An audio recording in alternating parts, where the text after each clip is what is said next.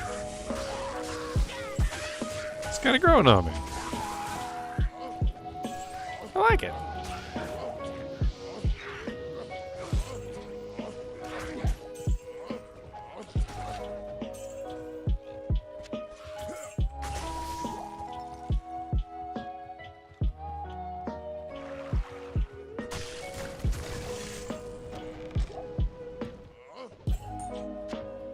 I am overburdened.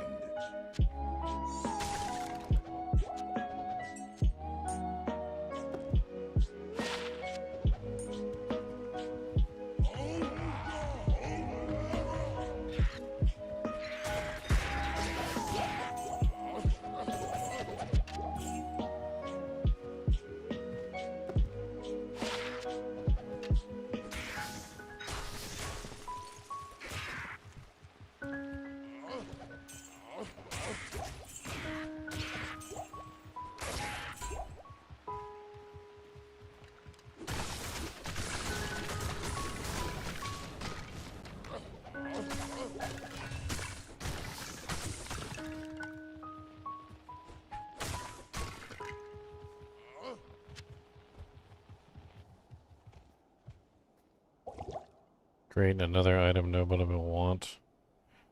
The Diablo life.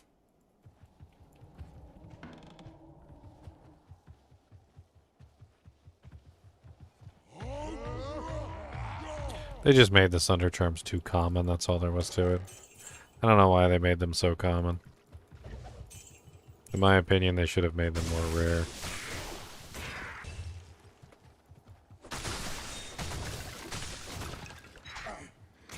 Hey, what's up, Leon? I didn't even see you in here, man. Hello. Mr. Disappear for Diablo 2 and show back up for Diablo 4. Hey, D2, they didn't do anything for me. Oh, I came up with some cool ideas for new characters. Come on. You see my Thor Barbarian? My Thor Barbarian's legit. People keep popping into chat and they're like, how the hell are you killing physical immune so fast? And I'm like, well, I don't do physical damage. It's funny because after I made this character, I was actually thinking there's a couple other builds I could make very similar to this. So the Thor Barbarian is based around 2 crescent moons, right? And kind of uses the whole negative resistance of the crescent moons to focus on dishing out tons of lightning damage. And I was thinking if I went with 2, what's it's called? The, what's that one that's Holy Freeze? I can't remember the name of it off the top of my head. I'm blanking.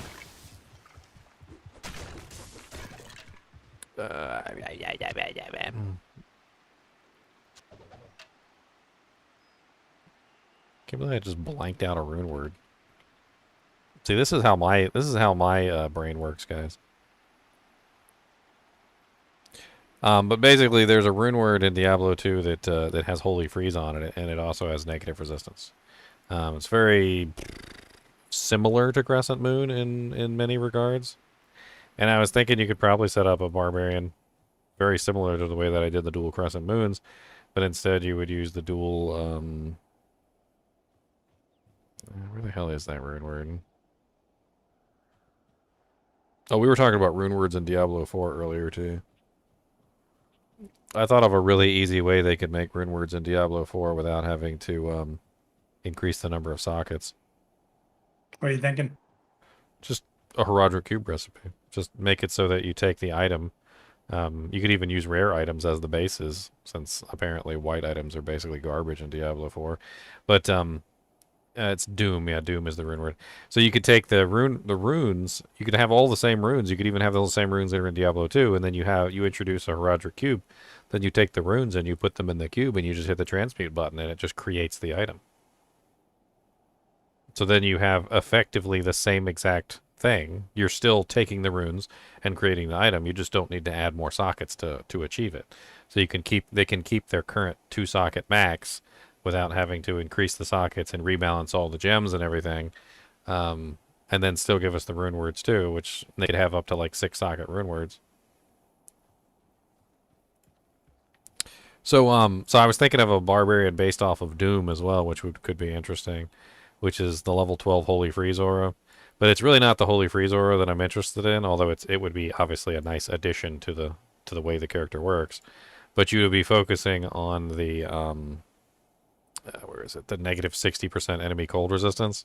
So you would get 2 dooms and put them in both hands, which would give you a total of negative 120% enemy cold resistance, and then you would stack any kind of cold damage effects that you could. Cold damage charms, cold damage proccing effects, like the whole 9 yards. And I mean, having negative 120% cold res would be kind of insane. And then, of course, the Holy Freeze Aura would give you a little bit of cold damage, but then you'd stack on more with charms and whatnot and any other kind of effects that you could get. So it'd be interesting. Yeah, runes would be a big part to help with itemization hunt in D4. Oh, yeah, definitely.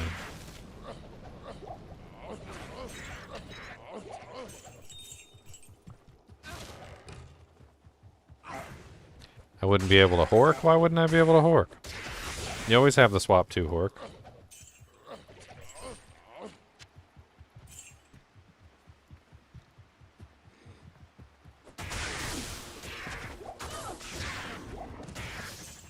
Oh, yeah, you're right. I'd freeze everything. Yeah. Okay, yeah. And then I thought of another one which would go the other route. So instead of fire, instead of lightning and ice, it's fire. So you could do 2 hands of justice. 1 in each hand with the negative res on each hand of justice, and then the fire resistance. I thought that'd be kind of interesting too. Of course, the downside of both of those is you don't have access to the static field anymore, which is a big part of the way that the Crescent Moon Barbarian works. And anything that's doom based is going to be doomed because it has low durability, unfortunately.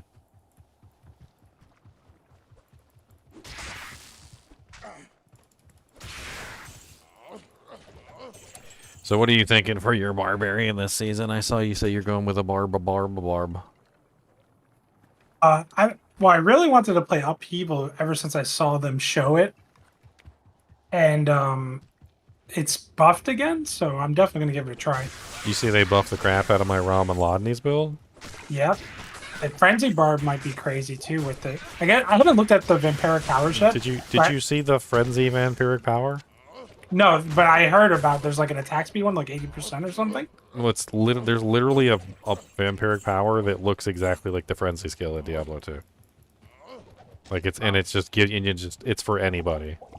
So like you could use the Ramalodnies, which they bumped up to 0.4 from 0.3, which is insane. You have a guaranteed way at least to try and get like a better Ramalodnies too, which is kind of nice. So you get like a 925 Ramalodnies by using the higher dungeons. And then on top of that, they boofed up the Frenzy Amulet. So like you combine those 3 things and all the buffs that they added, the freaking Frenzy Barb might be insane at this point. I don't know. I'm half tempted to try and build it, but after how long it took me to find my Ramalodnies last time. Well, now you can hunt. That's a difference. No, now we can I'm not falling for that trap. I'm not falling for the trap. It's a trap. We'll target farm everything. It's a trap. Oh wow! What a nice little flail. +1 paladin skill levels, 30% increased attack speed, 55% enhanced, 2 to min damage, 68 to max damage, 97 attack rating, 5% chance to cast level 3 firebolt on attack. It's only level 37.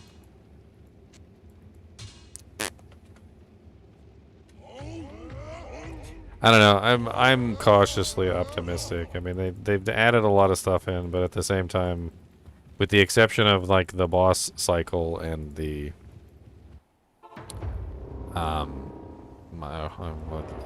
version 2 Hell Tides. Yeah. I mean, there's not a lot of additional content. I hope the boss cycle at least keeps us busy because I don't know.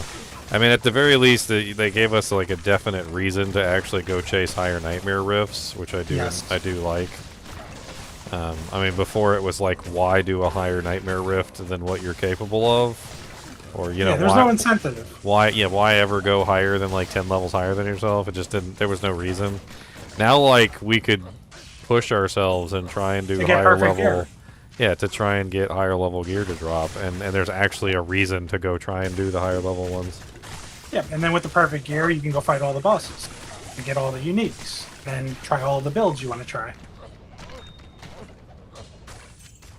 Well, I definitely like the guaranteed item power too, because for some items it doesn't matter, right? Some items doesn't matter. Who cares?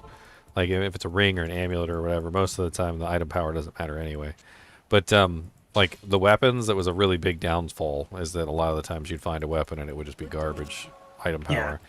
So at the very least now you'll be able to try and specifically farm like a unique item, like a unique weapon, like that's at the right item power that you're looking for. And by being able to reduce the variance, you'll have a higher chance of actually finding something that's good, instead of finding something that's good and it's like, oh yay, it was 700 item power with the perfect stats. Yeah, I mean, that was a major problem. Even the 823 mace I got off the vendor that one time didn't have good stats on it. So even if you found a high item power two-hander or weapon, the stats could be really bad, and then it's like, well, you're out of luck. You vote yo mama? Yo mom. Yo moms. Yo mamas. I can't carry anymore. I don't know. I gotta give them props for going in the right direction, but at the same time, I don't think Blizzard did any of it. Did you hear my theory? No. My theory is all the good changes that we've seen in Season 2 came from Vicarious Visions. So Vicarious Visions got put on the project after Season 1's failure. That's basically what we learned. Really? So Vicarious Visions is called Blizzard Albany. And we looked up Blizzard Albany, and Blizzard Albany has a list of their current projects. And apparently they were added onto the Diablo IV project very recently. Like within the time span of like Diablo or Season 1 failure and like Season 2 coming out. So there's a very good chance that all the changes that we're seeing in Season 2 actually came from Vicarious Visions. Or as it's been renamed, Blizzard Albany. And it kind of makes sense when you think about it, because look at the resistance system. What does the resistance system look like to you? It's straight up a copy of Diablo 2's, isn't it? Like, minor changes here or there, but it's straight up a copy of Diablo 2's resistance system. And there was nothing wrong with that. And who was the company that was working Diablo 2 before? Well, it literally made the remaster for Diablo 2 and is now suddenly working on the project. And then literally as soon as they start working on Diablo 4, it immediately sees a change in that direction. And then the end game boss cycle with the whole farming the Hellfides and the Whispers and then getting the mats and then farming that's a D2 thing. That's literally straight Uber Tristram. That's like a straight copy of Uber Tristram. So it just makes sense. So Vicarious Visions came on the scene and brought with them their Diablo 2 knowledge and has started applying their Diablo 2 knowledge to the game. I'm actually not mad. I mean, they didn't change anything in Diablo 2, but then that also fits with the narrative as well because, well, we didn't get any changes for Diablo 2, right? So they took Vicarious Visions off of Diablo 2. Diablo 2 didn't get any changes, and Vicarious Visions has been working on Diablo 4 since Diablo 4's failure on Season 1. They should have been working on the game to begin with, to be perfectly honest. I think Vicarious Visions does a better job than Blizzard does most of the time.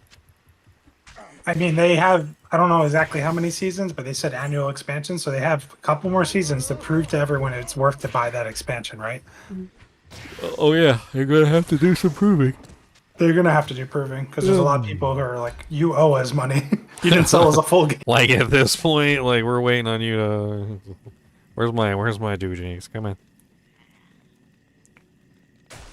Yeah, it's funny. Vicarious Visions has basically become the Blizzard North. Like the modern day Blizzard North. It's kind of funny. So Blizzard Albany is now Blizzard North. I guess when you spend a couple years working on Diablo 2, trying to remaster Diablo 2, and get inside the heads of Blizzard North to figure out how the hell they created a masterpiece, you start to understand the what's-its and the who's-a-wits, and eventually you become Blizzard North.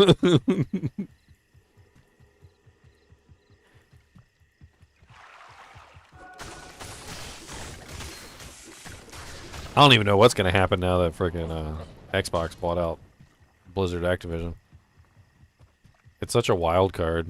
Like, are they gonna dive like head first and start parking out orders, and are we gonna see like Act 6 and Act 7 get added into Diablo 2? Like, are they gonna go full bore into adding new content into everything? Kind of like how they did in Minecraft. Have you played Minecraft, Leon? No, I actually never have. Oh man, well, that's a lesson right there in what Microsoft does to video games. So Minecraft was made by Notch. It was like a, I don't even think it was a game when it first came out, if I remember correctly. I think it was just like a, it was supposed to be like a cheap tool for like building objects in a like a virtual realm to like figure out what they would look like or something. I can't remember. Anyway, it became a video game, and he became a millionaire because Minecraft like took off, and it's a really fun game to play. But eventually, like he didn't really add a whole lot to it after a certain period of time, and it just kind of remained stagnant. I mean, there was an occasional update here or there, but nothing like too ridiculously crazy. And then Microsoft bought out Minecraft. And within, like, I want to say within 3 years, Minecraft had, like, gotten, I don't know, like 10 or 12 content updates. Like, they had a Caves and Cliffs update. They added in goats and foxes, and they added in copper and, like, lightning rods and all sorts of other crazy stuff and new monsters underneath the thing. And honestly, the game has not gotten worse in any way, shape, or form. I feel like it definitely hasn't become a bad game. But it's gotten so much additional content ever since Microsoft took it over. It's like, it's absolutely insane. But they also tried to monetize everything as well. So like all the skin packs and all the other things are like for sale on the Microsoft shop, and you could, like, they started to get like other companies in and monetize like specific ways that you could change the game. So in Minecraft, everything has a designated skin, basically, right? So like when you look at like a diamond, it always looks like a diamond.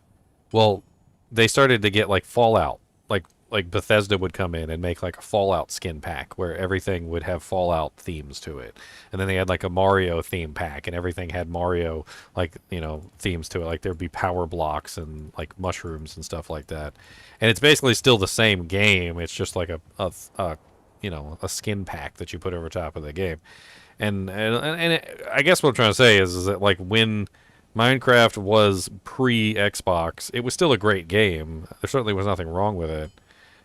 But everything that they added to the game from that point, like, didn't ruin the game, but just simply made more and more content. And I would totally not be opposed to Diablo 2 getting the same kind of treatment, which is where they don't ruin the core of the game, but they just keep adding new content. I mean, even if they changed absolutely nothing, if they added like an Act 6 and an Act 7, it would be hilarious. I think people would freaking eat it up like candy. They'd be like, alright, we're going to heaven now. It's Tyrael's birthday, guys. Like, wait, what? I mean, I'm super happy with what they've done in D2 with the Sunder Charms, the Terra Zones, all of that, and they keep along that path. It'd be great for sure. Have you played any of the modded versions of D2 where they added all the endgame content and crazy stuff? I've never played any of them. Oh no, I haven't played anything yet. I kind of really avoided all the mods for the most part. Maybe that'll be something I explore once, later.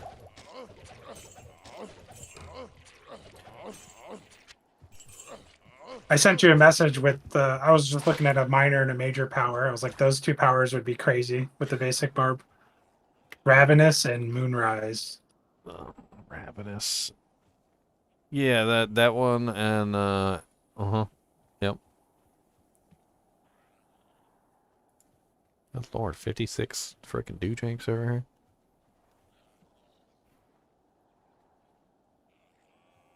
Yeah, I'm gonna level up Evil. I'm gonna take it as far as I can take it, and I might switch to either the basic barb or a blood build, depending on what I need and how it feels. Don't forget to add my link to my video. How do I do that? Apparently I can add a link to my video on the build guide. And now you can do that. How do I do that? Where on D4 build? Like, where'd you make your build? Oh, Diablo Life. Proner, by the way, is having a contest to win a PlayStation 5 for like the best builds. So if you make a build on his, I think The it's like website. I think it's like the highest voted builds or something like that. I can't remember. Yeah, contest. It's a contest. I'll have to make like a little short video about it. But if you guys haven't seen it, um, there is a contest on Diablo 4 Life to win a PlayStation 5.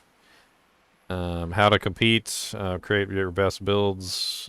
So obviously you got to make a build on the website, share your build, and gather community upvotes. So you got to get upvotes on your build. The more upvotes, the better chance of winning.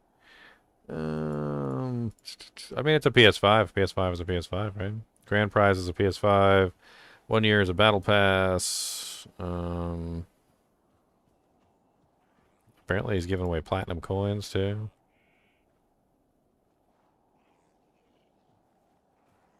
I'll have to post this. Yeah, I'm looking at the featured and community builds right now that he has on there. I need to figure out how to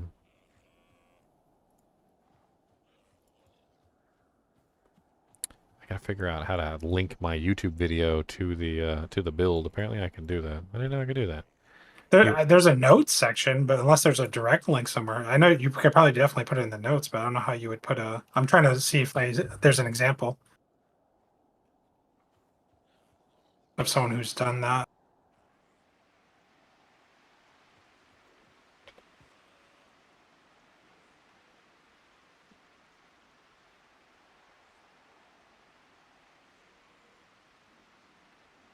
Well, he had an example for me on the thing. I was just trying to follow it.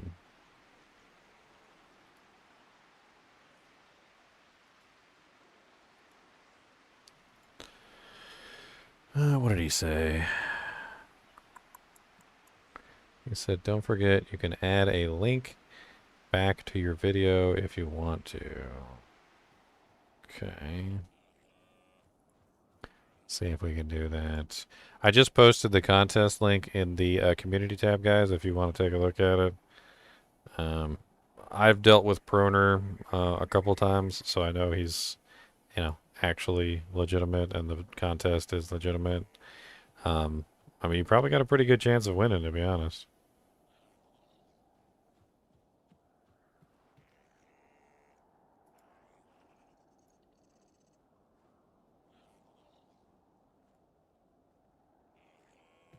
They released the patch to download already or no? I don't think so. Yeah. So the only update I had was 1.7 gigs. I was like, that's too small, it seems like.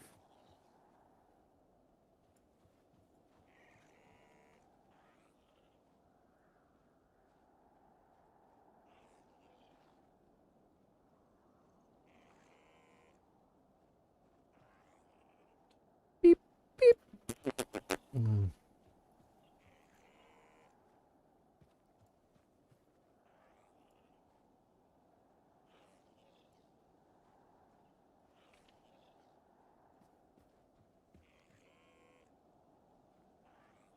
Yeah, I don't see how to add the YouTube video ID. Okay, I guess that's it. Let me see if that works. Update build guide. Reload. I think I gotta do just the ID and not the actual link.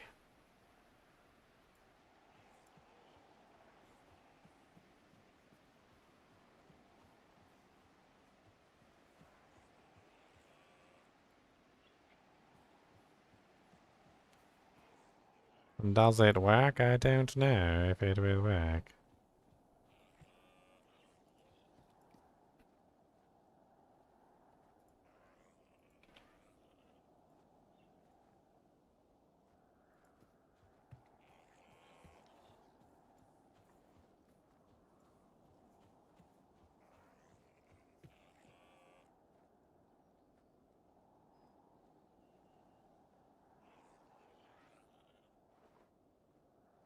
I'm definitely gonna do another Druid as well this season. Probably second, because I want to try that new unique. Okay. The one with the boulder? The Boulder, yeah. Oh, so you're gonna make Carmine the boulder? Yeah, Carmine the Boulder with Hurricane. Carmine the boulder. All right, let's go. I mean, my Thor Lightning build had Hurricane in it. If I just added that in, it'd be even crazier.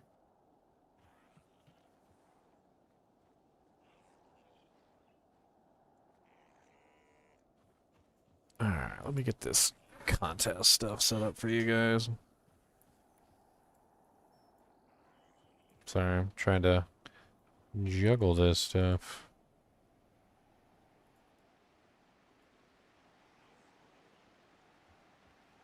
Alright, so if you guys want to check out the contest is right here.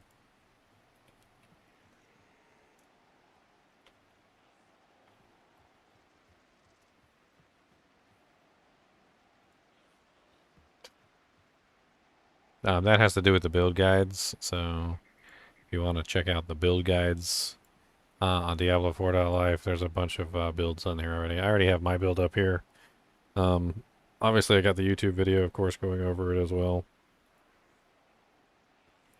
The contest has to do with basically creating a build though. So, like once you get your build up there and you set up your build, you get like community upvotes, and I mean, there's obviously the rules are on here if you want to read through them. There's also a grand prize, runner up. Like there's basically 4 prizes to give away. And obviously you're going to be on this website all the time anyway, because there's tons of tools on here, like the gambling tool, the freaking unique item target farming tools. There's tons of different doojanks on here, like the Helltide trackers and the Legion trackers and the World Boss trackers and whatnot. So, like, tons of reason to come here anyway, so you might as well check some stuff out. Plus, I'm on here too, so, haha. Haha, ha ha ha. Where am I at right here? Look, see, look. There's my smug mug right there, see? There's my smug mug.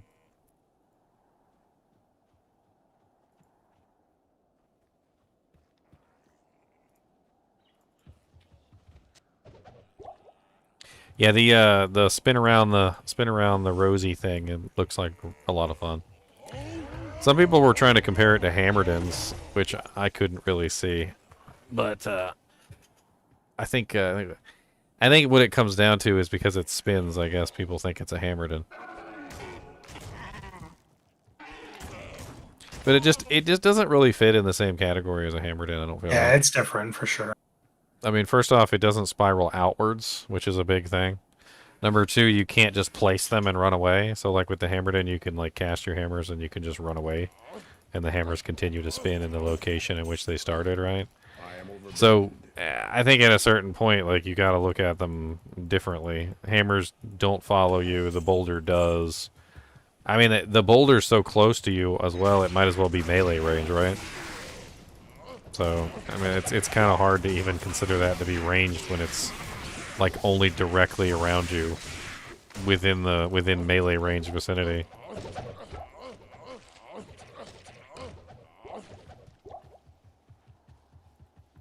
You enjoyed Mystery Men again recently? Oh, no problem. Mystery Men is a great movie, and I'm honestly surprised when I, like, reference stuff from Mystery Men and people don't know. I'm like, what is wrong with you guys? There's so many good quotes from Mystery Man. UKILLED, you killed him. UKILLED, you killed him. It's a freaking great scene. Flip the toggle, lady. Flip the toggle, lady.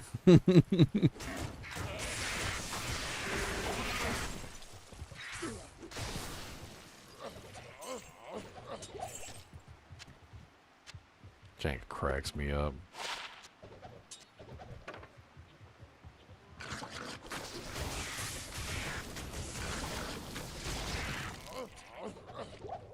And the freaking twist at the end of the movie that Mr. Furious actually did have powers and he wasn't just pretending. Yeah. I love Jeffrey, the guy with the forks. The silverware. I'll forgive you if you'll forget. Yeah. I can't carry anymore. Telling you, man, the game, that whole freaking movie is just like a gold mine of quotes.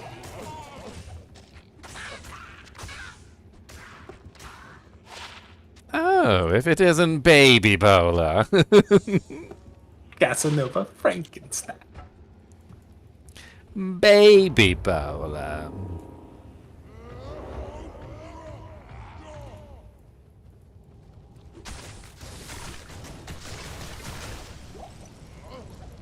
And I love how freaking what's her name, the baby bowler and fart boy were constantly arguing with each other all the time.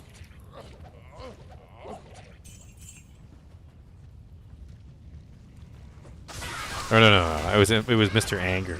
They were always fighting. They were just fighting each other. Like, I don't know. Why don't you? Why don't you? I don't know. Why don't you? And then one of my favorite quotes from that movie of all time is literally the old lady, where she's just like, "Just junk it." Look, lady, I told you the first time, it's a Herkimerk battle jitney. It was made to survive nuclear bombs. I can't just junk it. Just junk it.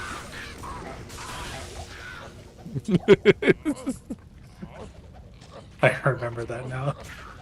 Just junk it. Her voice, man, I tell you. You got like that 90-year-old smoker voice.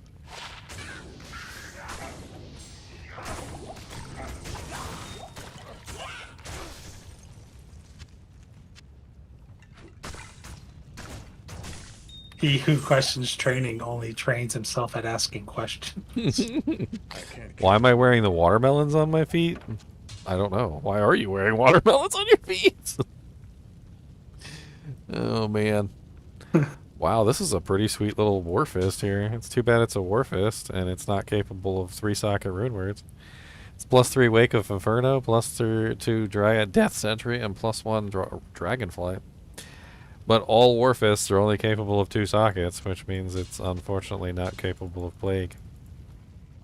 Sadness. Never really understood the whole makeup item that's basically useless for sockets. Like, there's a couple elite shields that can only get 1 socket. That's their maximum number of sockets, is 1. And I'm like, wait a minute. It's an elite shield. Why is it only capable of 1 socket?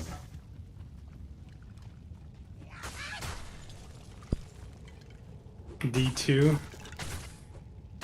I mean, they always needed more time to flesh out some things. But it's amazing how much they got done for the game to last as long as it has.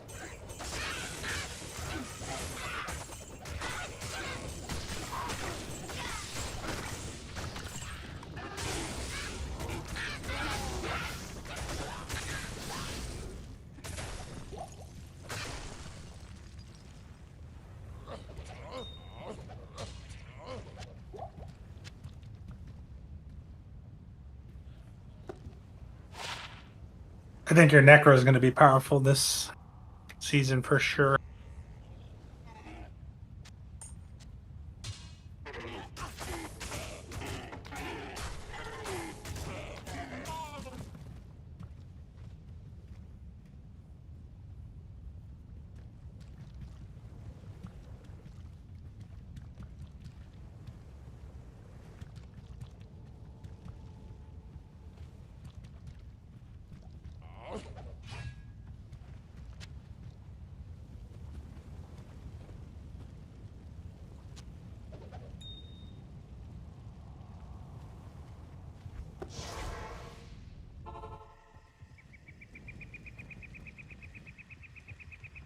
Good to see you.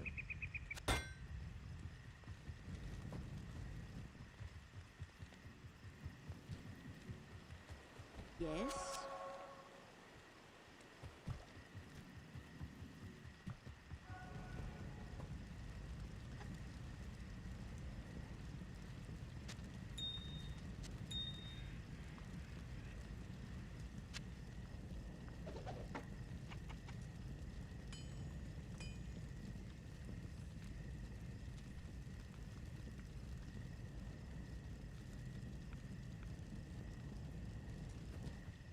Yes? Not in town.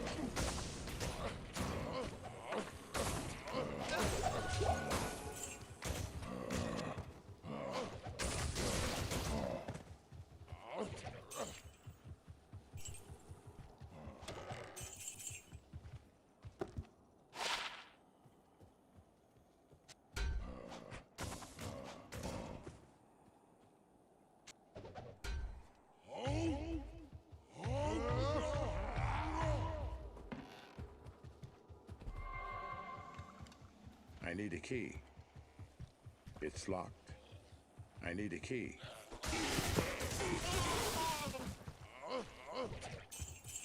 Hello.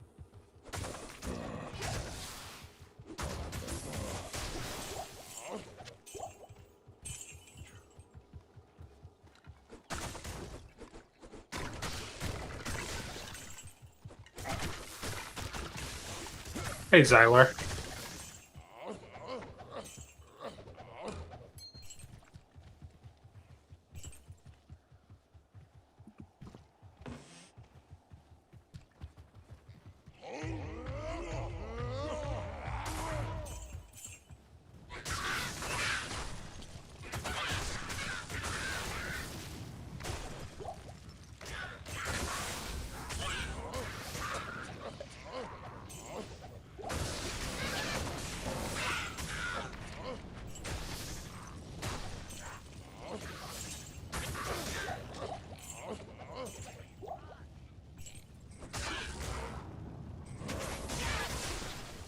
I am overburdened.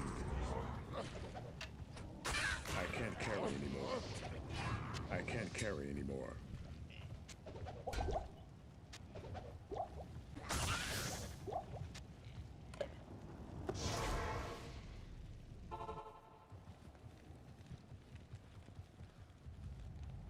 What you need?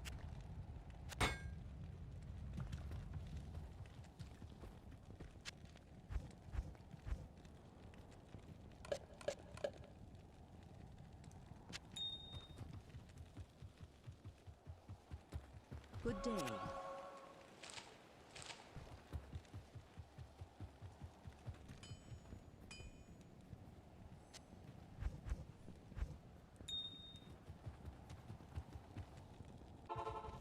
What do we got?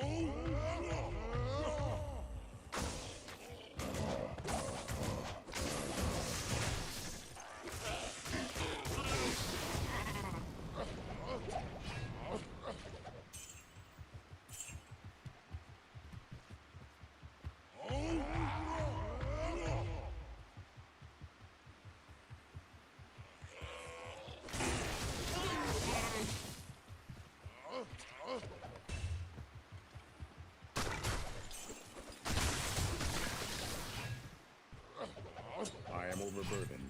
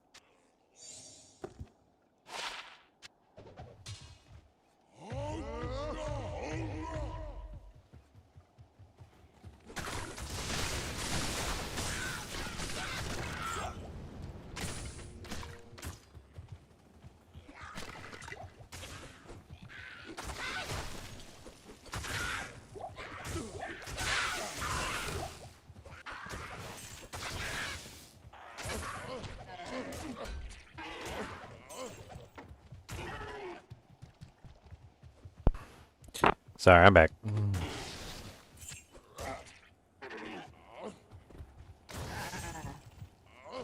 Somebody got their account hacked. It's amazing though. I would call it mental gymnastics that some people go through to, like, think that people can do certain things. You know, there's when you're talking about hacking into a computer or hacking into a phone, like, there's no mysticism. There's no, like, magical effects that happen. Like, they can only do certain things that are required. Like, you can only hack into a phone so far. Like, you can't just magically get access to a phone without somebody's permission. Most of it happens with your permission, by the way. You just don't know you're giving it. It's called phishing.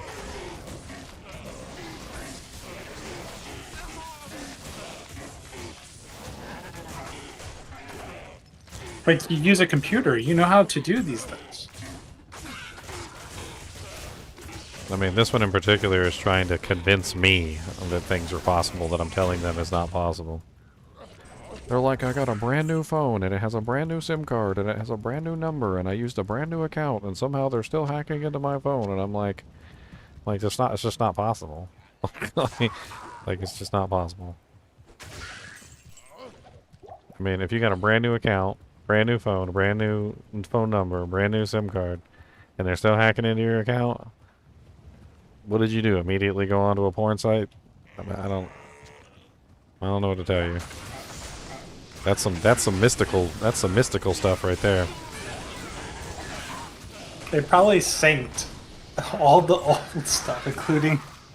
No, she didn't even log into her old account. I don't even know. It was just she made a new account entirely. And I said, well, maybe when you logged into your Google account, it just synced all your data. And she's like, no, I'd logged into a completely new account. I didn't even use my old account. And I'm like, well, then there's no way. I was like, it didn't happen. Like, you're just being paranoid at this point. Started re-downloading all the old apps. I mean, if you log into your Google account, it will actually.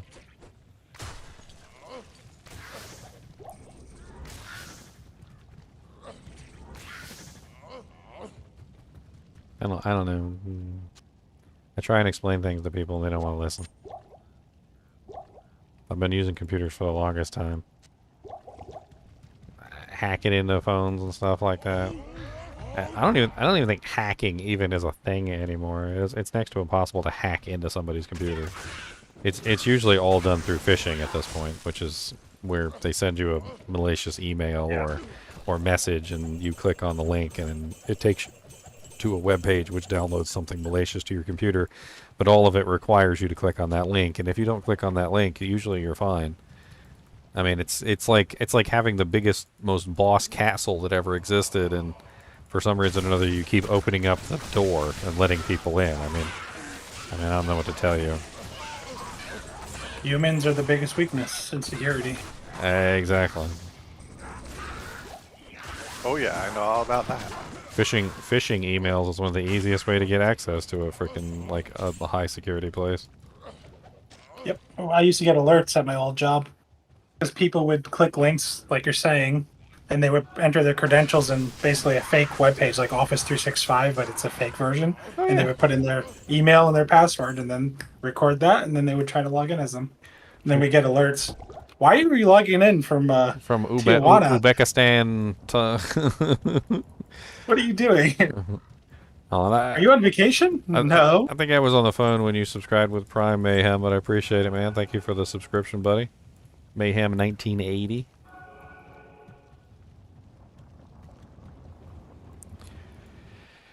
I ain't never seen somebody so paranoid in all my life. Well, I'm about to be paranoid on the Xylor Adventures again. Trying to get Xylor to level from 1 to 100. Oh yeah, you know it.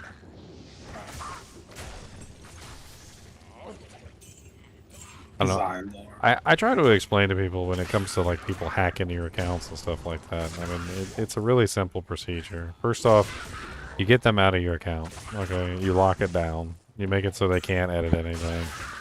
You know, you remove their access, right? If they have access to your computer, you remove their access to your computer. You know, you plug the hole in the boat, right? And then once you plug the hole in the boat, then you start bailing the water out. And if you do it properly, you can remove them from having access to your computer relatively quickly.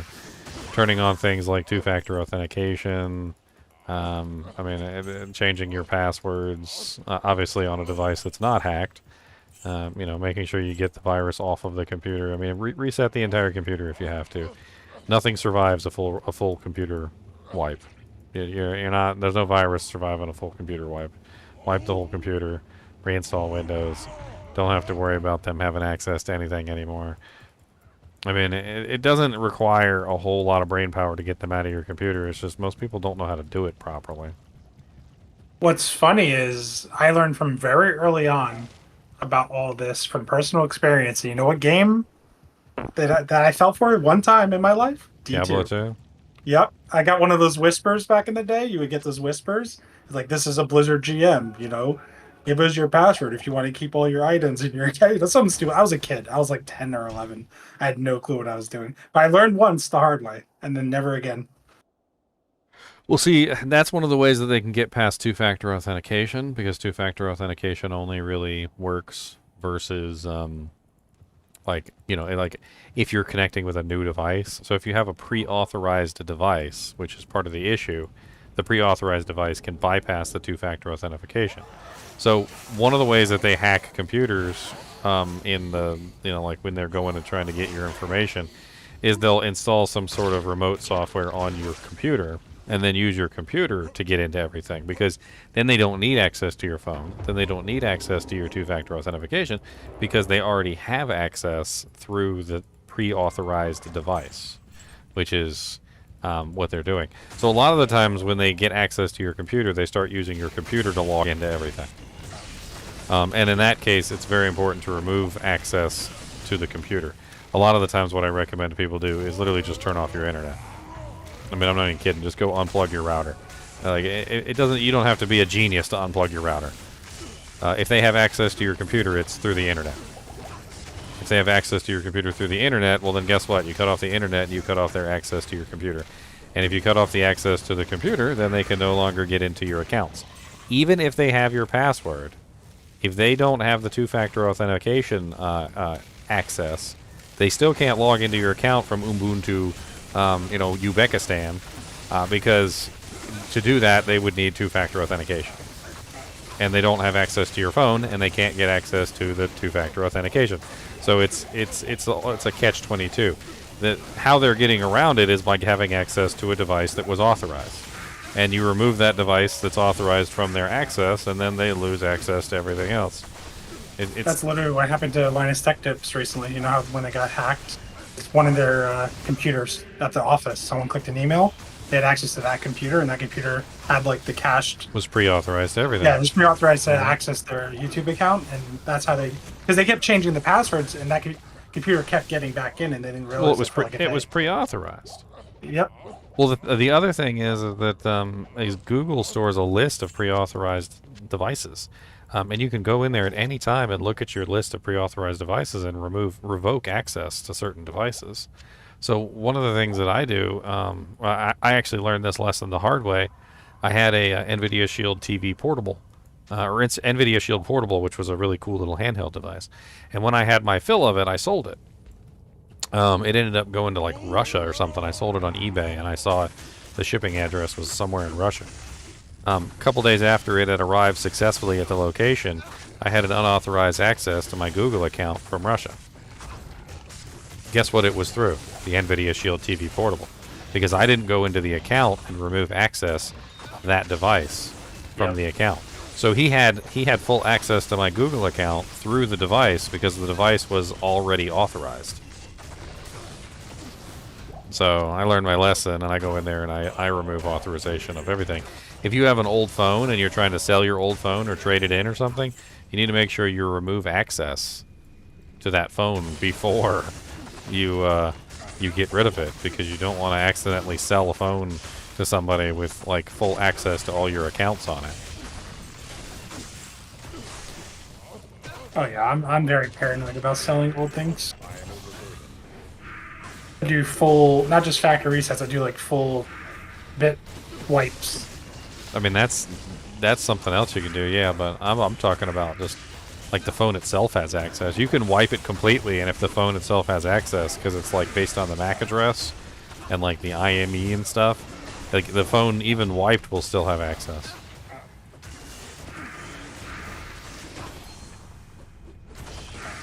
It's kind of crazy.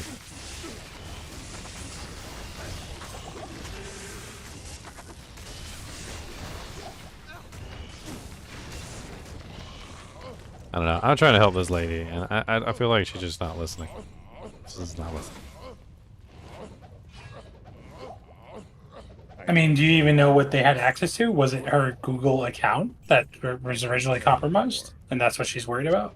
I don't know what's compromised and what's not. I know that she's paranoid that everything's compromised, which doesn't help nothing. Yeah.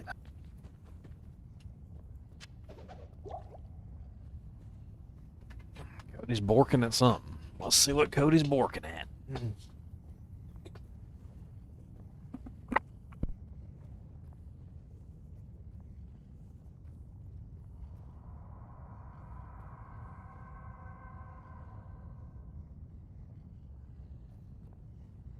Okay, Xylor. What's up? Did you have to do a patch to the D4 game? Random black cat. Nope. Doesn't It let bowl. me straight in. He gets so upset when the neighborhood cats show up and eat some cat food. The black cat is outside. Have you dealt with your stash yet, Leo?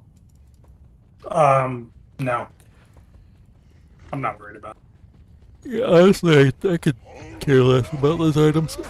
I still have like 20 unopened world boss caches. I just stored up and they never opened. I don't really care about my internal realm characters or anything. They're just there until I deem them not worthy to be there.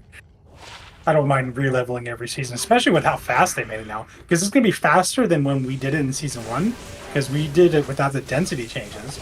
So now we're going to do it with the density changes, plus all the XP boosts. It's going to be crazy fast for us. Yeah, I'm Damn. excited. Stop decrepifying me, little turd face. I need my HP. Oh. Whoa, extra fast. I might do all 5 classes to 100 this season, depending how it feels. Yeah, definitely Barb, probably Druid, and maybe Necro. I might be a one character pony. I'm not sure I want to get into leveling up a whole bunch of characters. They may have added a filter to the stash, but I gotta admit, leveling up multiple characters in Diablo 4 is painful. Yeah. It's very painful. You don't like the tension? I mean, the tension's doable if you do just one character.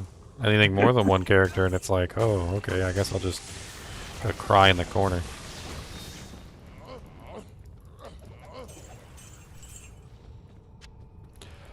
Cry in the corner. I want I've to do got more my PvP. Scroll of Amnesia still. I never used it. I never understood the Scrolls of Amnesia anyway. I mean, is it really that hard to reset your character that you needed it? Not like we're talking about Diablo II tokens. Yeah, not if you have like over 100 million gold. It's like, no problem. Boom, boom, boom.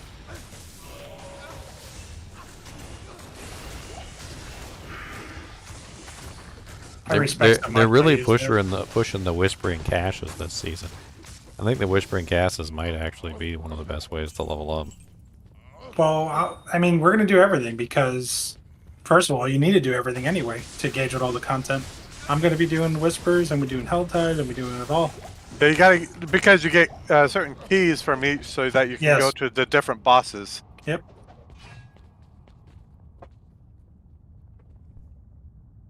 Or I do need to material do the- keys. I need to do the Beast of Ice, though, which is the Nightmare Dungeon boss for my Hellhammer.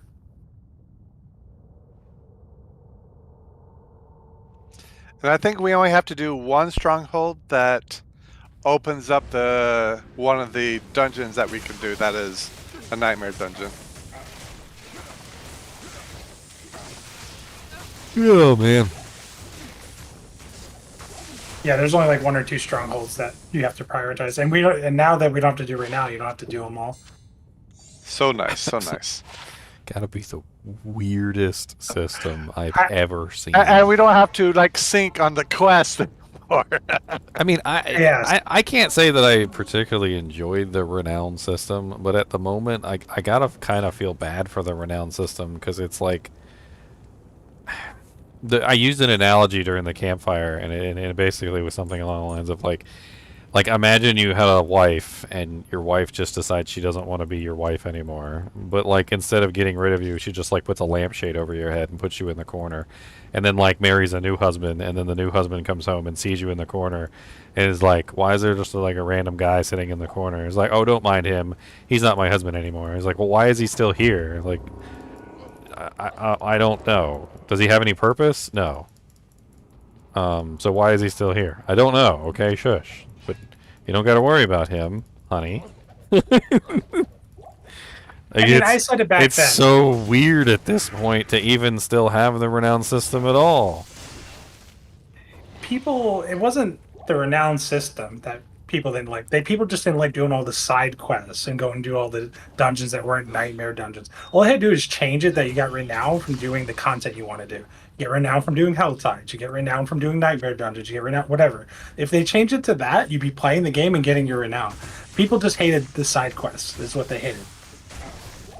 I mean, It's like- I could see that as if they just changed it so that you got renown from anything and everything that you did. Right. Like, for instance, if you were just running along in the open world and you completed a random event and you got renown for it, like, yay. You know, or if you did a Helltide event and you opened up a chest, maybe give you like a small amount of renown for opening up the Helltide chest or something. Like, I could see it being a little bit more easy for everyone to accomplish if it wasn't specific tasks for specific renown. It was more generic. Yep. I do have my snacks ready for tomorrow, and Cody has a pup cup in his mouth right now. I got some pup cups to keep him busy. Although he eats them pup cups really fast. He's got some dedication in his heart. He's like, oh, this thing frozen rock solid. That'd be 1 second. So I guess we just start with the vampire story and just follow that first and then level? I mean, I don't know if the vampire powers are really all that ridiculous. Like, I mean, they're okay, and having them would definitely be nice, but none of them are like absolutely ridiculous build defining, like the like the barber gem, broken ass barber gem from last season.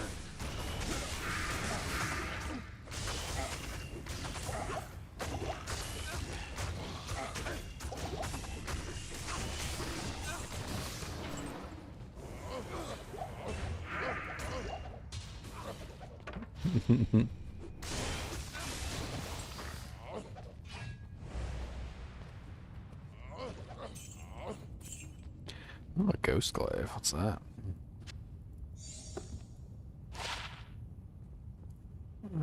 Pretty rotten. What's up, suckers? Doom Knights?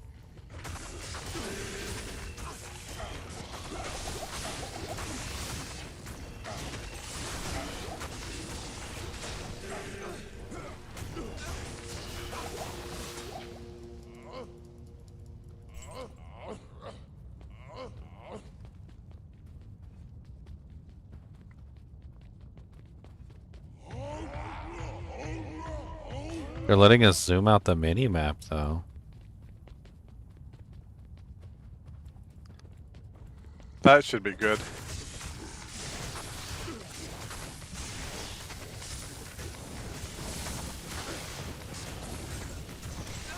I'm really curious how the hell my frickin' my necromancer is gonna turn out. I mean, it's Theorycrafted. I think it's going to be awesome. I think you're going to do awesome. But do awesome. Yeah.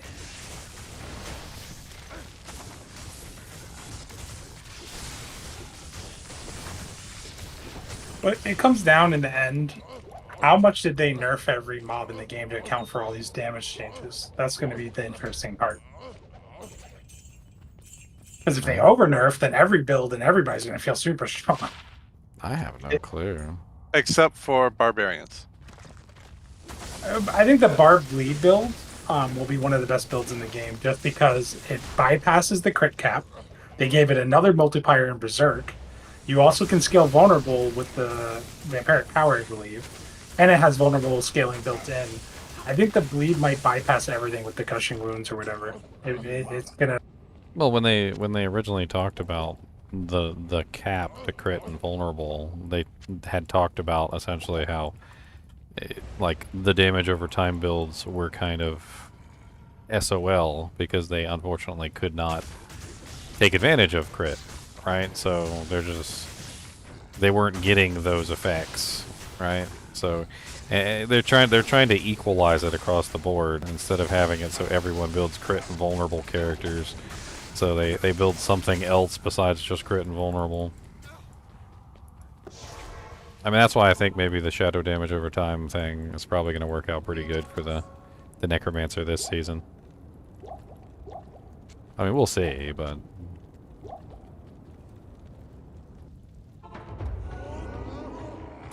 I think pretty much all the DOT builds are probably going to be pretty similar, if not mostly the same as what they were in like free. Like they probably didn't get nerfed much at all. In fact, they probably got beefed up quite a bit. God, this freaking immune to physical guy is an effector of kick my butt.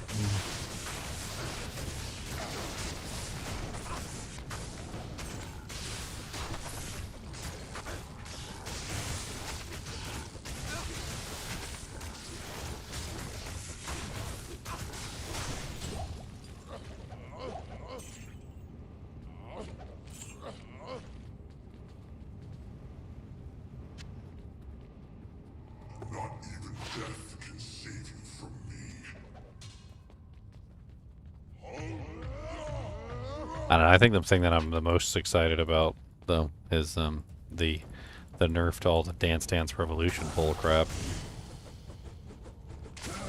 I mean, they took a lot of those stupid ground-based effects and really kind of neutered them.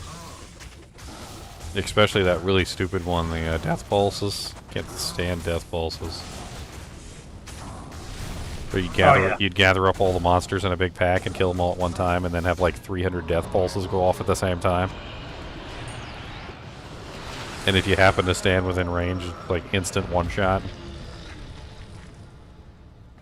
A Doombringer. I am overburdened. Yeah, a bunch of freaking good stuff dropped off of him. Some cryptic axe. Pretty bad rolls. And don't forget, just having resistances work too. A lot of those death explosions, everything was like fire, lightning. Oh yeah, I mean, definitely. I think just having the resistances actually work. And I checked it out, like kind of just working it out in my head and played around with the math on the gems and whatnot, and it seems like you should be able to reliably hit the 70% cap on just about any character. At least in like one or two resistances, if not multiple. But like you could very easily at any point sacrifice all the other resistances, replace all the gems in your jewelry and amulets with like royal emeralds, for instance, and cap out your poison res. And then maybe you might not have cap on the other resistances, but if you're going to fight a boss that's like specifically poison based, like Duriel apparently just supposed to have tons of poison damage, you should be able to very easily cap your poison res out, and then drink like a poison elixir on top of that, and easily get your resistances well above 70% in that particular element. It's going to be interesting because I guess if you die once, it's over, right? There's no going back in. The mats are gone. You have one try on any of these bosses because they're keys essentially. Depends on how easy the mats are to get, right, and how hard the bosses are. So it's all gonna come down to two factors. Number one, like how good are the loot drops, right? Because even if you can kill them reliably every single time, if the loot drops are garbage, then it might not be worth farming the mats. And then the other thing is how easy is he to kill? Even if the drops are good, if it's like 1 out of 10 times you're actually able to kill him, then it might not be worth it either. So they've got to strike a balance. Yeah, and if you're in a party, you might have multiple keys as well. Oh yeah, we'll be able to get. I just want to make sure I have a build that can kill it. That way, I can help people in the kinship and teach people how to do it.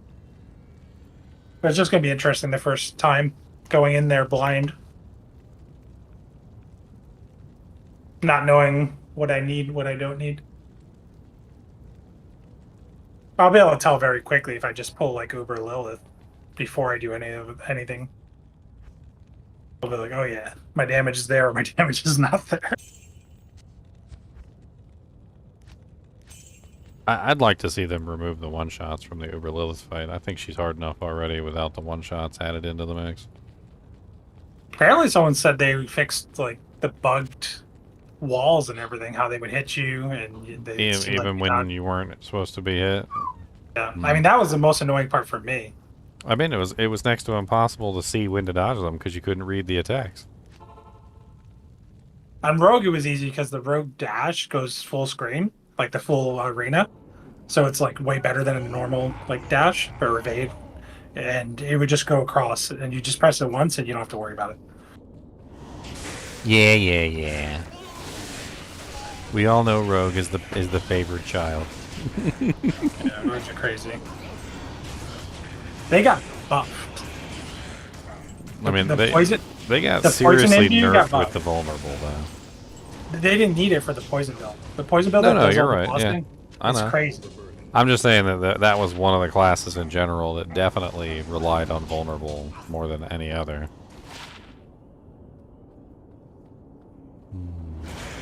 Well, what I think is like a lot of builds are going to change. A lot of things are going to feel different, but I think everyone's judgment is going to be around bossing this season.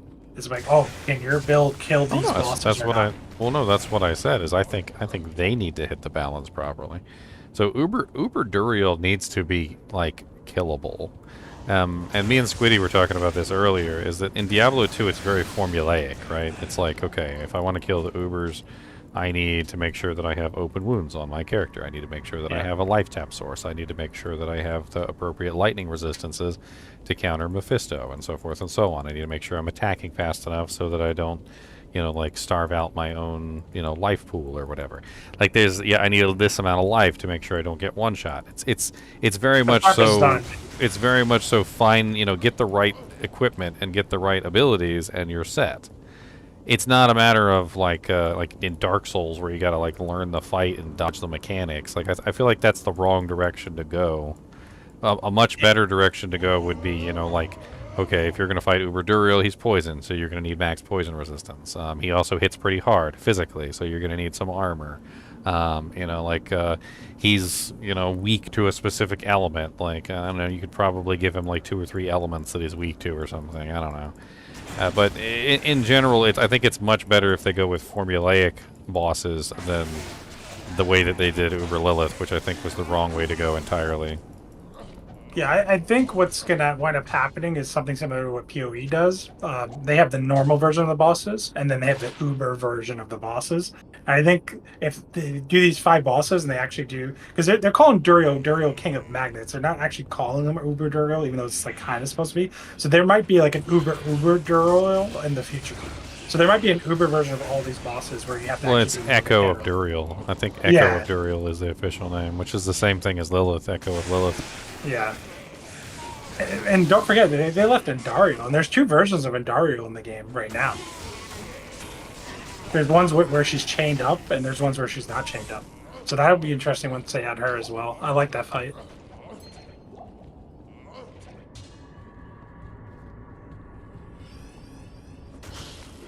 I mean, you're not wrong, Prista. He said, I still don't think they understand the balance on how to make the hunt for items fun. I mean, I think it was evidently shown when they made literally the uber unique items completely unobtainable. Yeah, and they did 2 very positive things this patch for the hunt for items. 1, they tied unique items to bosses that you can repeat and farm as long as your heart is content. And 2, they did the item power scaling with the higher nightmare dungeon, so you can get your best in slot or high item power items guaranteed by just scaling your character higher and higher. So they did 2 things that are way better than the game was ever before. I mean, I like the idea behind the dungeons, the higher level dungeons actually giving you higher level items. And I that was never really the case before, even though some people tried to claim it was. Like, doing higher level dungeons never really gave you higher level loot. It was like placebo. Yeah, it was definitely a placebo effect. Now it will, guaranteed. So every level that you go up, it goes up +1 on the minimum, which is a guaranteed slightly higher power item than it was before. Yep, and then the patch notes, they actually gave the ranges, so you don't have to guess anymore. You went over it when you went over the patch notes, but yeah, they have the ranges listed.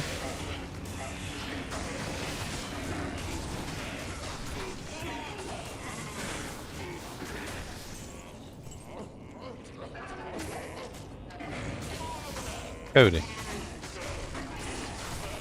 you're always so nosy. I don't care what's going on out there.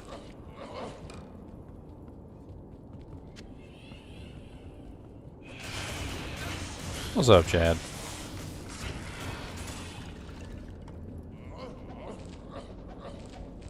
I mean, my thing is that Diablo was never like much of a game of dodging attacks. I mean, yeah, in Diablo 2 there's some attacks that you can potentially dodge, but most of the time the attacks hit you whether you try to dodge them or not. Like Diablo's Circle of Fire, I mean, it's gonna hit you. Like unless you got like a pillar to stand behind, which most of the time you don't, you're gonna get hit by the fire. His ground-based fire, I mean, for the most part, yeah, you can dodge it if you really try, but it's still gonna at least like wing you as you're trying to get away from it. His Lightning Inferno, while it can be dodged if you stay moving the entire time, usually ends up still clipping you at least once or twice. I mean, Mephisto has like poison clouds, which can't be avoided. I mean, there's a lot of effects in Diablo that can't be avoided, and I always thought it was much cooler just to like build a character that could withstand the effects rather than have to dodge the effect. Maybe it's kind of cheesy, I don't know.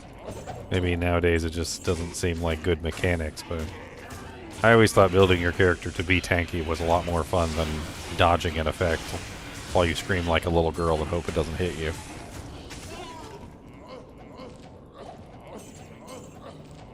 I mean, I still remember back in the day of Chrono Trigger.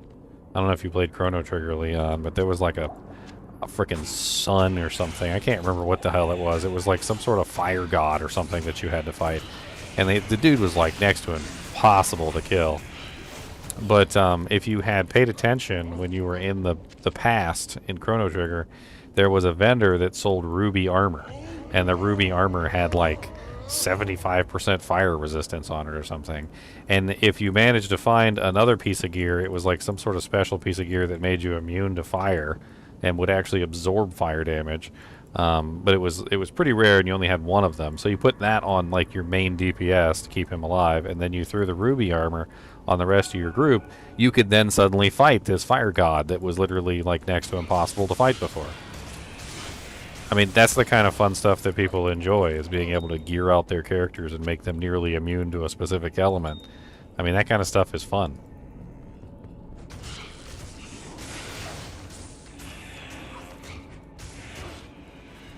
I like it.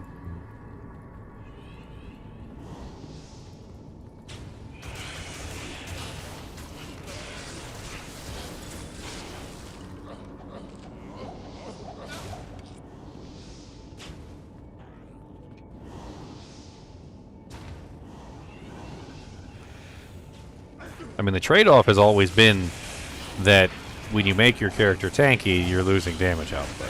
So the tankier you get, the less damage you deal. But in Diablo IV, there was such an issue with becoming tanky that you basically had no choice but to make your character tanky. Otherwise, you just get one-shot by everything.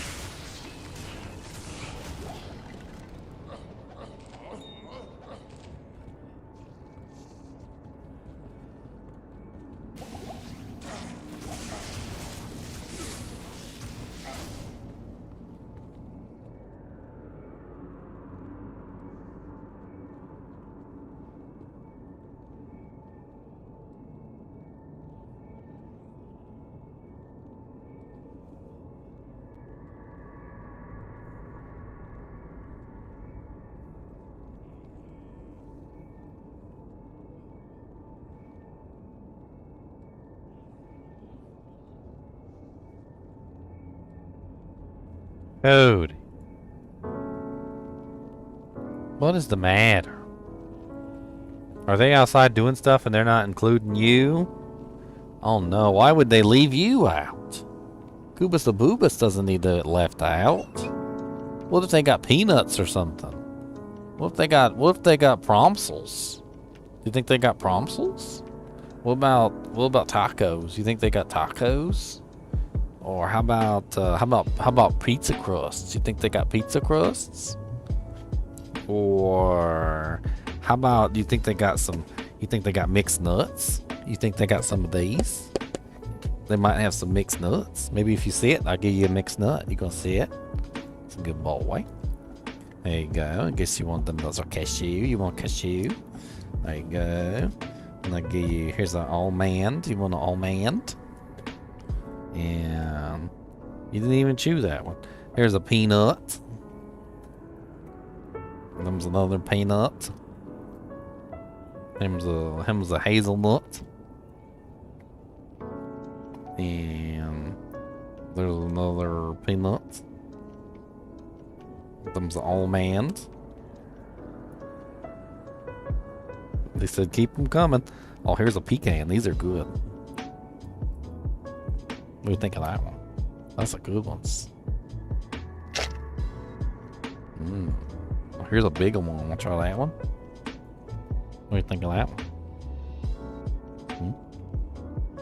I'm just trying to distract him. I got these things for this latter season. I got some Dukes, Hatch green chilies. These aren't beef jerkies. These are pork jerkies. They're pretty good though. They got like Hatch green chilies, kind of like inside the Dujanks. Pretty delicious. Not gonna lie.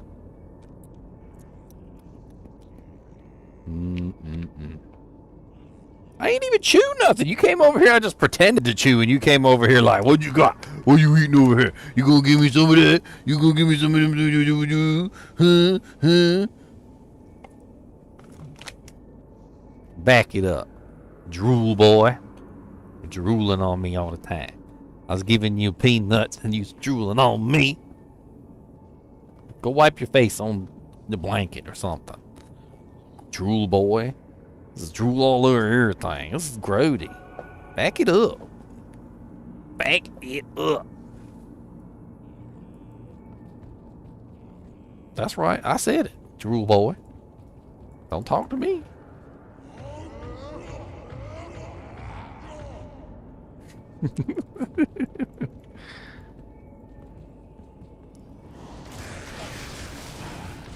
The drooliest of boys.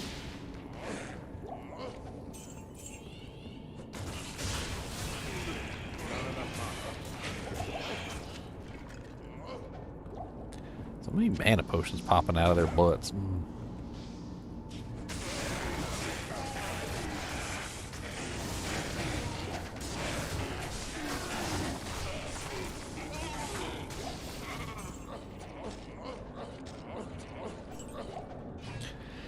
Man, I can't get my Dujank to play no songs.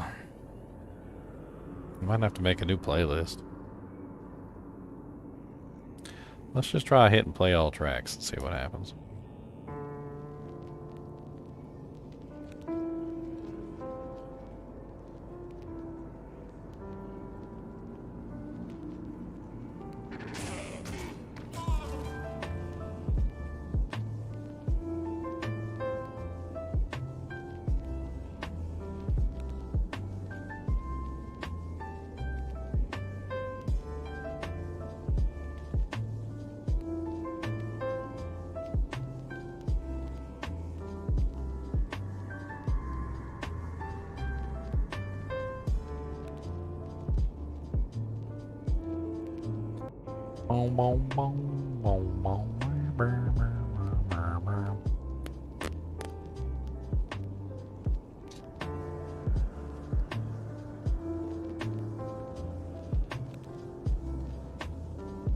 Yes, Kubus Abubus, the monster dogs.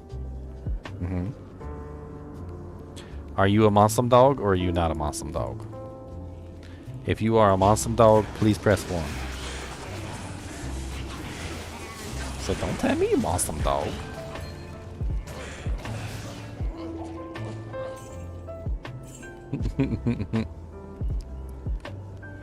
That's a monster dog. That's a monster. Him's a doggo. Him's a monster doggo, yes. Him's a boobus. Him's a coobus. Him's a boobus monster dog. Him's a big old monster dog, yeah he is. Gonna take a big old poop on the lawn. And when he's done, he'll make a big yawn. Cause that's a big coobus the monster dog. He gonna take a nap in the room. And when he's done, he gonna go boom with a big old toot out of his butt, and he's not gonna tell you what. Him's a Kubus a boobus, the monster dog. Monster dog.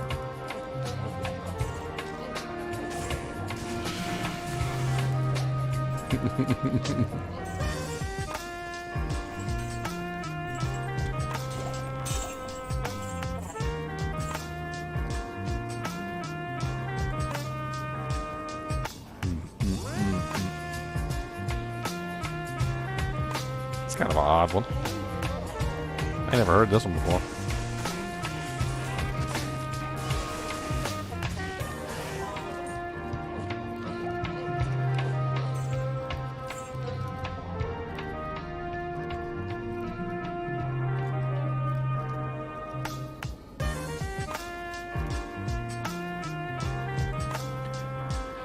I'm not sure I like it. I don't know. I don't know if I like this though.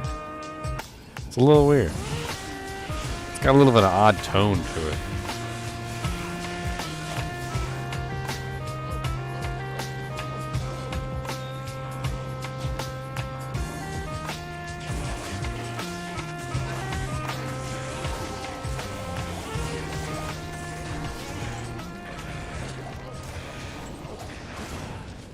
Meh. Royal Shield, let's check that out. Aw, all res 7, that's pretty terrible.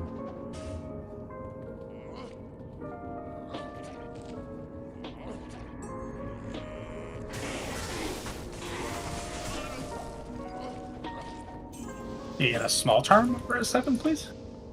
A small charm? Is it max out? Is it 5 or 4? For what? All res. All res on smalls is 5. Did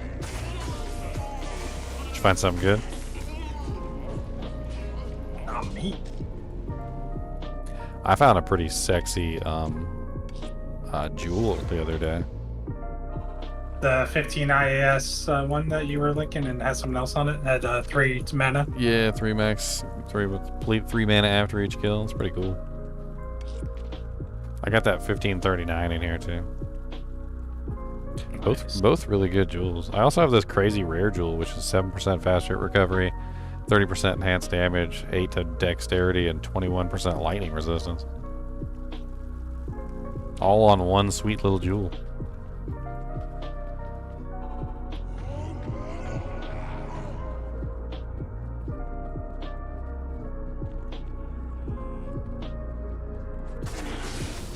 Be quiet, you goat man. Nobody likes you. Your mama's a goat man.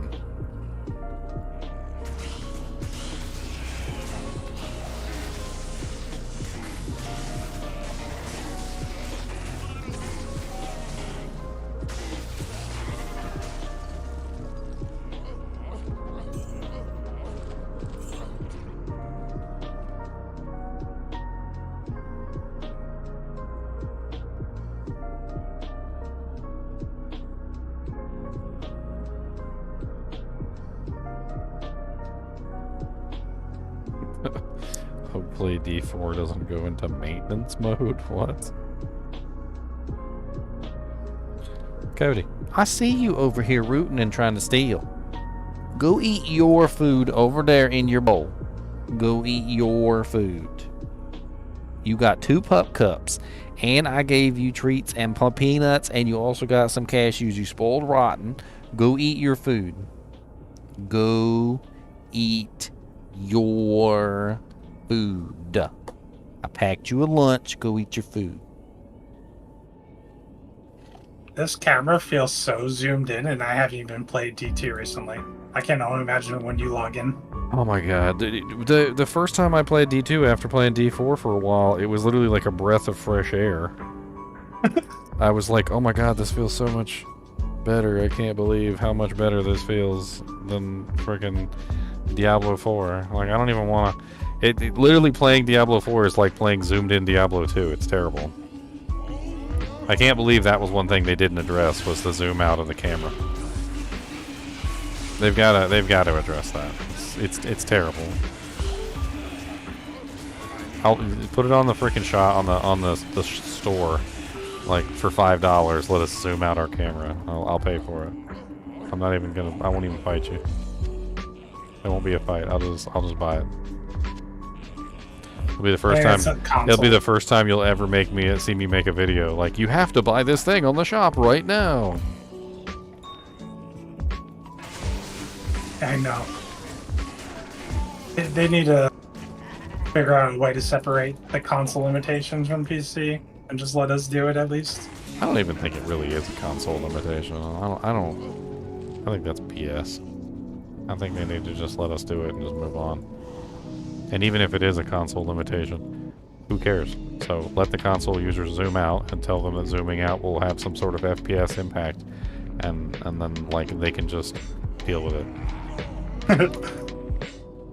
They'd be like, well, if you zoom out your camera, it might make your game a little laggy. And we're like, okay, well, I'd rather have my game zoomed out than be able to be all zoomed in. So, what class am I gonna start this season? I'm gonna start a necromancer. I have a video already up on my channel. If you want to take a look at it. I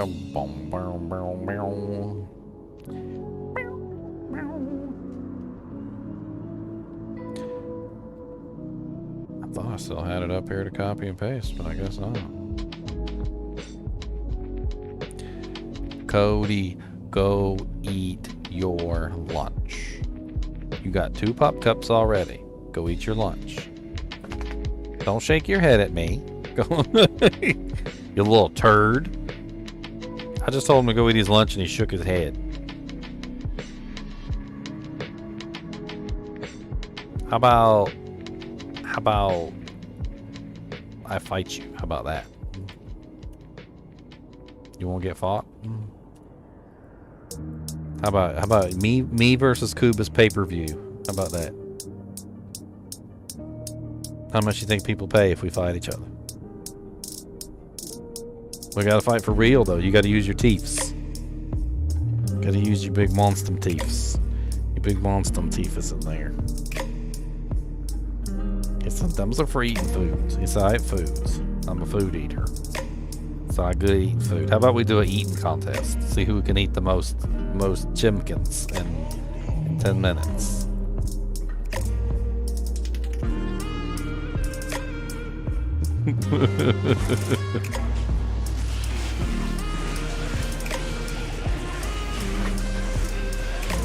Did you just hack a lung at me?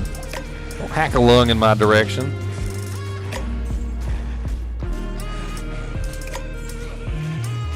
Lung hacker.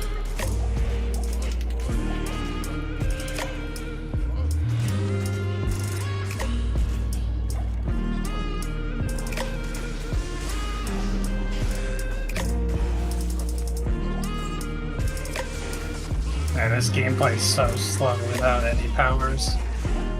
For what? Oh, you're on Diablo 4?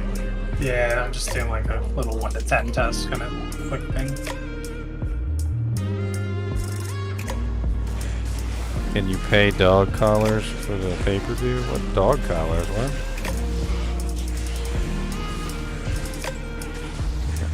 Cody stares into my soul.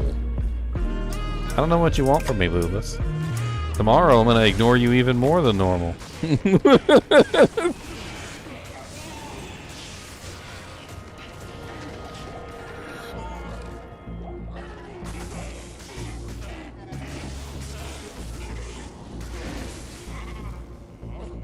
I got this thing I've been doing to Cody lately, and I swear I think it's the most hilarious thing I've ever done to him.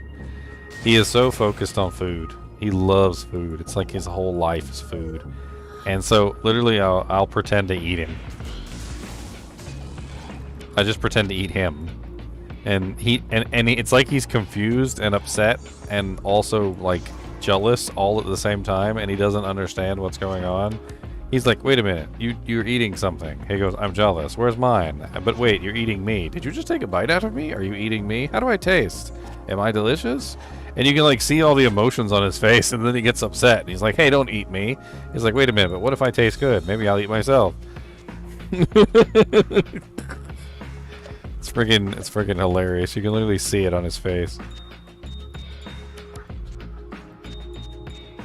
Sometimes I use a fork. Pretend to get like pieces of him, and then I gobble it down. Oh no. Iron chunks. Cody, come here. Come here, Cody. Come here. Come here. Come here. Come here. Come here. Over here. Come here. Come here. Give me some of this.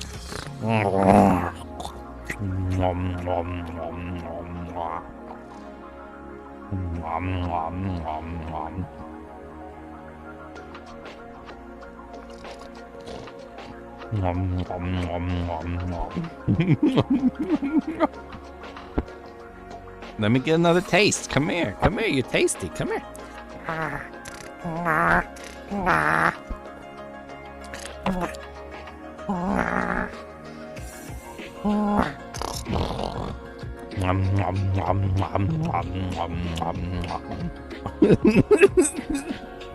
said, I'm coming up there. He said, don't get beat up.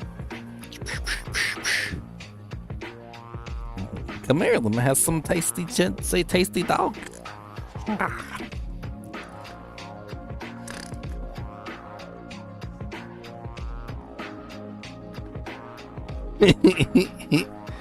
Oh, thank you for the $10, AJ. Sorry, I was too busy teasing my dog. Kubus and the Chinchilla treats? Hell yeah. And also eat Kubus. I can eat Kubus. Kubus is tasty. Kubus, let me have another bite. I'm a little still hungry. Can I have another bite? Can I have the ear? Let me bite this.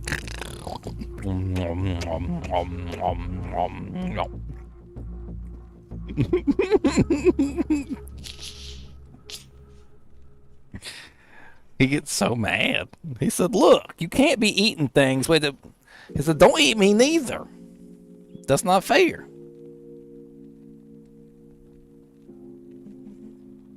And then he looks like he's just having an existential crisis. He's like, well, if I taste good, then I can eat myself. He goes, but if I eat myself, then there won't be any more of me, and that would not be good. But if I did eat myself, then I would be full for a little while, and I have lots of meat to eat. I'm a very big dog. Maybe I can eat just one paw. How about that? Just eat a paw. Just eat one paw. You're probably very tasty. Kubus the tasty dog.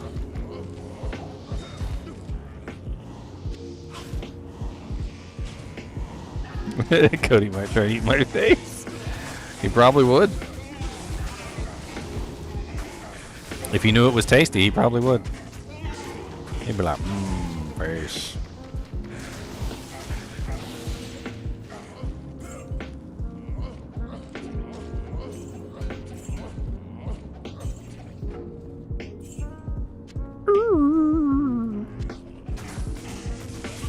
Big baby dog. Baby dog. Why you gotta be such a baby dog, baby dog? I love the developer note on the Barbarian, the Gore's gloves. It's like because they finally removed the attack speed, which never worked for Whirlwind. They're like, improving attack speed of Whirlwind is something. It's a fantasy we want players to be able to chase. However, it doesn't really work, so we're just removing it. It's like the interaction between the stat and skill is inconsistent. I just love those notes. Those notes are the best. Let's let Cody smell the porkums. What do you think of that? What do you think of that, Cody? What's that smell like? What that smell like? That's some good smells. Yeah, it's just there's so many things in the patch notes which have kind of really demoralized me as far as like the developer's ability to understand how the hell the game works. I'm not sure if you paid attention to some of it, but there were some patch notes in there that just kind of like really threw me for a loop. Like Necromancer shields apparently were not adding the damage bonus to the minions. So if you were using a shield on the Necromancer, you were basically just gimped for your minion damage. There were other things like apparently the Mad Wolf's Glee and the Insatiable Fury armor that turn you into a werewolf or a werebear. You know how you get an armor bonus when you're in the werebear or the werewolf form? Yeah. Well, yeah, it just wasn't working when you were wearing Mad Wolf's Glee or Insatiable Fury because apparently that didn't actually count as being a werewolf or a werebear. I mean, and there was tons of them in there where it was just like, oh, this thing that you thought was working and totally, like, you probably used like 100 times. Yeah, it wasn't working and you were getting no effect from it. The more I read the notes, the more I felt like the little brother who has the controller that's not plugged in. That's what I'm saying too, is like, yes, they released this game early, but I don't even think if you gave them another 2 years, we would have gotten a significantly better game. I think they needed all the feedback to actually realize what's wrong. Like I they mean, need us to tell them what I to mean, fix. I get it, but there's just so much wrong that at a certain point, it just feels like we're not even playing. Like you know how a lot of the times we just felt like we were completely playing the game wrong or something, or just our characters were getting their butts handed to them, and we could never really explain why, and we'd beef up our defenses, and we'd do everything that we could, and we'd still end up getting killed, and we couldn't understand why we were still getting killed. Like, this is the kind of stuff where literally, like, your armor value just wasn't calculating properly, or, like, your damage reductions weren't affecting it once the monster died, or, like, there's so many different little things that were going on that weren't really our fault. Like, we were doing everything right in accordance to what we knew, but the game just wasn't working correctly. I mean, I liken it almost to, like, there's if you go do what's it called, driver's ed, some of the driver's ed have this thing, it's called a drunk car, where the drunk car literally just does whatever it wants to do, like occasionally, and you have to compensate for, you know, like the crazy actions that the drunk car does. So it'll just like randomly just like turn and do like crazy things, and you've got to figure out exactly how to, you know, protect yourself versus the crazy things that it does, right? But you have no control over what it's actually doing. You can only react, right? So in many ways, like the way that Diablo IV was launched, like some of the stuff was just like absolutely crazy, and it was just not something that you could see or know. It was just happening behind the scenes, and you just had no clue what the hell was going on. It was like you were driving a drunk car, and you could do your best to try and compensate, but I mean, at the end of the day, you didn't know what the hell was going on behind the scenes. So, like, you didn't know what you were compensating for. Like, for instance, if we had known that the shields were not providing the damage to all the minions, do you think any necromancer would have been using shields? I mean, last season, wasn't I using a shield on my freaking minion mancer? Yeah. So literally the entire time I had my shield on my minion mancer, my minions were getting like half their damage output. It's crazy.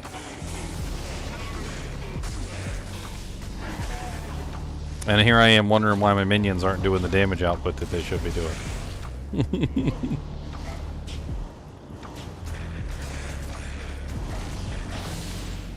And I had a similar problem with my druid. I remember my druid not being as tanky as he should be. And it was sporadic too. It was like he would be tanky and then 1 second and then he wouldn't be tanky the next.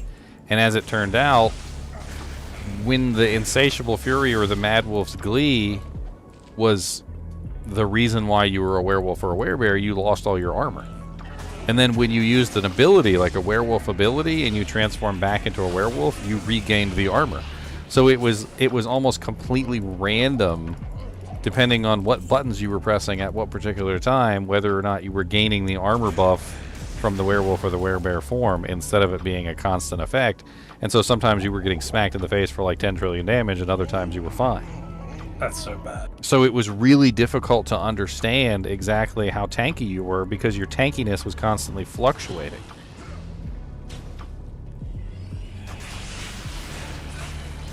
I'm telling you, it's like I was a kid. It's like I was the kid brother with a controller that was not plugged into the TV watching somebody else play. And these things are fixed now. Like, I get it. Okay, they're fixed now. But how many more ridiculously broken things are there hiding underneath the surface? What's in that closet? Like, what else is not working that we don't know about that we're going to find out this season? Like, I can name one that was a previous one that they fixed. Like, remember back when everybody was building Shadow Necromancers and they were trying to use the Shadow Blight passive with the Shadow Mages? Come to find out that the Shadow Mages just didn't work with the Shadow Blight key passive, which was got to be the stupidest thing ever, because it literally says "and your minions." Yep. And then they fixed it finally, right? And then when they fixed it, people were like, "Wait a minute, it wasn't working." Because nobody knew. Nobody knew it wasn't working. We all thought it was.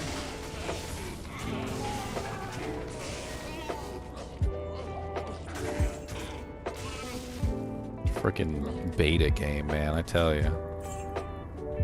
Freaking beta, alpha, early access game. We're just along for the ride. The more I use upheaval, the more I'm saying to myself that I'd rather be a shockwave through pulverize. I think it's just better. Any good drops? Actually, I haven't had anything good drop today so far.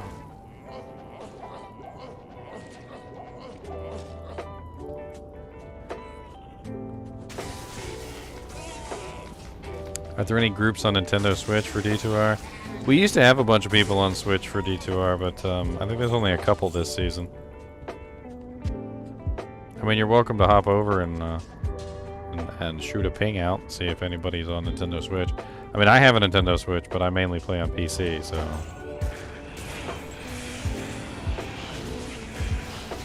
Hey, what's up, Aggro?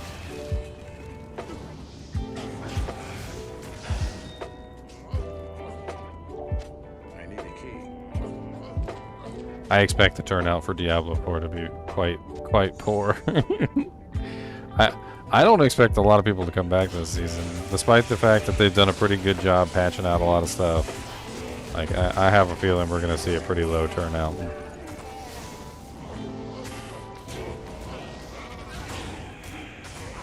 Yeah, I think it's going to take for a certain percentage of the player base to come back a couple seasons and a lot of communities saying, oh, the game is good now, and a lot of convincing to change people's minds.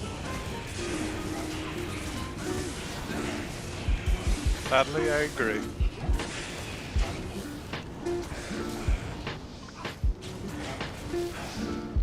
Time to do a druid to 1 to 8.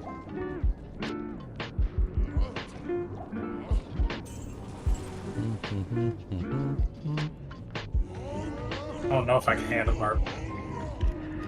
Are you doing Druid again, or are you doing Barb? I just did a 1 to 8 as Barb, and I hated every minute of it. Oh, Let me log into a druid real quick. well, I remember kinda got Druid sick was of- slow at first as well. I kind of get sick of Druid after a while. It's okay, I guess. I don't know. I think maybe that armor inconsistency thing was pissing me off. Maybe I really love my the- door build. I feel like there's some things that literally come down to feel, and as you play a class, you start to get a feeling for like how the character works and like the tankativity of it and like everything. And I think that armor thing where the armor wasn't calculating properly, I think I was innately feeling it, and it was annoying me to death because like I couldn't maintain a certain level of tankiness. You know what I mean? Like when you go into a dungeon, you kind of expect like a bare minimum performance out of your tankiness. Like maybe you don't expect it to be like that amazing, but you at least expect it, you know, to not fluctuate so wildly that like 1 second you're a tank god, the next second you get one shot, right? So like, I think I was intuiting the kind of odd bouncing thing that was going on with the tankiness on the character, and it just didn't feel right. Maybe it'll be gone this season completely, or maybe they didn't fix it at all. Well. Yeah, we thought we fixed it, but we really fixed it this time. And maybe the first 50 levels goes so fast that we won't even care. The slow start.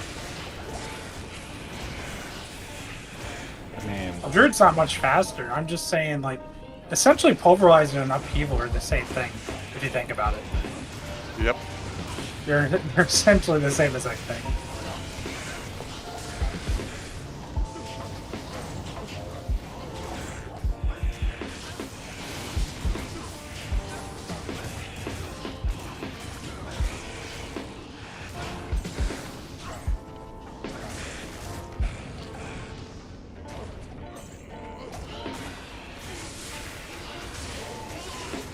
didn't they also take the elemental damage off of doors as well?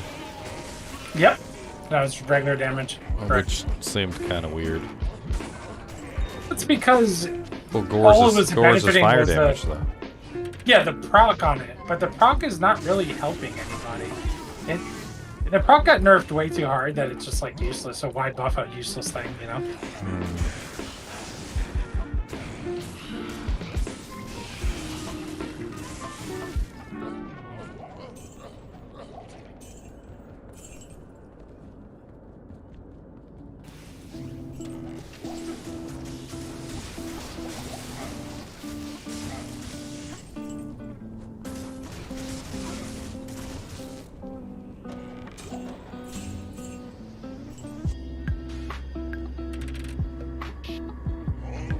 I think percent damage is all damage too. Pretty sure that's what they changed it to. So should still buff the fire damage and your regular damage. They should just do both now. Well, welcome to the stream, Crazy Frog. Feel free to lurk all you want. You can type in !lurk and activate your lurk command. So Storm Strike Pulverize feels 10 times better than London Strike Upheaval at the early levels. It's kind of crazy.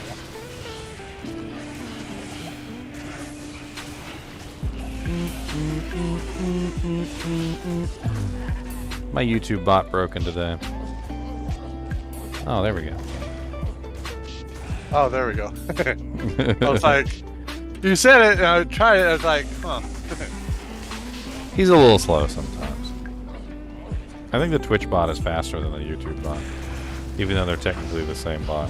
I don't know. Which one's faster than Xyler? All of them. All of them. Especially if we're doing quests.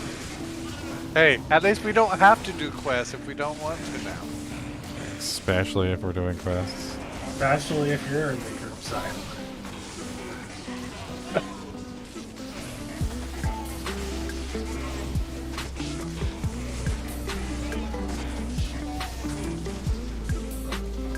I have to just suck it up. Chop, chop, chop, chop, chop, chop, chop, chop.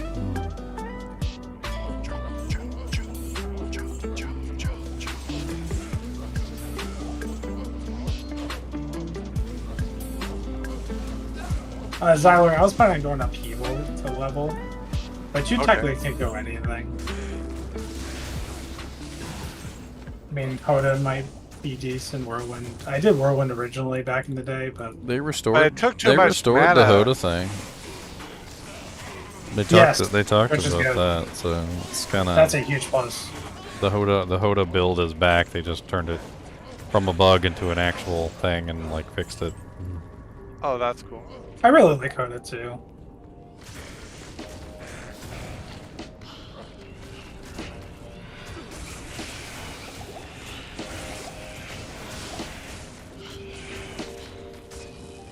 I mean, it might be the season of basic Barb.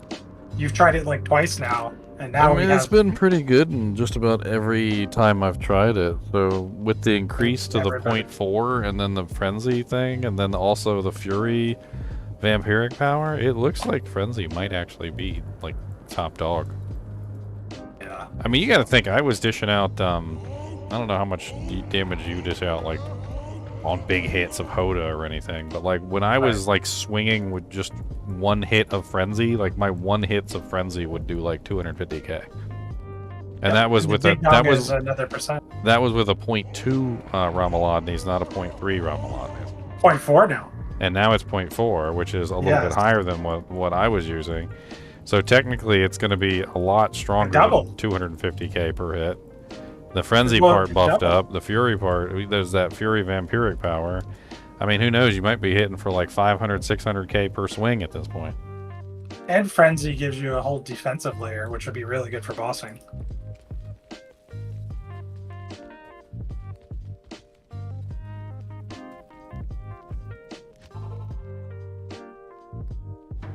It's gonna be fun. I'll just have to suffer through the beginning. You with us all.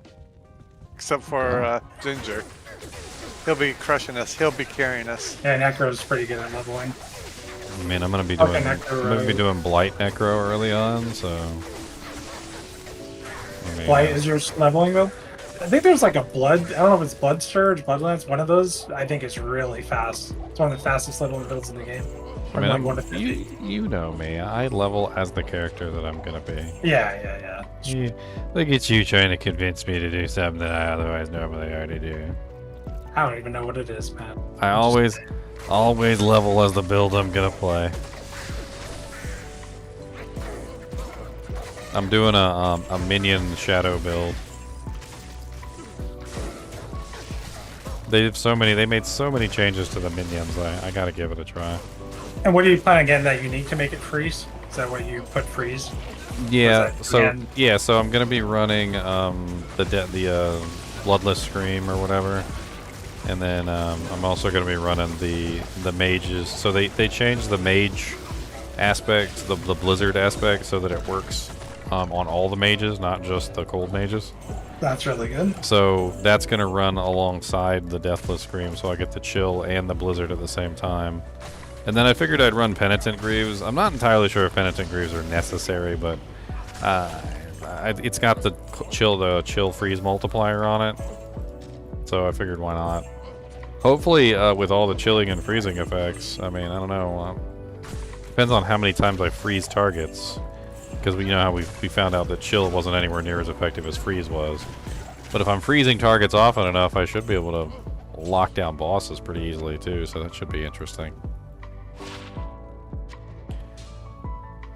I mean, the whole build basically revolves around attack speed, so I'm trying to like make it so that my minions are attacking as fast as they possibly can. With the goal, like a twofold goal. First off, the fast attacks are to reset the army of the dead ultimate. So to basically make it so the ultimate is essentially always up, and I can spam it whenever I need to. And then they attack so fast that hopefully, with the addition of the shadow mages triggering the Shadow Blight key passive, I should be looking at tons and tons of Shadow Blight key passive triggers. Which then feeds into all of the legendary aspects which enhance the Shadow Blight key passive damage. Like huge multipliers on that, so we'll see how that runs. I don't know, if it works out, my minions should be attacking ridiculously fast. I should be triggering the Shadow Blight key passives ridiculously fast. I get lots of multipliers for the monsters being chilled or frozen. There's a couple of those in there. Some in the Paragon tree, some in the skill tree. There's obviously the one that comes straight from the Penitent Greaves. I got like a crowd control vampiric power too that enhances damage that way. One of them is like, it's like crowd controlled. It's like the number of monsters that are under the effect of a damage over time. Which obviously I'm going to be spamming Blight, so.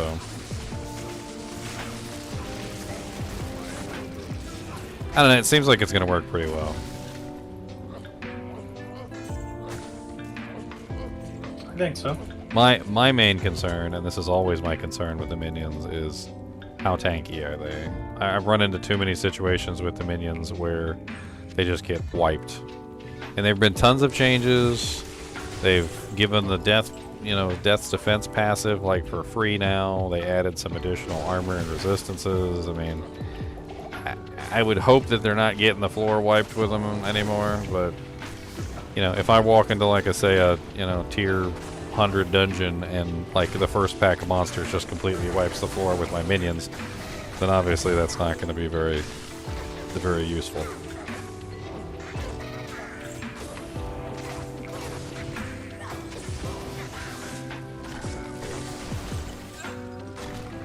They get a percentage, right, of your defense as well, your armor and stuff. And now so. Resistances might help them a lot. I think so, yeah. My theory is we're going to be way more tanky than we ever were. Because they're buffing armor. They're giving Disobedience a buff. They're giving us more armor per item. Did they buff armor, or did they just restore it from the previous nerf?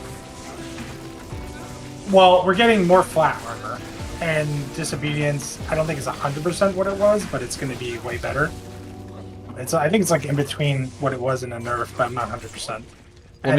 Well, it seemed like they had nerfed it because it was tied with resistances, and then when they separated it, they were like, okay, well let's bring it back. Let's dial back the changes. I didn't really see it so much as a buff as it seemed like they were just dialing back the previous nerfs. Yeah, so imagine now that you get the 80% whatever cap it is for DR, for physical DR, and then you cap your resistances on top of that. I think we're going to be way more tanky if you do both those things.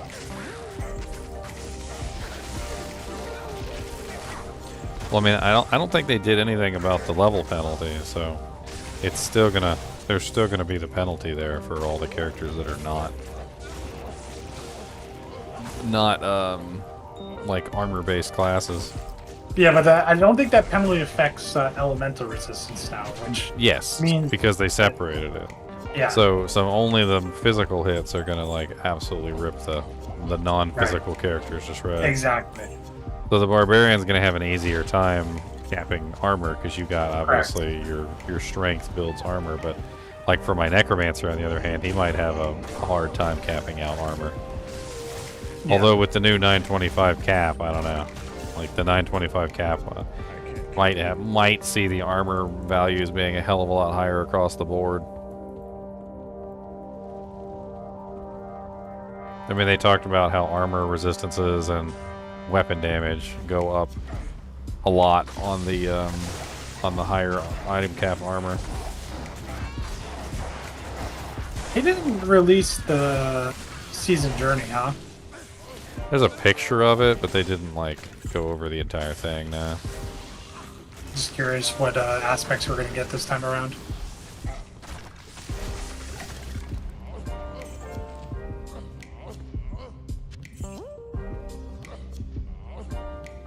Make sure I claimed all my rewards. I think I've claimed all this crap. One build that did look kind of interesting was a conjuration build. I thought maybe Yeah, that could looks be fun. It looked like they beefed up the conjurations quite a bit.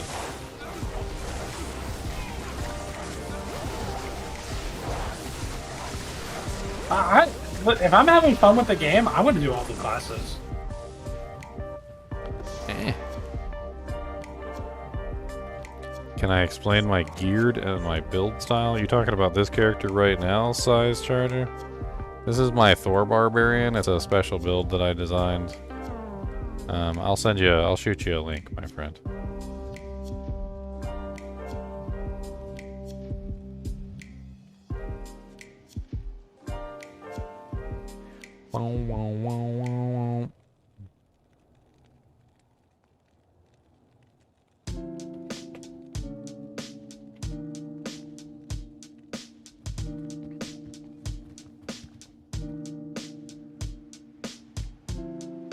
There you go, my friend.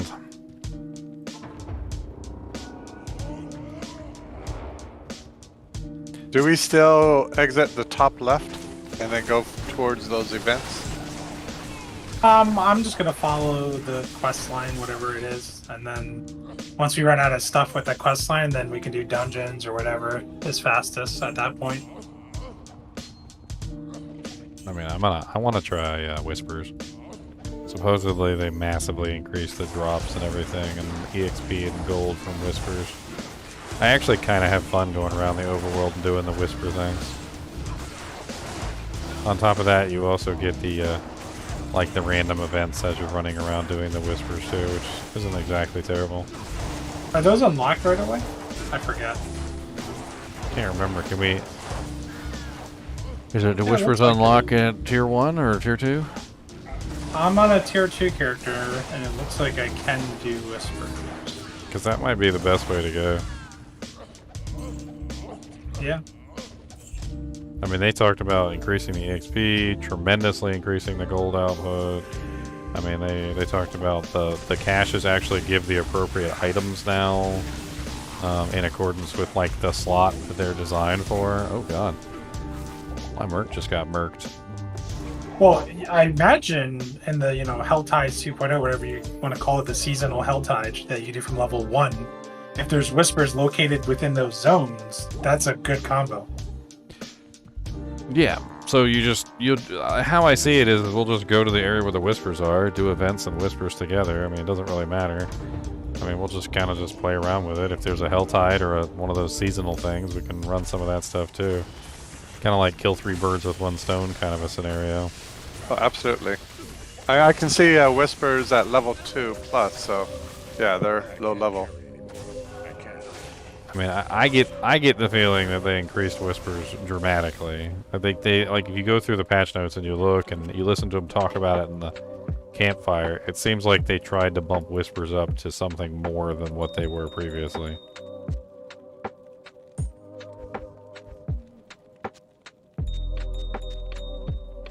I mean, obviously they're trying to make us farm whispers for the materials to farm the bosses. That's part of it right there too. So Yeah, so it's got to be worth doing. Otherwise, people are like, "Why am I doing this just for the boss?" Like, you gotta give us something. why you do this, me? Why you do this, me?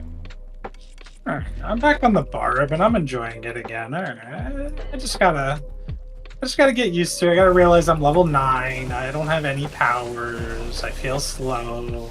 I'm a bard. It is what it is. God dang. Come here and stop running away from me, you punk. I'm gonna make my frenzy basic barb in this game into the Thor god, like Ginger's D2 barb. I don't know how I'm gonna do lightning damage, but it's gonna be funny. Dude, no. Well, Azure Raft does cold, doesn't it? Yeah. Hmm. All barb. Hello, Kubus Abubus. Is this your daily check to see if I have treats? Have you smelt a treat? Do you see one? Where is the treat? You see it? Where is it? I'm gonna really mess with his head. I got some bako bits. I'm gonna put some bako bits on his food. Let me run something by you. What do you think when they eventually add runes in the oh, go ahead. Hold on, let me put some bako bits on his food real quick. I'll be right back. Yeah. Alright, here you go, Cody. Look, I put some bits on there. I'm in Rod's malignant tunnel right now.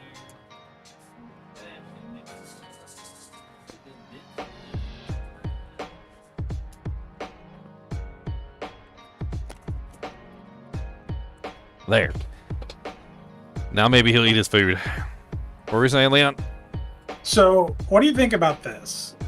When they eventually add runes in the game, the obvious goal would be that you combine runes to make rune words. What if the rune words brought back some of the seasonal powers that we fell in love with? So, not Barber, forget Barber.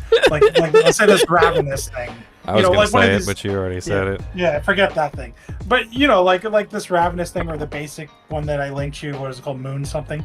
Like, what if you can make a rune word that gave you one of those powers back, so it becomes part of the base game in that sense? I mean, you could turn it into a unique item, basically, right? So the rune word would be the unique item in that sense. And, right. I mean, that would be fine. That'd be cool.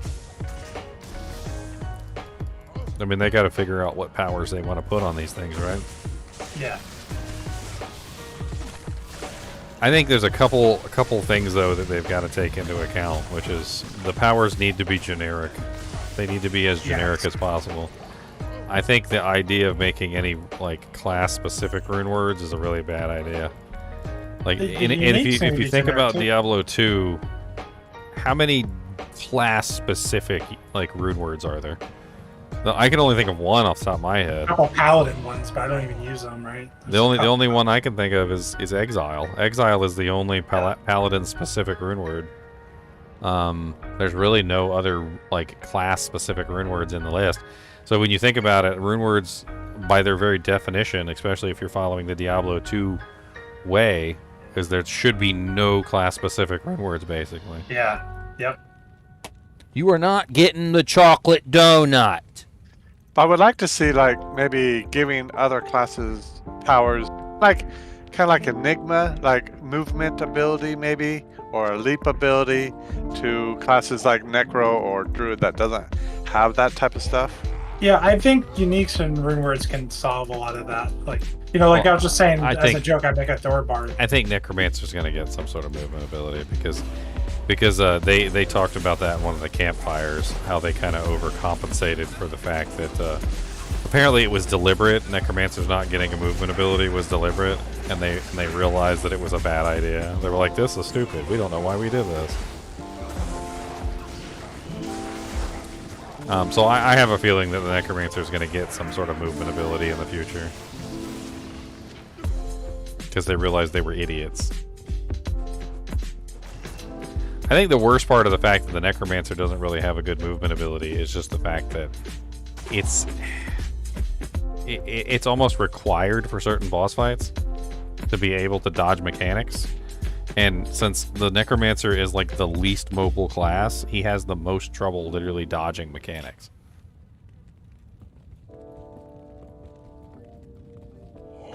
Meanwhile, the rogue's over here with like 18 dodges, smoke grenades, freaking pass-throughs, everything else in the world that she can use to dodge through abilities. Like, I don't even want to talk to you rogue players. You guys can go suck it. Suck it. You guys can go suck it. Guys over here just live in your whole world. Like, what are you talking about? Every single move we have dodges. We even have a shadow clone. Freaking Naruto from freaking Naruto over here. Shadow clone. Maybe add something to your mist to teleport. Oh, did you see they like massively buffed and changed out the grasp of shadow? No. Apparently, the grasp of shadow gloves, the ones that never really worked properly on the rogue, and nobody used them because apparently they fixed the shadow, made it so that there's using imbuements now. Like fixed him like not using specific skills. Apparently he uses all the skills now. Like tons of changes to those gloves. They really want people to use those gloves.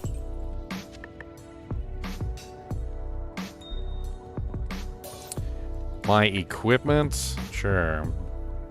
I'm using 2 crescent moons. This is my magic find setup, by the way.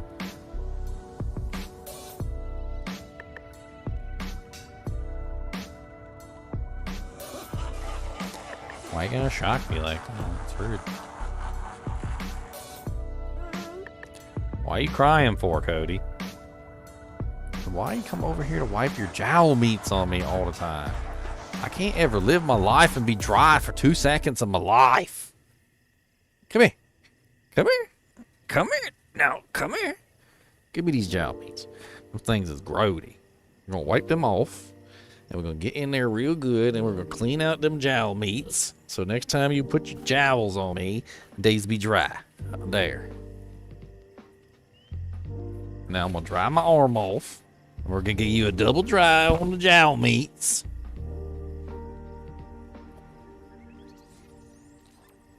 Yeah, good. Now put your armor. Come on.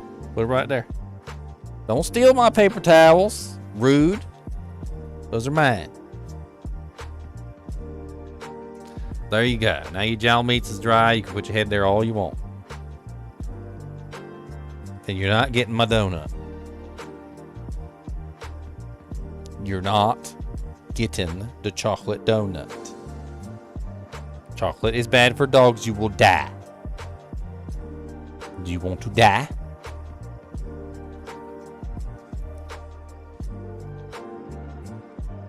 He said, won't die. He said, that's a lie. It's like, it's chocolate.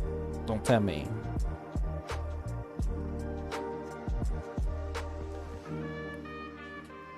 Ah.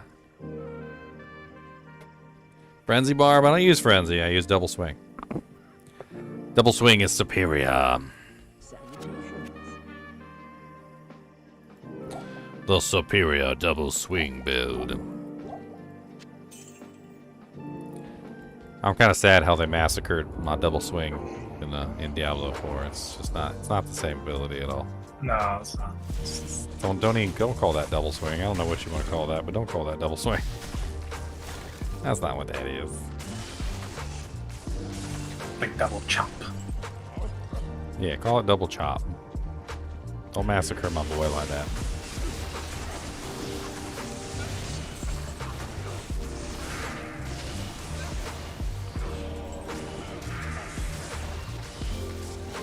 They're finally starting to wisen up. You notice that they're like increasing a lot of the durations on specific abilities. So like instead of the buffs being like 3 seconds, they're beefing them up a little bit to like 4 and 5 seconds, so they're not so completely and utterly useless. Yeah, the windows were too small. It was So like many windows. like a lot of them are so short. It's like, okay, all right. So what am I gonna get out of this exactly? One, like, use it, get the buff, and then the next ability that I use, because that's pretty much all it is. It's like literally the next ability you use immediately is the one that has to be the right one. Like, so if you can't take advantage of it within the next open window, then you're screwed. Forget about if you have to dodge a mechanic or do something related to like not dying. No. You just don't get it at all. Assassins have class rune words. I mean, pattern, I guess, is claws only. And then chaos. Is it chaos? Yeah, chaos is the claw one. I mean, there's Mosaic? I don't really know if they really count as class only so much as they just are only makeable in claws. Which I guess is kind of the same thing, but also kind of not. That was a crazy lag spike.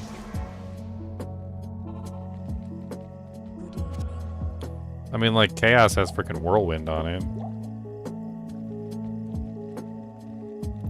Beautiful dog. You mean Drooly dog, okay. Drooly dog, Monsum dog. There's a lot of, he goes by a lot of names. Kubus the Monsum dog.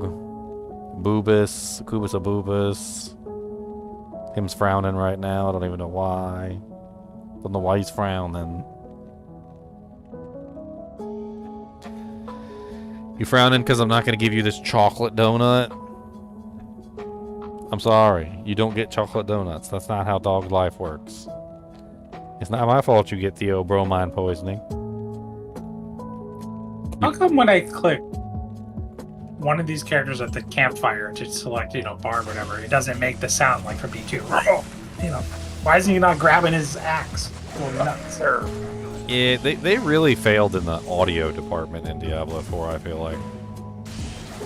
Like, there's just a lot of, like, nostalgic audio things that are just completely missing from Diablo 4. Like the sound of gems dropping, like the iconic sound of the armors when they clank on the ground. I mean, it's just... there's a lot of just Diablo 2 stuff that's just amazing sound-wise. I mean, you could basically... In Diablo 2, you can basically open up your stash and, like, play musical items and legit actually, like, make a song out of, like, the sound effects that the items make. And in Diablo 4, it's like, there's no sound effects. Even the gems have, like, a really boring, like, kind of almost inaudible, like, clink noise.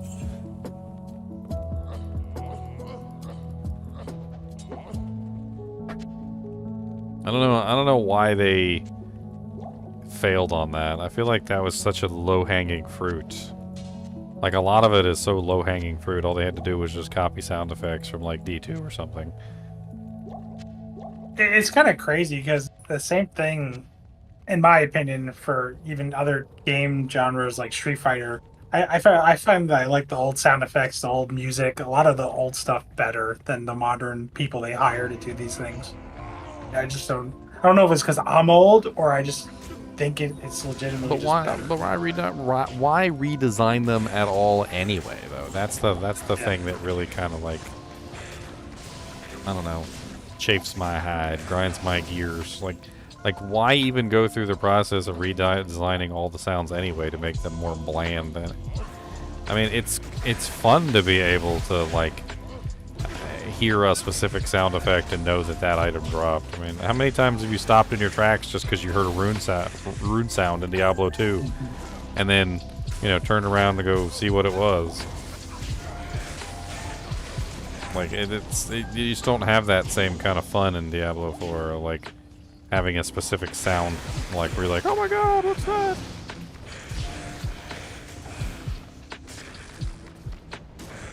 And I was talking about the runes as well in, like, Diablo 4.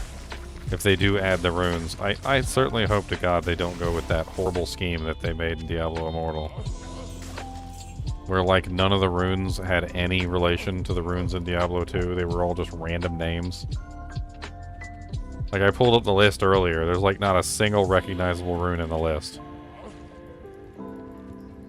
As far as I'm concerned, they need to just take the runes directly from Diablo 2, copy them verbatim. Yep. Maybe not the effects specifically, because of course the effects specifically might not translate over. Yeah, very the well. engine and the mechanics. But the icon, the name of them, like all of that needs to just come over directly. Even the order of the runes as well, like from top to bottom, like they need to just keep the order of the runes as well. Yeah, they have like Amco facts, like the examples they did have back when they showed it a long time ago. They had the eth, foul, eld, thol, ist, sol. So we came up with a solution for that already, Jesse. It's the easiest thing in the world to solve the whole 2-socket thing. Instead of socking the runes directly into the item, what you could do is you could put the base in like a Herodric cube, if they would add a damn Herodric cube. You would take the runes, put it in the Herodric cube, and then just hit the transmute button, which would then take that item and turn it into the rune word, which would be the easiest way to deal with the lack of sockets on the items. I mean, granted, that would take away the fun of trying to find a base that has the correct number of sockets, but at least it would solve the fact that the items don't have the correct number of sockets.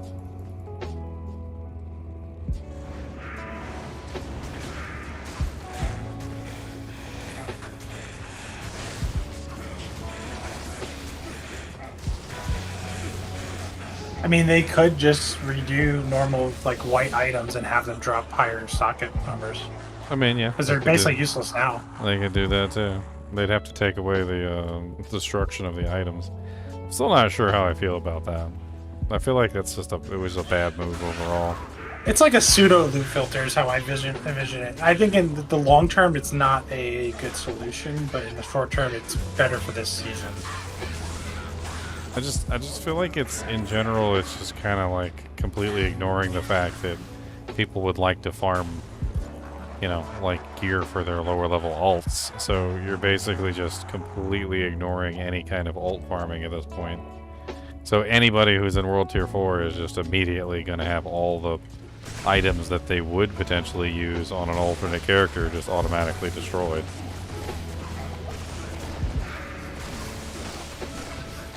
Yep. I don't even think I'm gonna be impressed with how fast we go from like 1 to 70 and stuff like that. Things gonna be a little crazy. Akmel the Cursed. Stop poisoning me, Akmel. It's rude.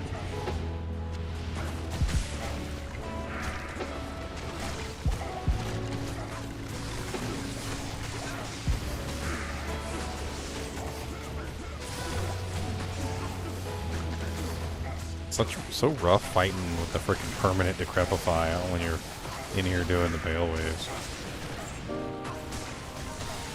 Permanent decrepify sucks.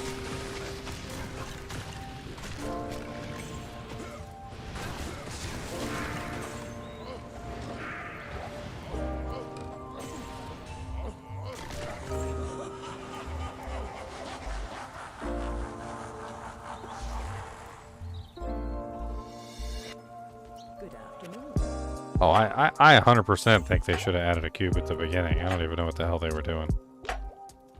I really don't. Maybe they're just saving it for a future patch. Can I help you? The Herodric Cube expansion! And they bet not call that damn thing Kunai's Cube. I'm gonna kick somebody.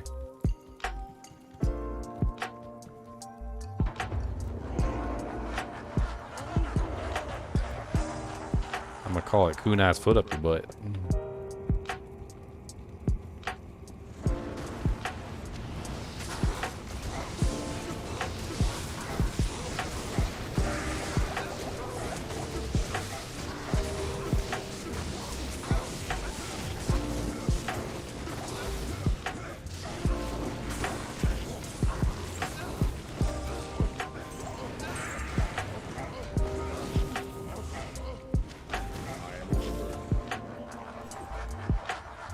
Who nice foot up your butt? Look at that knockoff cube.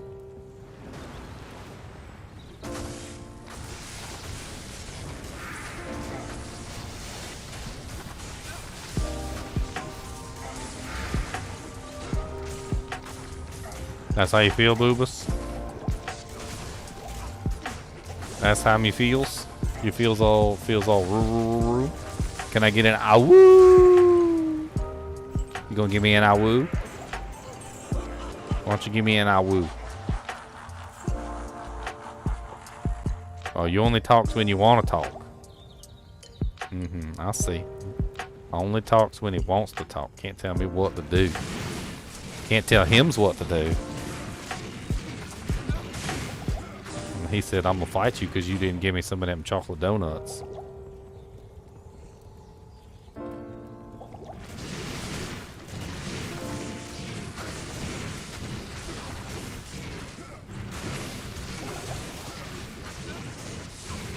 Everybody die.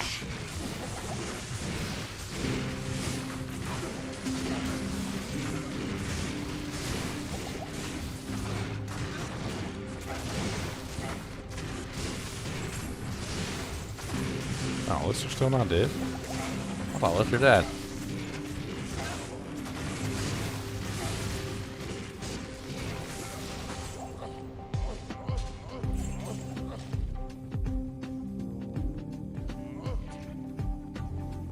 Cody, what's the matter? You want to come up here and sit with me? Come on. Oh, okay. Alright, time to kill Bale, Kubus Abubus Difficulty Edition. Kubus Difficulty Edition. Form of difficult Kubus. Random licks in face, licks elbow. Sits on keyboard, presses random buttons. It's a very difficult mode. You guys don't scrack me now. This mode's very difficult. Cody, stop licking me! Weirdo!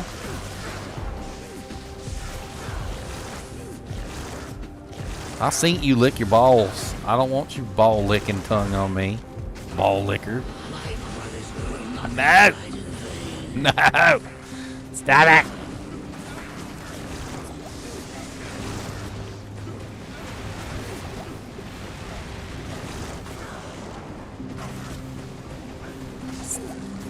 Stop it! There you go. Nah, no licking. No licking!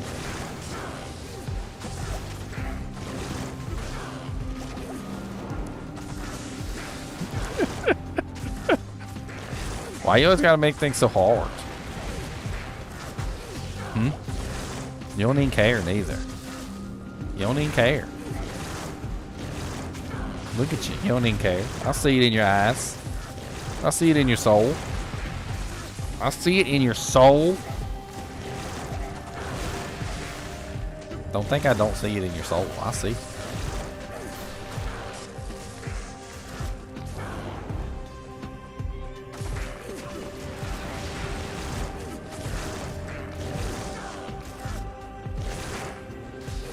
You are a heavy dog. Ain't even half of you on me. You still heavy as all get out. What do you weigh, like 10,000 tons? Big old fat boy.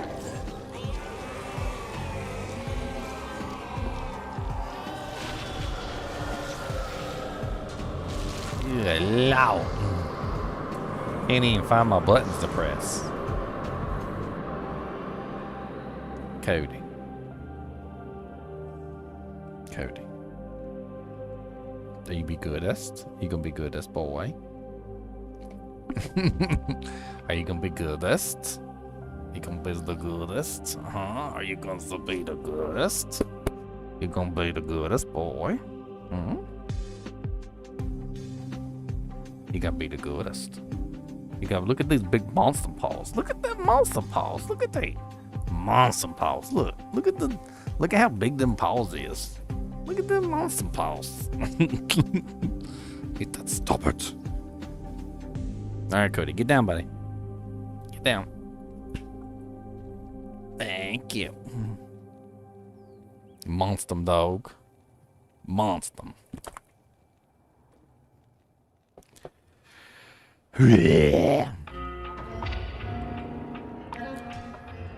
Do I feel good about going back to Diablo 4? I mean, it looks like they made a lot of fun changes. I'm kind of excited to try out the Summon Necromancer. I'll say that much.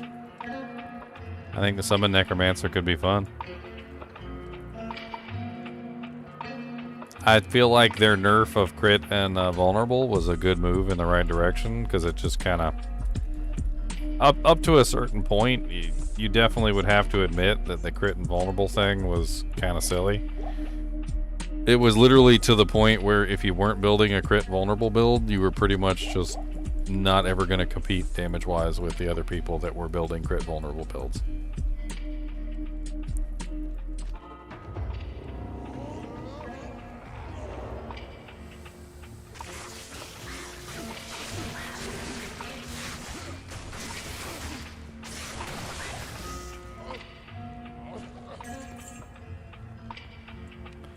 So, I mean, I like that overall. I think just in general, I think we'll see a lot more builds open up that probably weren't viable before.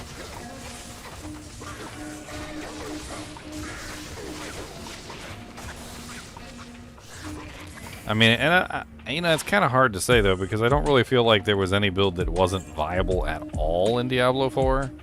But there were certainly builds that performed way better than all the others and made the others look like garbage by comparison.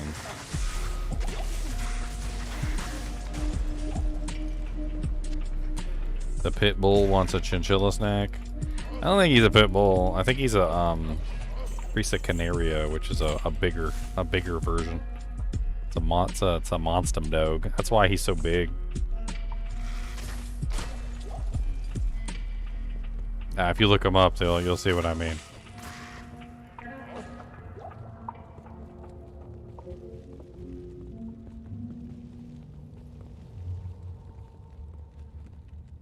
Yes. What's some Adams? You're such a whiny baby today. What are you whining about? Hmm?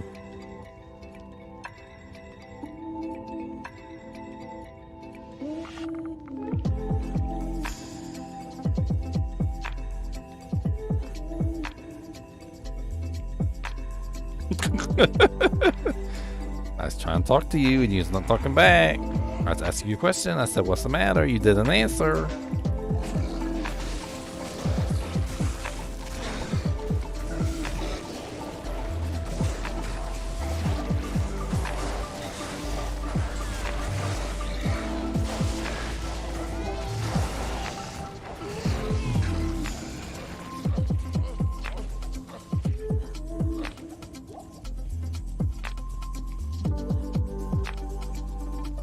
I'm kind of mad that the training dummy isn't coming until 1.21. I feel like the training dummy would go a long way to helping people understand what their damage output is.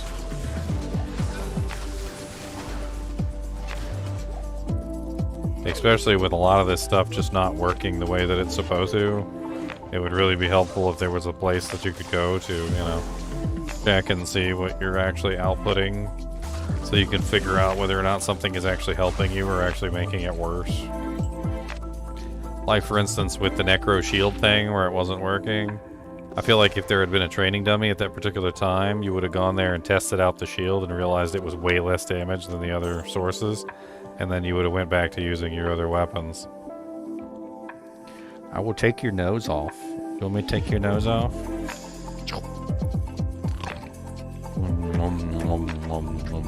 Delicious nose.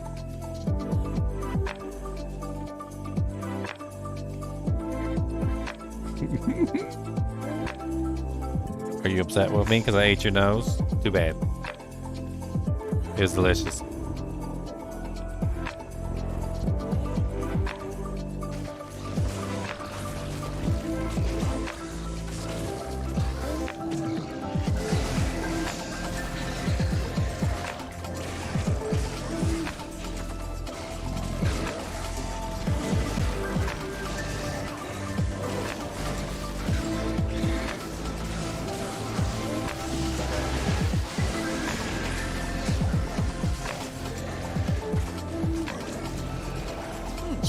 mask. What's that?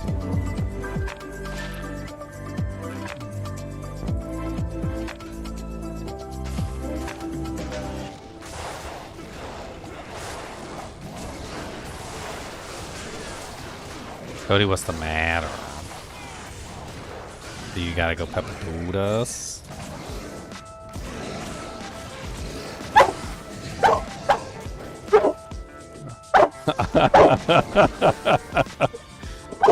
I'll take that as a yes.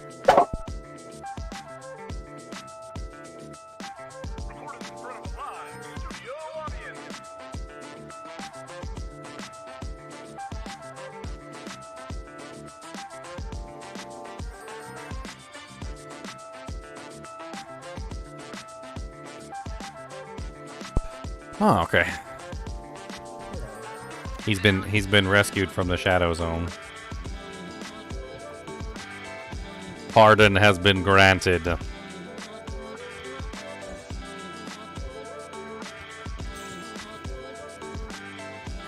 Oh, good. Then I gotta get up and take it. Aha.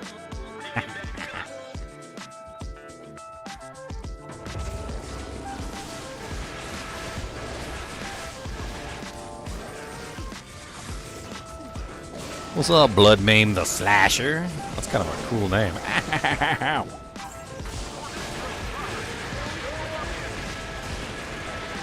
There's a lot of blood mistresses over here. Hell temptresses.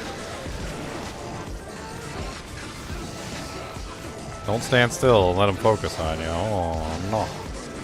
Oh, no.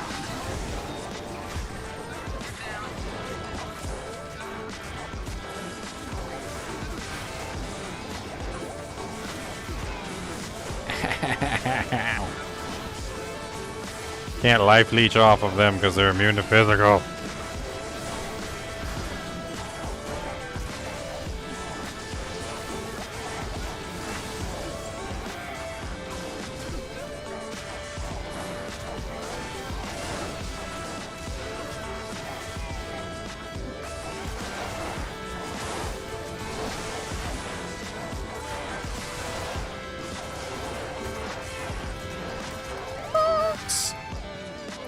And now I hork all your bodies.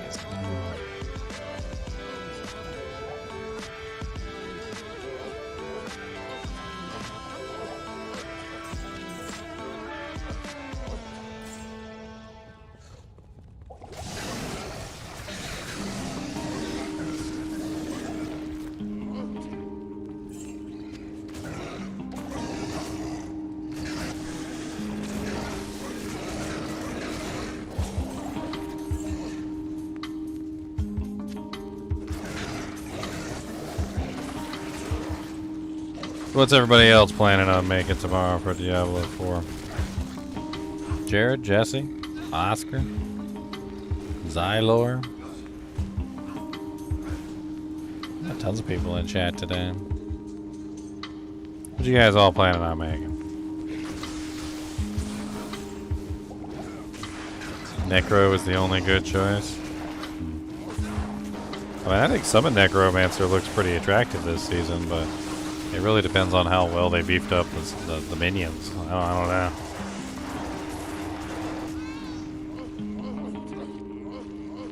I really like the Death's Defense being turned into a passive thing. I mean, that's pretty powerful. I mean, that's basically 3 points that you get for free. That you can, like, if you're building the Minion Mancer, you can not have to spend those 3 points. Because before, if you built a Minion Necromancer and you didn't put 3 points in Death's Defense, you were pretty much just not gonna do very well. Yeah, Summon CE is a build. It's a standard fishy Mancer. Yeah, you can totally do that.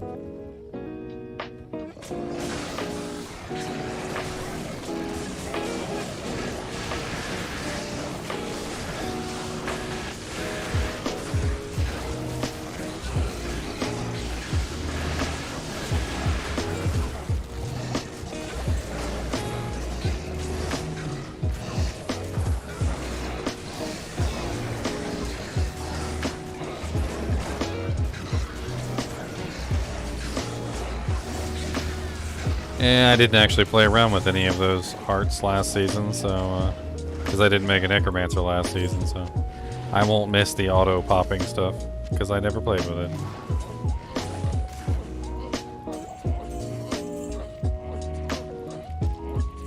I never touched it, my friends.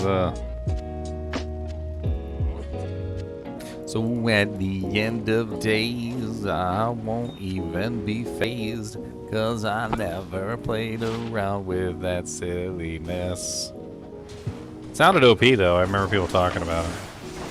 They're like, oh my god, it auto pops the corpses for me, and it auto pops the automates the corpses for me.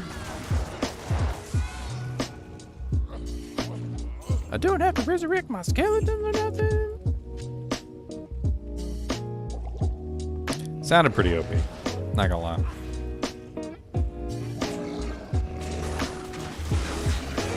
And by OP, I mean it sounded broken as all get out, but...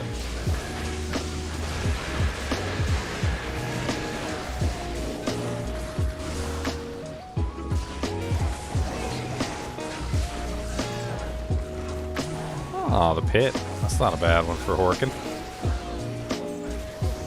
That's not a bad Horkadork. Let's go swap it out.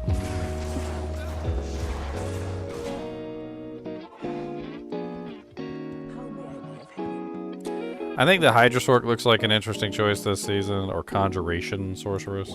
There seems to be a lot of Conjuration buffs, so that could be kind of fun if you were interested in the Conjuration Sorceress before and you never really kind of explored that. I think that one might be a lot more interesting. Yeah, that Hurricane Boulder thing, John Hamilton, looks pretty interesting too. You might see a lot of people messing around with the Hurricane Druid.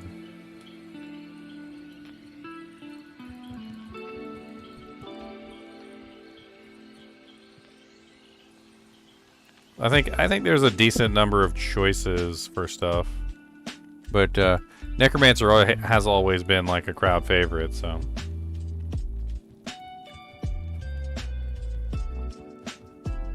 It's not Hammer Druid. It doesn't even remotely function the same as Hammers. It's not even close.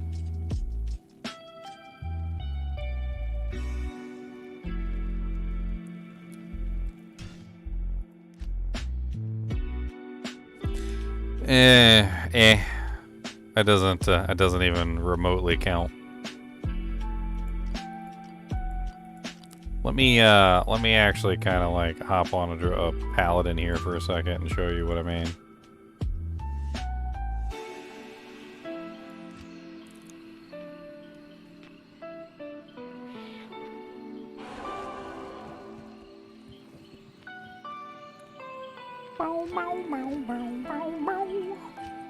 So, when you use hammers, as an example, so if I cast a hammer, the hammer starts at melee range, slowly spreading outward from melee range, continuing outward from melee range to a range that is very far in excess of melee range, to the point where it basically becomes a casted spell. Another very big factor of hammers is that the hammer stays where it's cast. So if I move, the hammer continues to spin in the location where it was cast, not at the location where your character currently is. So for instance, with hammers, if I cast a bunch of hammers in this location and then move away, the hammers continue to spin in that location and continue to spiral outward from your character. The main difference between hammers and the way that stupid little boulder thing works is that, number one, it stays at melee range. It never exceeds melee range. Because it only goes inside the hurricane, and because the hurricane is literally within melee range, the boulder stays within melee range, and it does not spiral outward like hammers do. And because it doesn't spiral outward like hammers do, it's already not like hammers. The other thing is this, since the boulder only exists within the hurricane, and the hurricane only exists around the player, the boulders follow the player around with the hurricane, whereas the hammers stay in the same position in which they are cast. It just doesn't compute to call it the Hammer Druid. It's not even close to being a Hammerdin. Now, especially not when you consider the fact that hammers literally have a maximum range of something like 13 yards and can hit everything within 13 yards, and you can cast multiple hammers and create literally a field of destruction, and then move to a new location and create a new field of destruction. Like, it just doesn't even, it's not even remotely the same. They just they don't function even remotely similar. They don't even spin the same way. One of them spins in a circle and one of them spins in a spiral.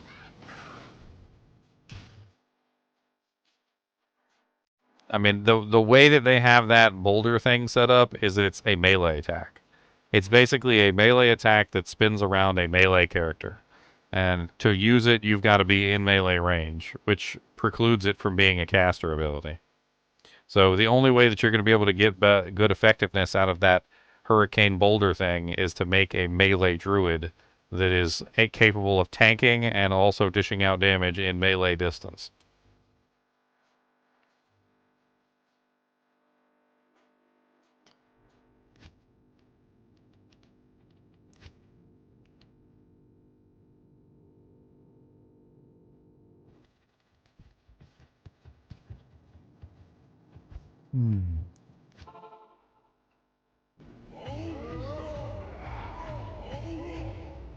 And I think that's really the part that really makes it not like hammers, is the fact that it's strictly melee. You basically are not going to get any damage out of it unless you're in melee range.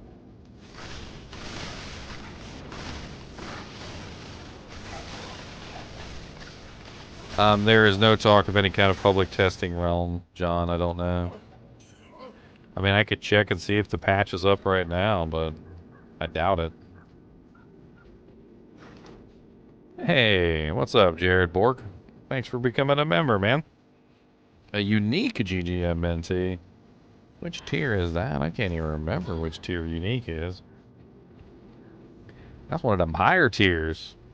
That's them do janks real high. Gonna hit you in the eye. Speaking of memberships, if you guys are a member of my channel, I do have a discount for you guys on, I do have a discount for you on there. So if you are one of the members, there is a merch discount for all members. It's a 10% merch discount. And I do believe there's even a 20% merch discount for one of the higher tiers. I can't remember which one.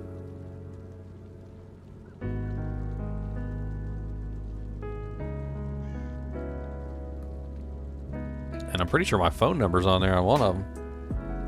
I can't remember which tier. I know it's a really high tier. But if you sign up for one of the really high tiers, I'm pretty sure my phone number is on there. It literally says something like, come play with me. And it's got my actual real phone number. And you can just shoot me a text and we can hook up and try and play a game together someday.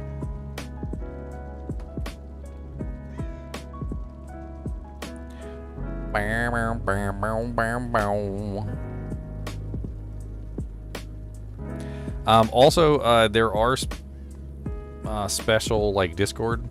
So if you link your YouTube in your Discord and you're in the Discord channel, you do get some special like color on your name, a little special tag that shows you're a supporter and whatnot. And I try and have them linked together, but you do got to have your Discord and your YouTube account linked together.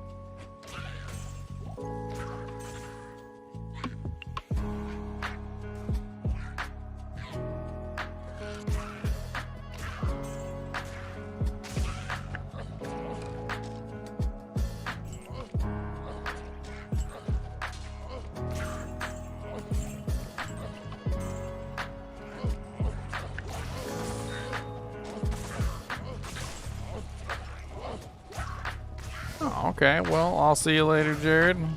Thank you for the membership, my friend. Always appreciate the support. Help me live the dream, that's what's going on. The dream of being a guy that sits at home and plays video games all day. That's right. If you can't live the dream yourself, help me live the dream.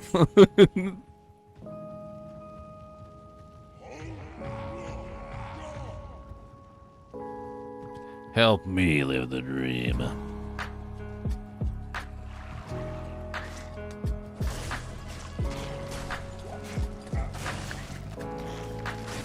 Yeah, this character is so much fun to play. He freaking wrecks stuff. Freaking Thor Barbarian. He's just over here like demolishing the world. He didn't even care.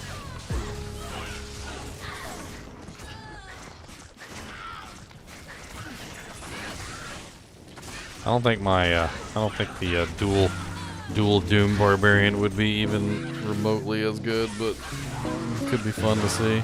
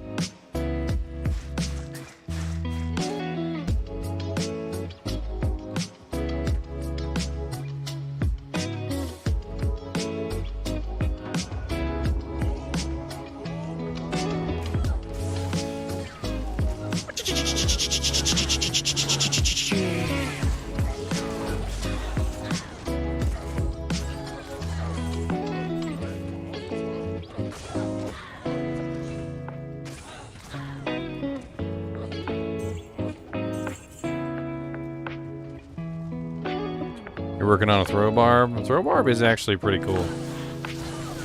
We've played a lot around with throw barbs ever since the season when they patched out all the throwing stuff. It's pretty cool to be able to find like ethereal items and just like infinite durability on the ethereal throwing stacks. I think the coolest thing about the build though is the difference between like throwing items.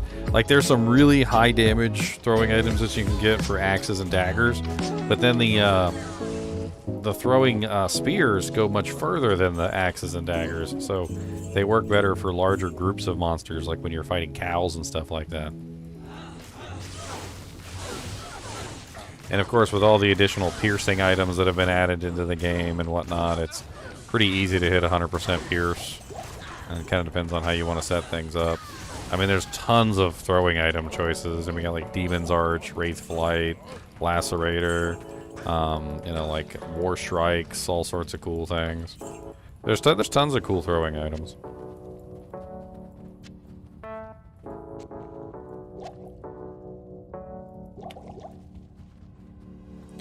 Did I hork these guys? Yeah, I did hork these guys. Okay. I'm forgetting about my horking in my old age. I know, right? When is the cow level in D4? We need the cow level already. If they were smart, they would have added it. That reminds me, I need to check the Discord real quick and see if there's been any progress on the cow level search. There's actually a there's actually a cow level thing.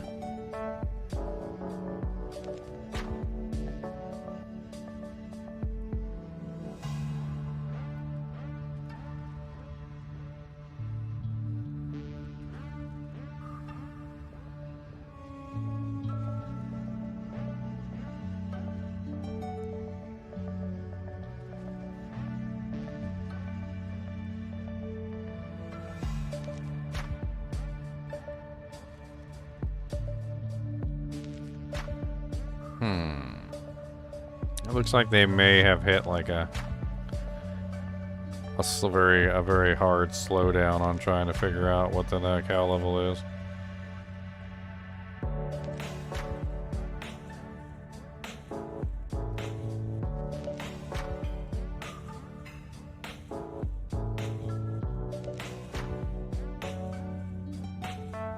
Huh.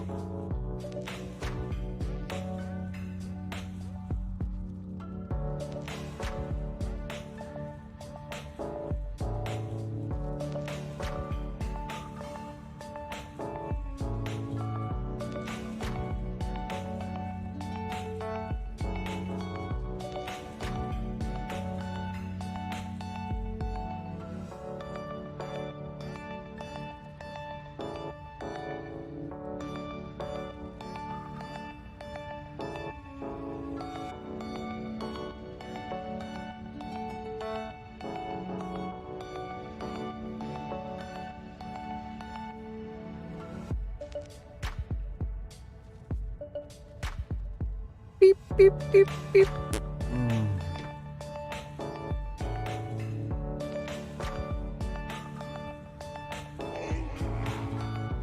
I mean, I don't think Diablo IV will never have the cow level. In fact, there's already clues in there that seem to be leading toward a cow level. There's quite a few clues, actually. We just don't think it's actually in the game yet. Not that it stopped everyone from looking and testing out multiple theories, but I'm sure that they'll be testing even more stuff when the next patch comes out because, you know, hey, maybe it might be in Season 2.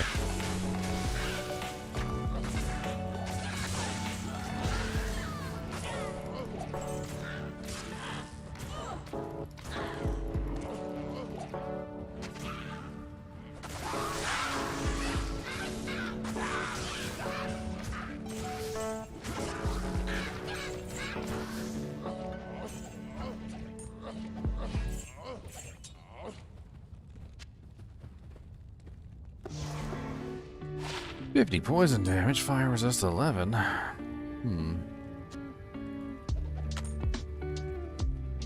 11 is the cap for smalls, not the cap for larges. Can't remember what the cap is for larges. 50 poison damage is also really low.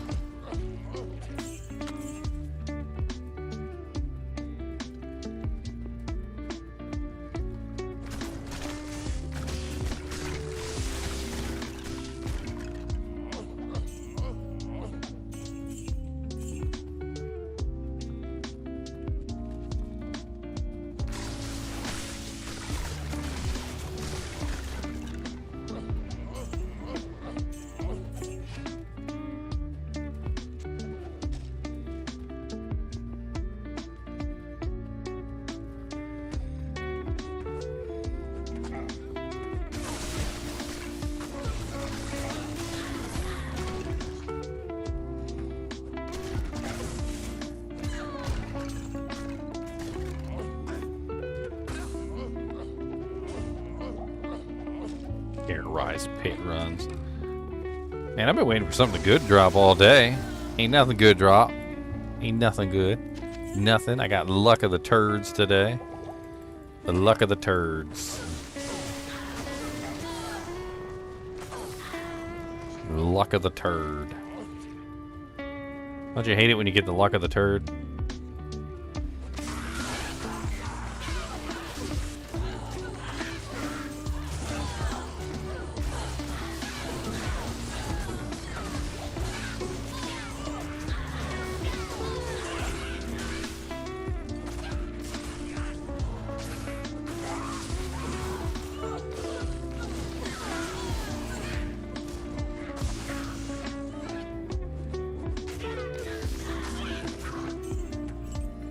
One thing I was looking at for Diablo 4 was the all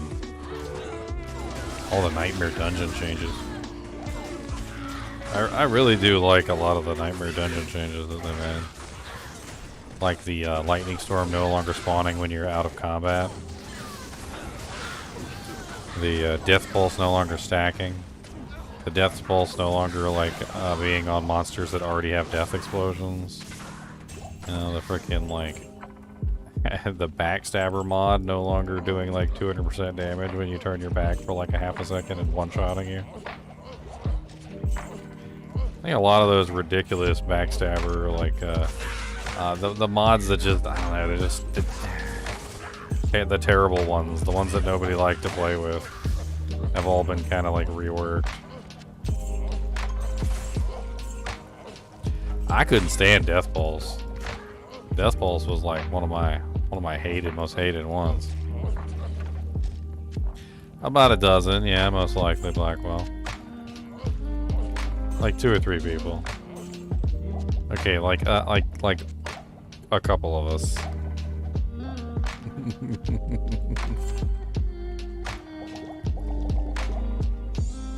A couple of us, alright? There's a couple of us. I'm one of them, alright? I'm excited about the Summon Necromancer. I'm not afraid to say it. I'm not afraid to stand up and scream out loud, proud that I'm excited about the Summon Necromancer.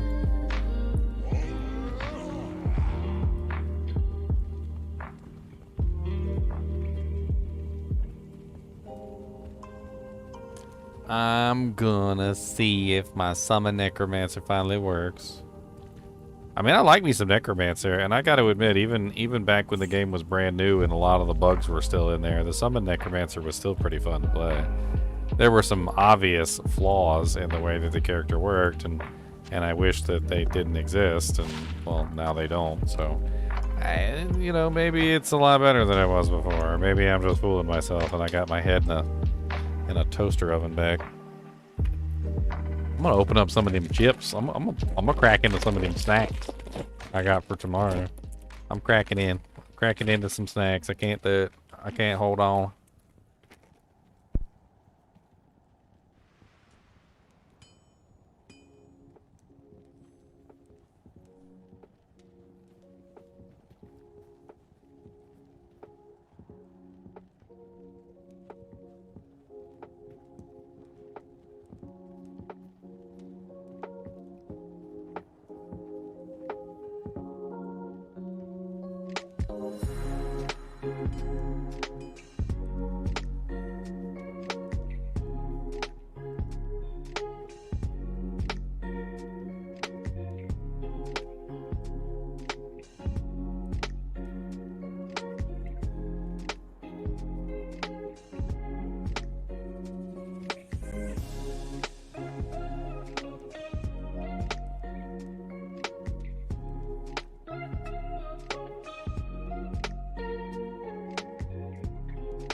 Man, them Us chips are good. Yeah, I saw some of it, Blackwell. They had some pretty shady math in there. Then again, I'm known for my shady math, so... You know me. I'm terrible at some quick math.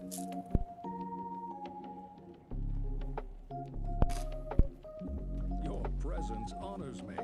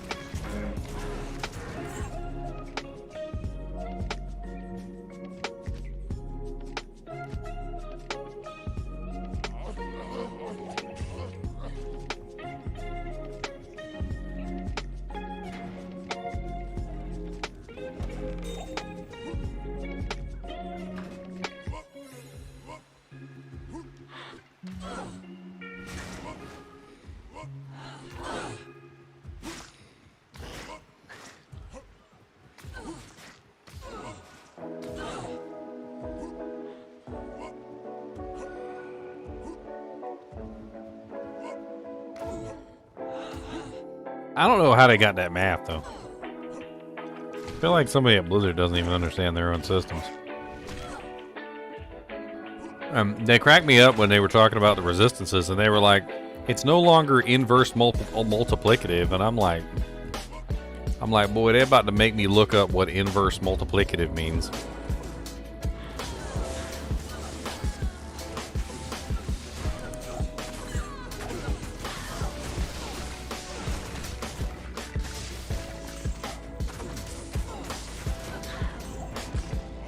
You think I'm joking? I don't know what the hell inverse multiplicative means. I could try and figure it out. I mean, inverse usually means reverse.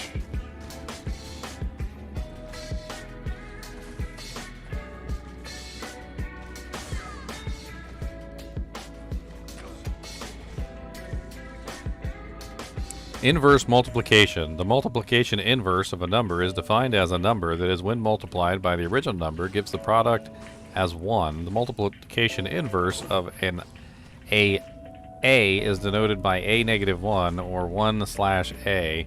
In other words, when the product of two numbers is 1, they are said to be multiplicative inverses of each other.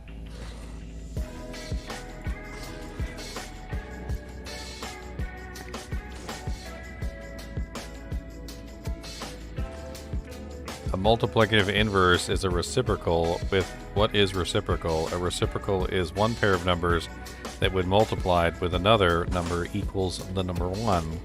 For example, if we have the number 7, the multiplicative inverse of reciprocal... I don't even understand what the hell's going on right now.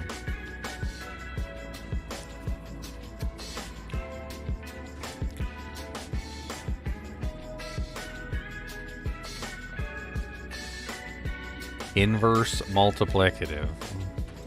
Why do I gotta be a math genius to understand how my resistances work? I'm so glad they changed it. I mean, don't get me wrong. I'm very glad they changed it from inverse multiplicative. But what the hell is inverse multiplicative? I don't even know. I don't know. I still don't know. I just looked it up. I still don't know.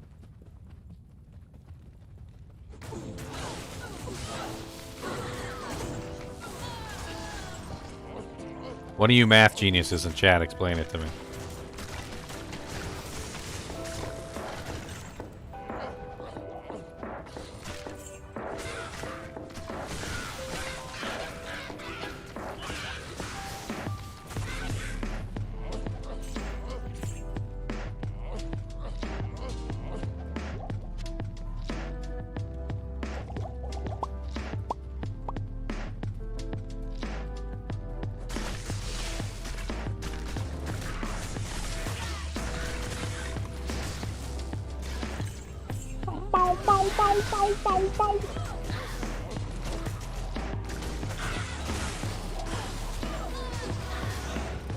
We got a lot of people up in the Diablo 2.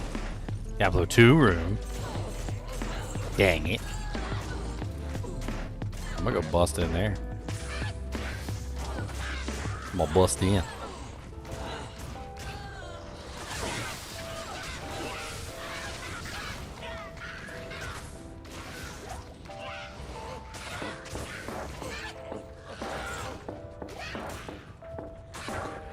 Busting in. What's everybody doing up here? A lot. We're doing some swap games. Swippy swippities. Swip game. Yeah. Hey. Yeah. I ain't got nothing to swip. Oh, I gotta put this game in chat. Oh, wait. Do I have stuff for swapping? I think I do.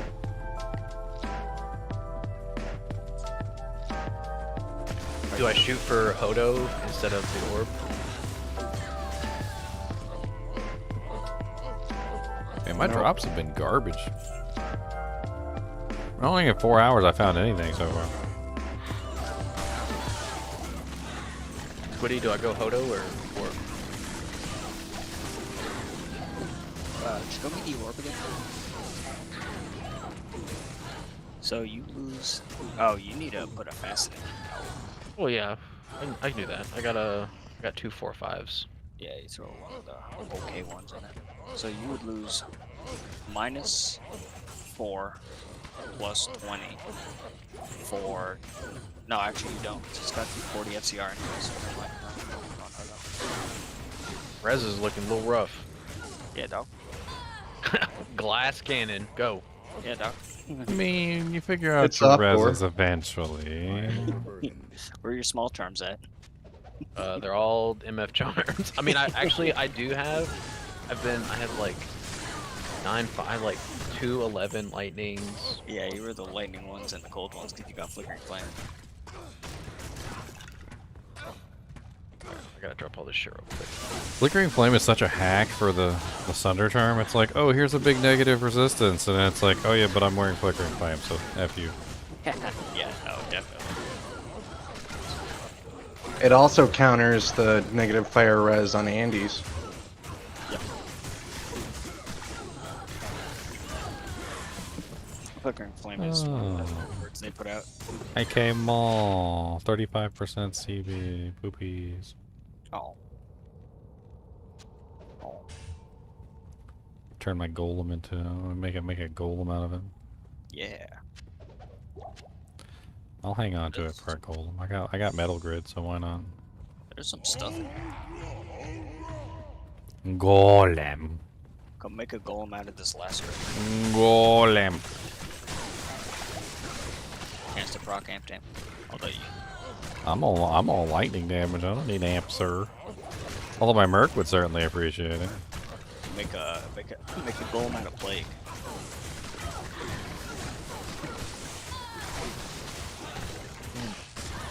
What I need is a Tomb Reaver with 3 sockets.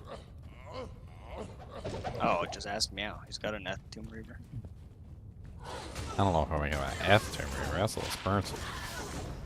No, he has one. I found it in Trav. I gave it to him. I think he keeps it for Ubers, but he doesn't use it during Ubers, so. I did not like the Barber Hearts, Edward, and I'm not sad to see them go.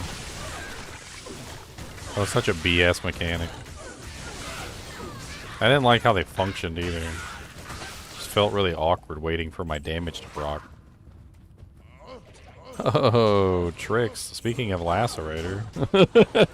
I literally just forked a Lacerator out. Freaking Tricks with the 40-person raid over here.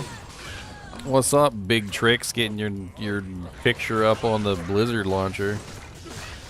I seen your picture up on the Blizzard launcher. Don't think I didn't seen that jank up there. You should have talked him into letting you have like a cameo of your baby up there too. Like they hold the baby up. There's some good stuff in here.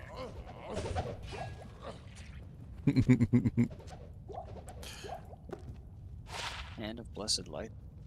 Are you gonna be hopping on Tricks to play some Diablo IV tomorrow, or are you gonna be skipping the D4 train?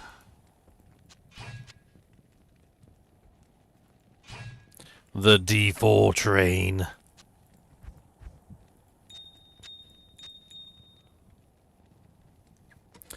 The Hydra Sork or Conjuration Sork looks kind of fun on D4. Yeah, they did a lot of changes with that. I'm actually kind of excited to see how that turns out. Because the Conjuration always seemed kind of fun, and you know, it kind of seemed a little lackluster in the way that it was set up. But maybe with the changes, it might be a little bit more interesting now.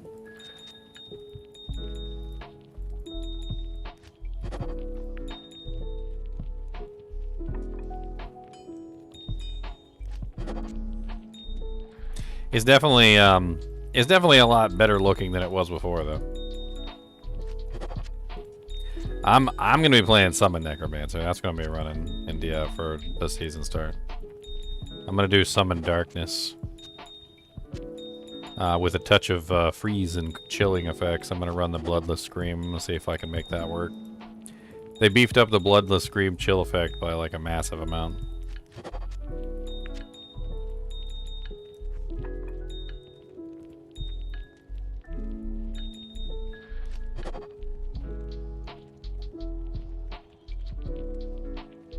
Do I think it will be better? I mean, I looked at the patch notes. I spent 6 hours going over the patch notes. It's definitely going to be better than it was in Season 1. Oh man, Season 1 was a big letdown. Season 2 with the Necro? Okay. Sweet. I'm going to be running Necro too.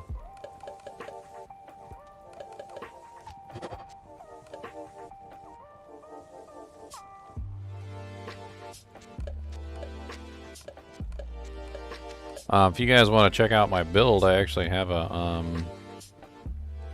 link. I just recently put up a video for it if you want to check it out. I call it the Frenzied Dead. It's a summon build slash darkness build with a kind of a focus on attack speed. I'm trying to make them attack as fast as I possibly can. It has to do with all it's like a loop I'm trying to create. If it works, I mean, it should be pretty amazing. If it doesn't work, well then I guess egg on my face.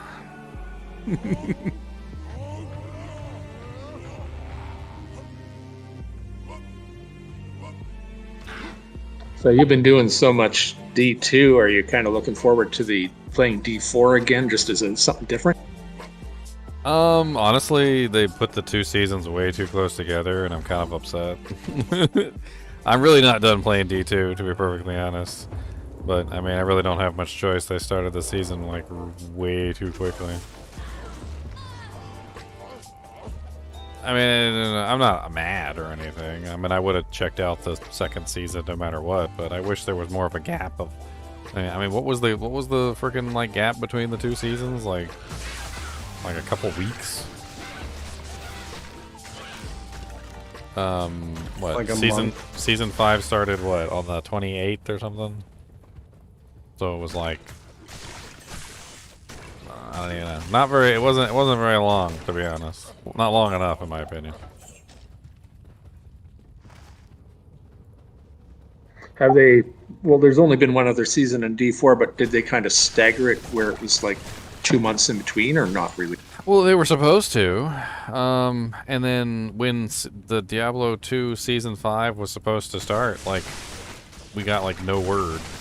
And we worked out how long it was supposed to be in between the 2 seasons, and it would have been somewhere around, what was it, like the beginning of September or something? Like around the time when school was going to start, or somewhere around there.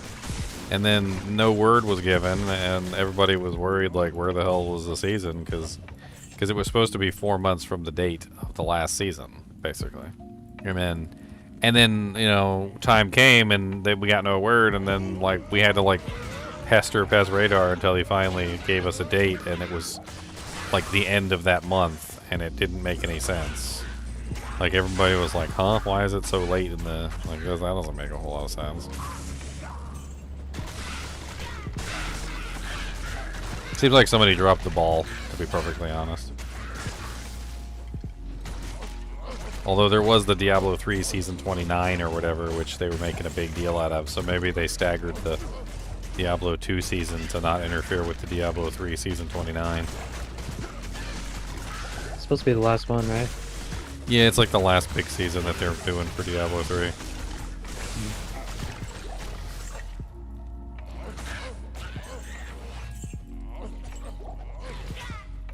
Oh no, a white monarch.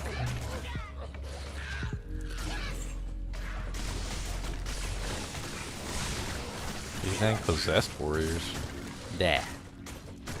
Ain't nobody like you.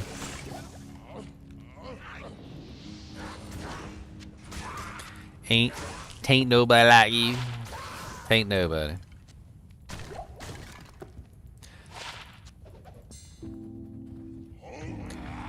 I mean, it's gonna be like one of the last days for me because I just don't have a... You know, I'm sure other people will continue playing Diablo 2.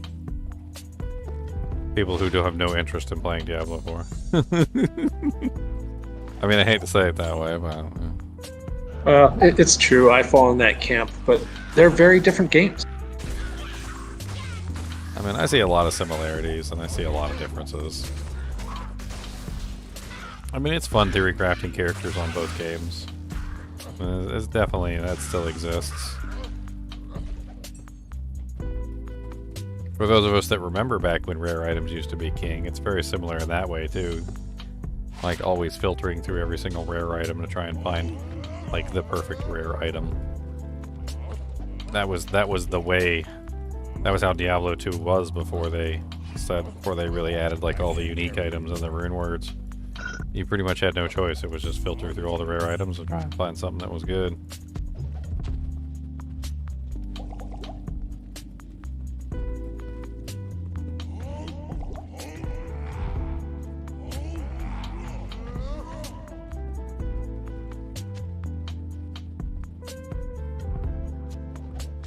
I mean, rune drops are, like, pretty exciting when they happen, yeah. Like, when you find a burr rune or something like that, it's just a highly valuable item and you're just super excited about it.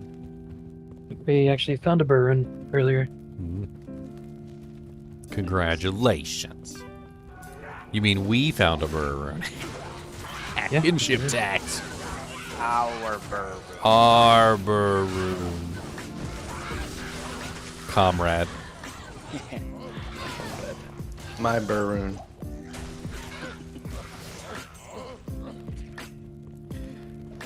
We got a defector. Bring out the tanks. Resistance is futile.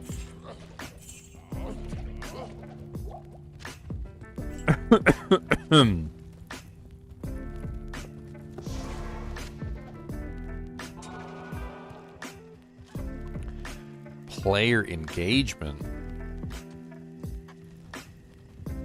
See, I've always been a big fan of like the devs messing around with the player base.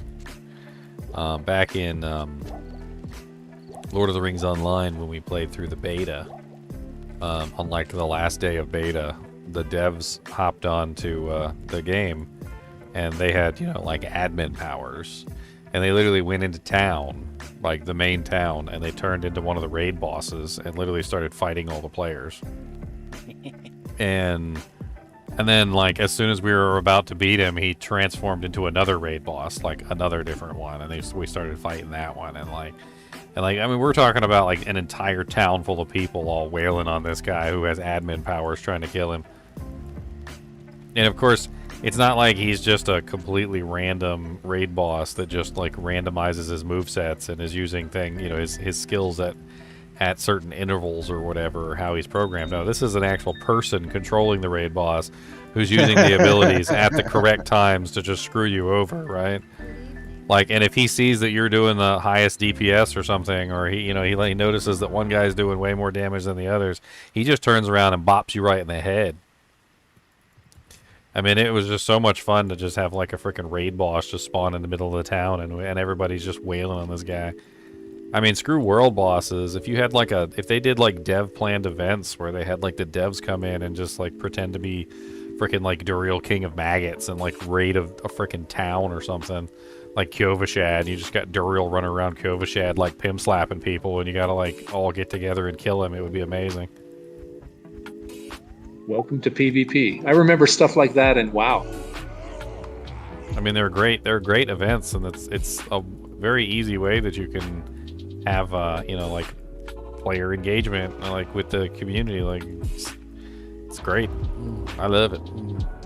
I'll be right there trying to kill that guy too. Yeah, it's a lot different when things like that occur, and it breaks up the monotony and makes it fresh. It makes it new and exciting. If I remember, we didn't get anything for killing him neither.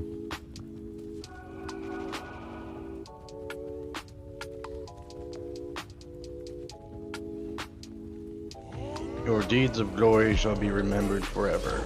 Got the satisfaction of killing an admin. Yes. Die. Yeah, the RuneScape moderators do stuff like that too. They don't fight the players, but it's pretty funny. Come in as like something gigantic.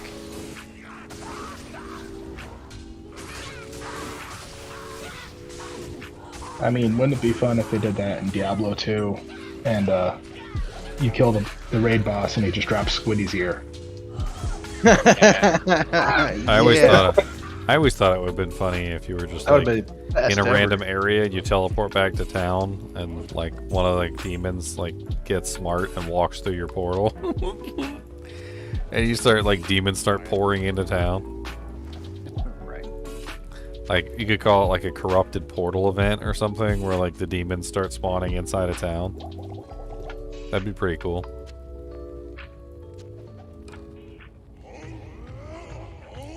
Anybody able to kill your Ubers right now? I'm not really set up for Ubers, but I'm sure somebody could.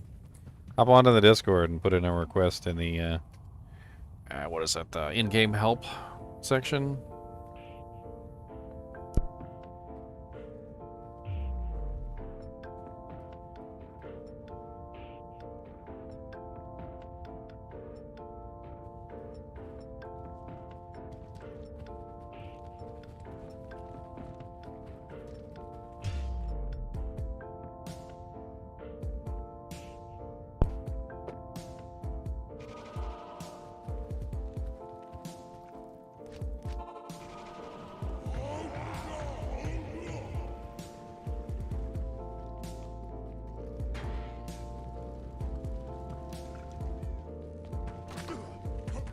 I want to find a caddy. I haven't found an Astrions in a while. That's it. Today I'm finding an Astrion. We found a Grizz caddy earlier today. Willing it into being.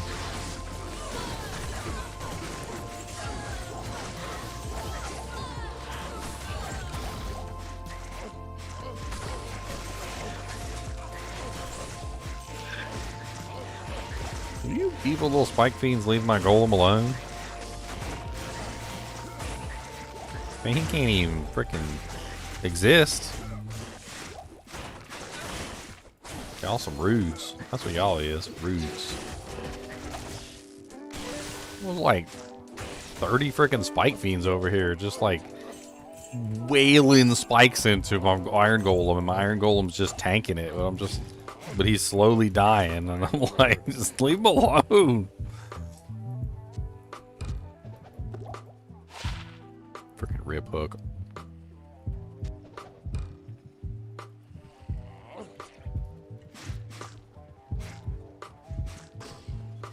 Wah, wah, wah.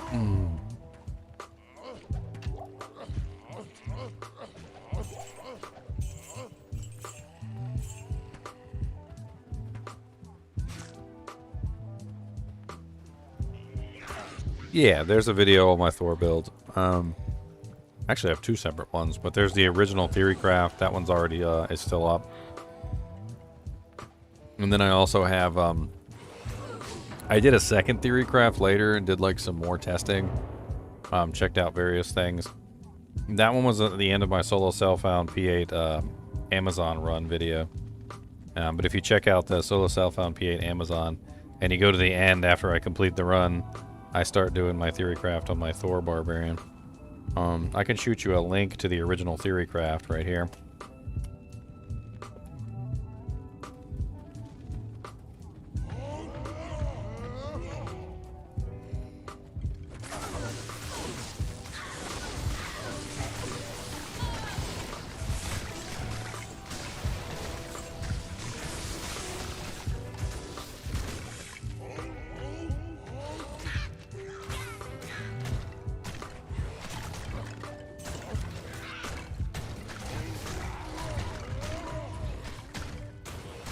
You'd rather eat dirt?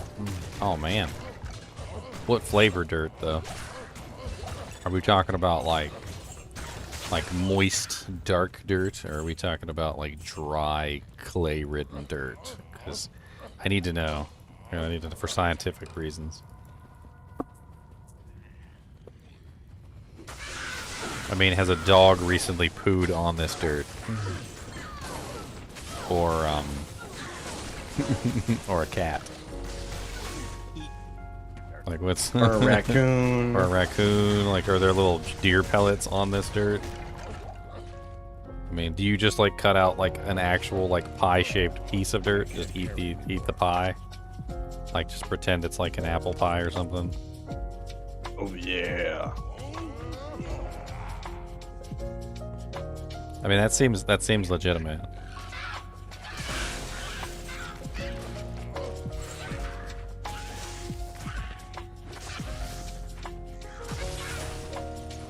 Yeah, recently pooped on dirt. Oh man, it's terrible.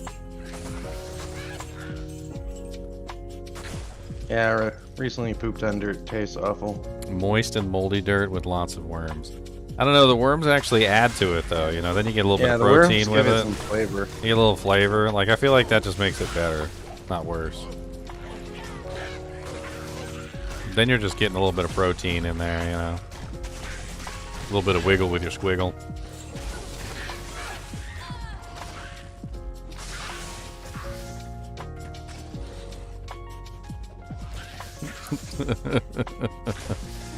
A little bit of wiggle with your squiggle. Where do I come up with these stupid lines?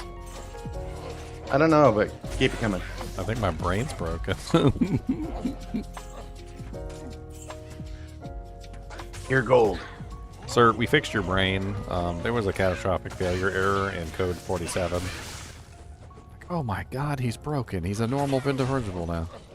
He doesn't spout out nonsense all the time. Put him back. Put him back how he was. He's boring now.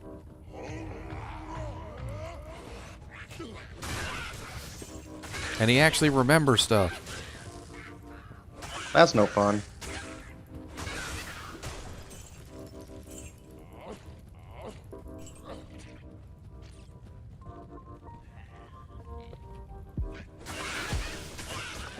What just happened? I don't know. I just traded 2 Vex rooms for an 1815 Griffins. Okay. Hello? That seems like a cheat. That seems like you just cheated. Cheated. What? What? Can you like resell it for like, you know, like quadruple that price? Anti? I don't know. Is it gonna poop? Maybe. I put in the offer as a joke. He said Burroon or 2 Vexes, and I said I got 2 Vexes. How was a Burroon worth? Don't question it. Just go with it. You can give It's it. You can probably give it to people me if you that don't need it. have gotten the stuff, but they're going to be playing the new season of D4, so they're probably selling it on the cheap for now.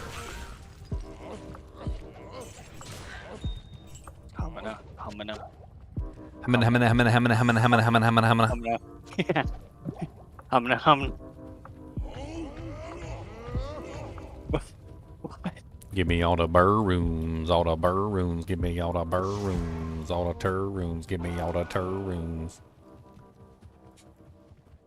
I got 2 Istroons. I put those. I forgot I got 2 Istroons. I could put those in my weapon and get some more magic one. Yeah, double isted alley blade of Alibaba now, suckers. Brings me up to 400% magic find flat. Wow, 400% flat. All right, I'll take it.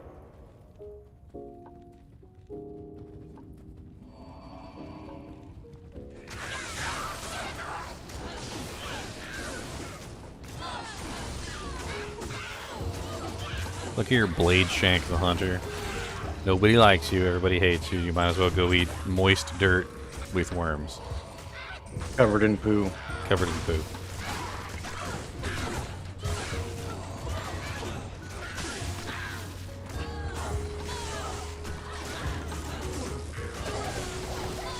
Nobody likes you, everybody hates you. You might as well go eat worms and dirt and poo.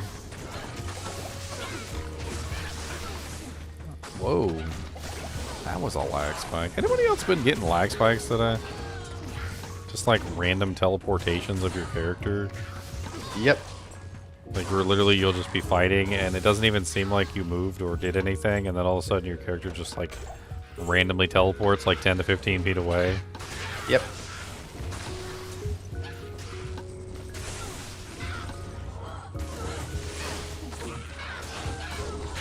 No, my golem, do not die, golem. Do not die, golem. Do not die, golem. Do not die. Too legit. Too legit to Dago Lamb. Too legit. Oh, shit.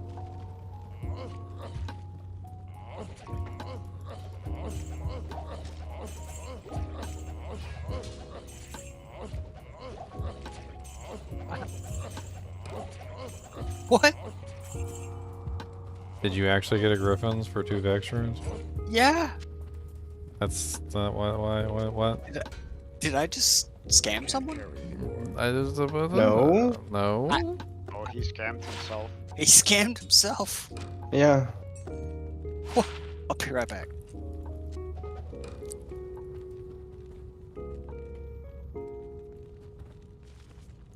What is this world coming to? What is this world coming to? That would have been like broski. You know that thing's worth way more than 2 Vex runes, right? Hello. Is Hello. Hello. out right now, and you What? can't get into it. It keeps. It says failed to join game. For what? It's the GGM swap game. Loot and scoot. It. Are you on the right server? Or are you Yeah. I'm on. Okay. I tried normal, nightmare, hell. It fails on all of them. No, I'm talking about the Are region. you a seasonal character? Yeah, are you seasonal on the right character, yeah. region? Are you in the Legion, the ladder? I mean, there's a bunch of Are you different in reasons why it Asia, might not Europe, work. or America? It's redneck. You figure it out. Yes, but have you changed your reason No, for doing? no, sir. No, I'm just being Okay. sarcastic. No, I'm in America and I'm normal U.S. server. He's born to be in the American because he's a No, it's redneck America. sucking rookie. M-E-R. It's America. And America. puts an air conditioner in the back of his truck, you see. And he's got an inverter to run that thing, and it's really nice and cold. Hey, yesterday I had someone deliver 3 tons of coal, so that's 6,000 pounds. Plus, it was a Ram truck, 4-wheel drive, and a 4-pallet, I guess you could say, off-skid loader. Got stuck on my property, so I just grabbed my big truck, my big Bertha, which is my Hummer, and just yanked them up the hill and pulled them out. I was like, yeah, y'all need to rethink your vehicles. And I find a lot of the times when it comes to vehicles getting stuck in the mud and stuff, it's usually a user error. Like, a lot of people don't realize that if you keep going, a lot of times if you just keep going, you're usually fine. Like if you don't, Yeah, it's when they stop. Yeah. It's you don't want to slow down too much, and you don't want to speed up too much. You just keep a steady pace, and usually you can just work your way through. But it's usually when you stop. Drive, though, it didn't have a differential. It's usually when you stop that everything messes up. It messes up real fast. Because you lose your forward momentum, which is part of it. And then also the car starts to dig in, and once it starts to dig in, well then you're screwed. So he got himself really stuck in my yard, and so I had to pull him out.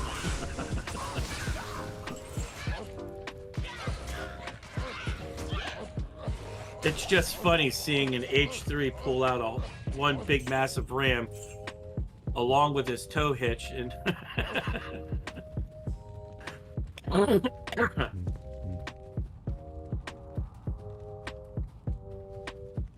Always makes me think of how like ridiculous tanks must have been back in like the war with the big treads, and they could probably go across pretty much anything. Nasty farmland, like mud encrusted everything. They probably didn't give two they craps. could. I was 19 Echo. I was Armor Division, Fort Knox, Kentucky. They were going over everything. And we got to play with the old M48s. And amazing tanks.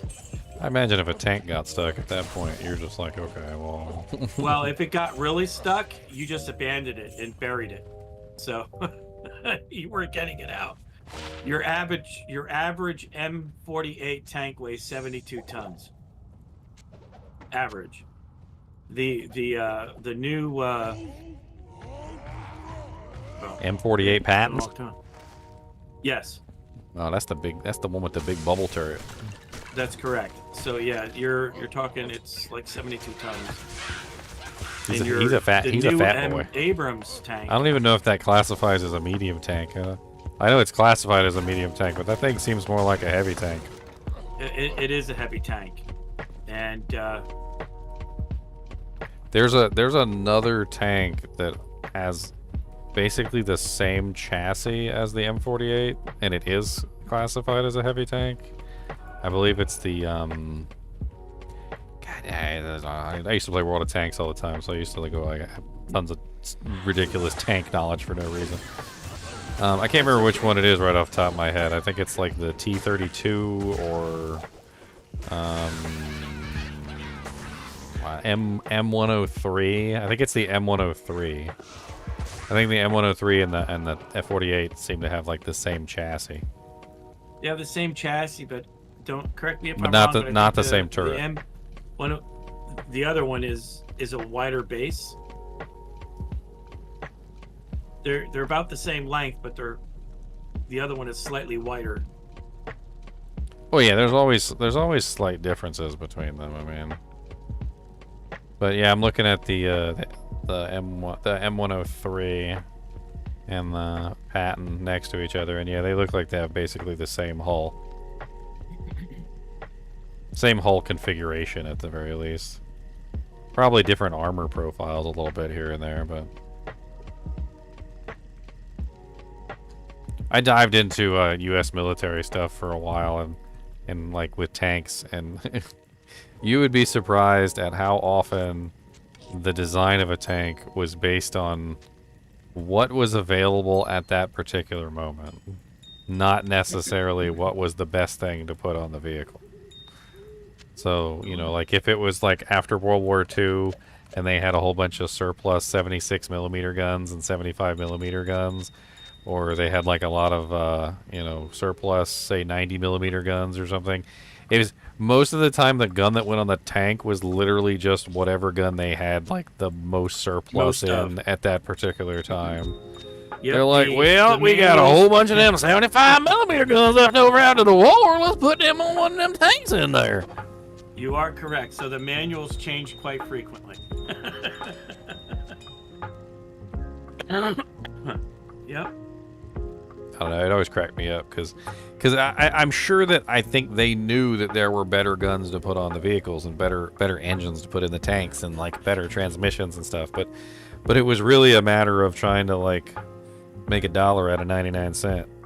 Like they were poor and they just had to make do with what they had. And well, if they had in a depot somewhere was a surplus engine that was in some random vehicle, like, and they had like 10,000 of them sitting around, they would just be like, all right, let's throw that in there. Make it work, jerry rig it up, like whatever you gotta do. Yeah, so the M1 Abrams is still one of the best tanks out there. And when that thing started up, it was like listening to a jet engine start up. It was just an amazing vehicle. And yes, it could go 60 miles an hour and turn on a dime and fire basically on its own. Just point, set target. And now it's all, yes, they have backup of trigger, but you just fire. That's all you say, fire. Well, a lot of things changed with tanks. I mean, once they got supersonic rounds, steel started to be less effective, and I mean, there was a whole bunch of things that kind of rippled outward. Oh yeah. Air superiority really kind of killed tanks because yes, the top A1 of the tank killer, yes. The top of the vehicle is just not as strong as the front and the sides of the vehicle. So if a plane or a helicopter or something can come along and fire rounds into the top of the tank, it usually just eats right through it. Actually, that was how. You're right. That was how the mouse. That was how the mouse died. One of the toughest tanks of World War II, the German mouse. It was not killed by another tank. Yes. It was killed by an airplane strafing over top of it. But believe it or not, there is a round that's tank piercing, and it is made out of wax. And it's so supersonic that the nose of it is, what is it, carbon steel? But the round itself is like a wax substance. And it just will punch right through the hole and just set everything on fire in the tank. That's it. You talking about the hash round? Yeah. Yeah, the hash round doesn't.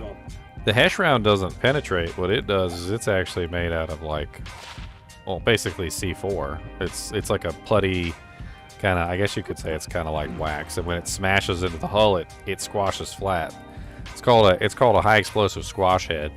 And the high explosive squash head it's like imagine if you could walk up to a tank, like spread out like a nice big pancake of C4 on the side, you know, slowly put like pins in it and then like run away and then hit the detonate button. But it happens all in like one solid firing shell. So you fire the shell, it hits the hull, squashes flat, and then explodes on the outside of the hull, doing massive amounts of damage, usually spalling on the inside if there's any kind of steel in there, which is why a lot of the tanks went away from steel so that the spalling wouldn't happen. Well, it's been a while. I left the military in '87, so yeah, they moved to different types of armor now, so they don't really use steel anymore. They use like depleted uranium and like other kinds of things to kind of combat the whole like supersonic advantage, because they found out that while steel has an issue with supersonic bullets, it starts to like lose its integrity when a bullet reaches past a certain point of speed, and that was why they moved away from steel armor in general back in the like Korean War and stuff like that. They started to just move away from it because they realized that they had to go with other forms of armor to combat the supersonic shells. At first I was the gunner, and then I was moved to driver, which I really loved. So I got to drive just about every tank that Fort Knox had on hand and take all the big wigs out to play with them. Mm-hmm. So I loved it. Absolutely loved it. I didn't like cleaning them because Kentucky clay's a bitch to get out of the nooks and crannies of the tank. And yeah, you had to clean that thing. You didn't bring it back with 1 ounce of nothing on it. They had special guns to go in there and really blast it, but it took hours to clean it. Hours. But absolutely loved it. Leo Finn says he's in the artillery howitzer squad. So you're one of the arty guys, arty artillery players in World of Tanks. Have you ever played World of Tanks, by the way? Me? Mm-hmm. No, sir. No. Oh man, sounds like you would love it. I probably would. So basically, what World of Tanks is, there's kind of like a guy. Well, there's a team, but one of the main guys, his name is the Chieftain. Mm-hmm. And he goes around and he basically looks through the archives of military databases to find all sorts of like designs for tanks that, should have existed but maybe never did, or only existed in like blueprints. And they basically go through the process of actually making like all the tanks and bringing them to life. And then they do research on all the available modules, that those tanks could potentially have. So like, while you might have seen like a Sherman with like a 75 millimeter, there was also a Sherman with a 76 millimeter, a Sherman with a 105 millimeter, a Sherman, with like an up armored turret and so forth and so on. And they go through the process of finding out like all the different modules that the tanks could use. I mean, they've gone through the process of not only pulling in like every U.S. vehicle, they also have Canadian vehicles, vehicles from Australia.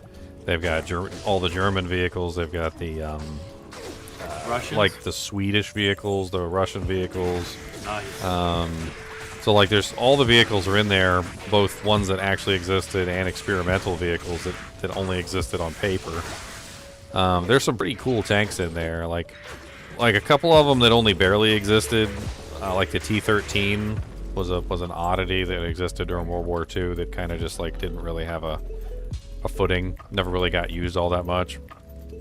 They got like the different variations of the M4 Sherman. So there's like the M4, then there's the M4, M4 Easy 8 is what they called it, the Easy 8. And then there's the E2, which the E2 was this like, I don't know, like castle stormer like sort of tank. Like it was made with really heavy frontal armor, so you could basically drive it slowly toward like an encampment and not really take a whole lot of damage in the process. It didn't go as fast as the Sherman, but it had much thicker armor on the front of the vehicle. And this is called World of Tanks, yeah. Pretty cool game. Is it for PC? Yeah. I played free to play, isn't it? Yeah, it's free to play. I played it extensively. I got like 1 million tanks on there. I got like every single tank. You mean free to play and you gotta buy all your equipment? Yeah. You basically run your way up like by leveling up your tanks. So you get EXP and then there's a whole tech tree, and so you basically have to unlock vehicles. So they make you unlock them in the order that they kind of were designed. So like for instance, how much does it cost out money-wise out of your pocket? Nothing. There's nothing. There's no cost. Really? It's one of the best free-to-play games I've ever encountered. Like you actually can play it for free. There's even premium tanks that you can earn for free through events. So if you pay attention to the events, there's usually some free premium tanks you can get your hands on. Okay.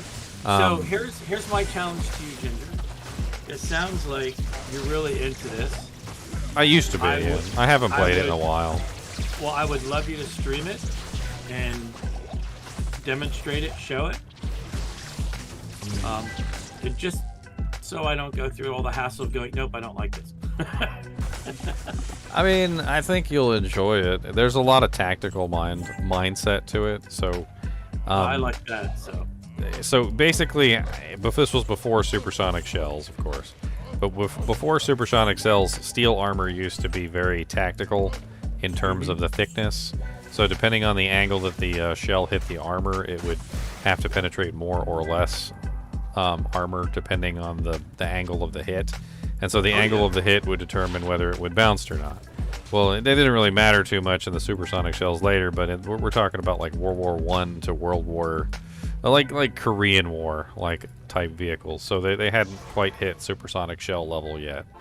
And so angling your vehicle and learning about like the thickness of the armor of your tank is very crucial to defending yourself. So knowing exactly where your weak points are, covering your weak points up with hard cover like rocks and like buildings and things like that, so that the enemy can't get access to the weak points on your vehicle. A lot of the tanks have the same weaknesses. The rear is usually one of the weakest spots, so you never really expose that to the enemy. The top of your vehicle is also surprisingly weak, but most tanks can't shoot you in the top of the vehicle. They really have to be like a really tall vehicle and usually standing on like a hill above you or something. Yeah, you got to be quite a ways away to hit the top. They have all the ammo types in the game too, so there's like regular AP rounds, there's APCR, which are high velocity rounds. There's also HESH rounds, high explosive squash heads, which are usually limited to British vehicles. There's not a lot of vehicles in the game that aren't British vehicles that have the HESH rounds. It seems like they were almost strictly British. There's some pretty crazy vehicles in there. There's also heat rounds, which are I can't remember the exact term for heat rounds.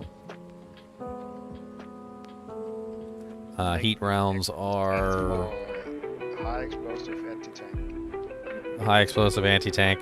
And basically what they are is they kind of like shoot a projectile of like molten metal, which melts through the steel. They function completely differently than other ones. There's also high explosive rounds that have very low penetration but have very high damage. So if you happen to be shooting at a particularly weak vehicle that has no armor, the weak vehicles that have no armor can be penetrated with like standard HE rounds, and so you'll do massive amounts of damage to them because they can't even stop like a regular high explosive round. And then there's a whole tactical mindset to it as well. So there's no single best round, like bar none. There's no best round. It's really about what you're firing at. So, if you're shooting at a tank that's a heavy tank with like really thick armor, you might want to go with like one of your higher penetrating rounds. But then if you're firing at a light vehicle that has relatively ineffective armor, you'd switch to an HE round, or maybe you're shooting at a vehicle that you feel you can penetrate, but you want to get extra damage, and maybe you're like behind the target, so you're at the weaker point of their armor, so you switch to, say, Hesh rounds or something like that, which have lower penetration but a higher damage.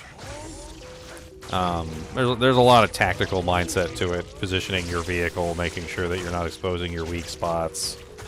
There's also a whole spotting mechanic too, which is kind of fun to play around with. So the light tanks spot enemy vehicles and then radio that position back to the to the other players, who can then fire shells at greater range at targets that are really far away.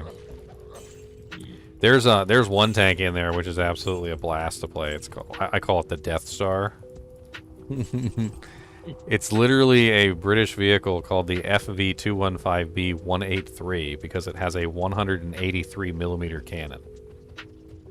It fires Hesh rounds. So 183 millimeter Hesh rounds.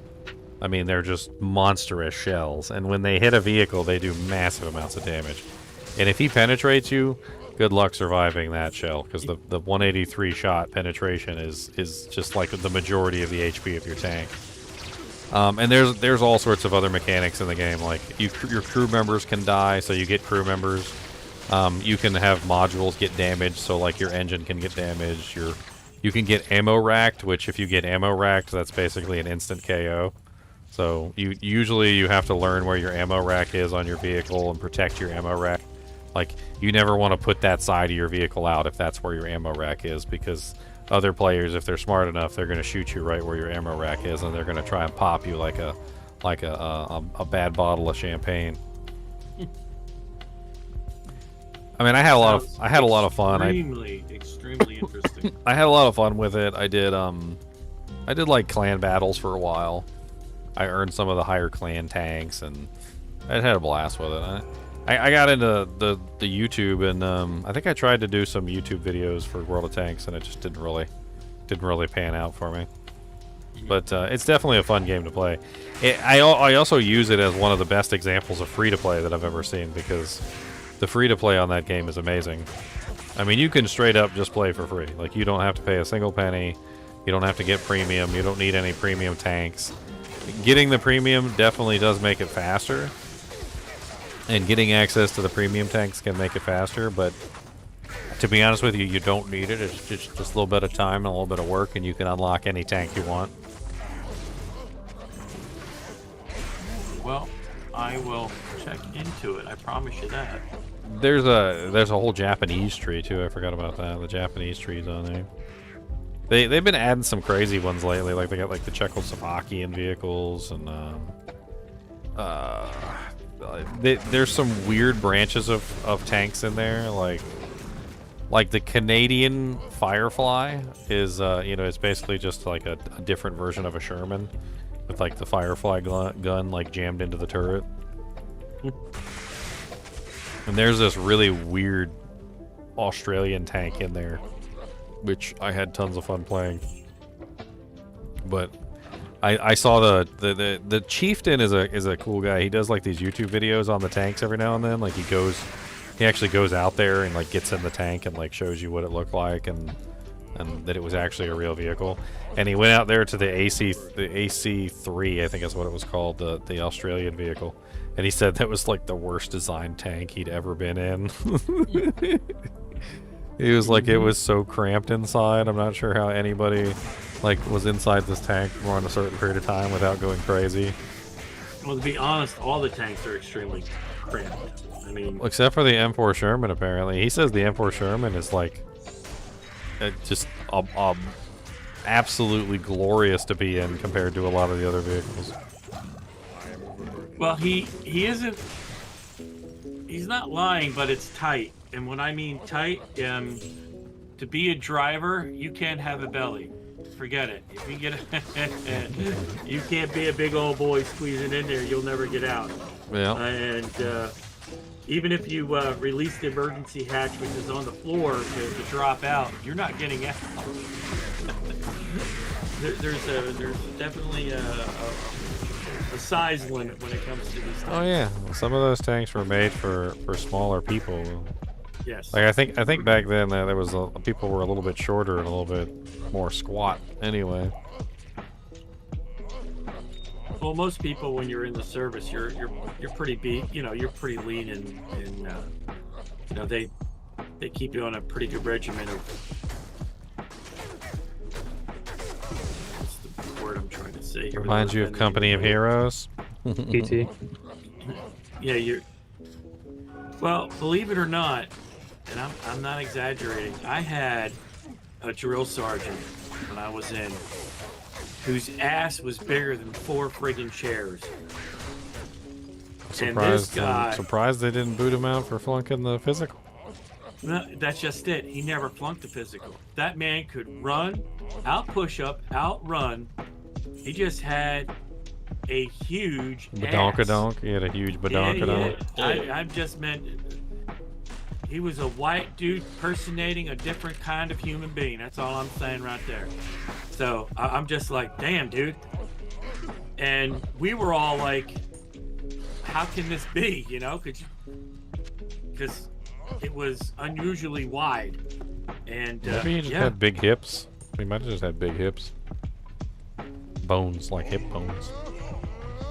No, he kind of had his some back sort of end deformity, maybe. Yeah, like you ever see those women who've got really big backsides? You know what I'm talking about? Itty bitty waist and a great big butt. We get it. Yeah, we get it. Okay, all right. We get it, my friend. All right, I'm just saying.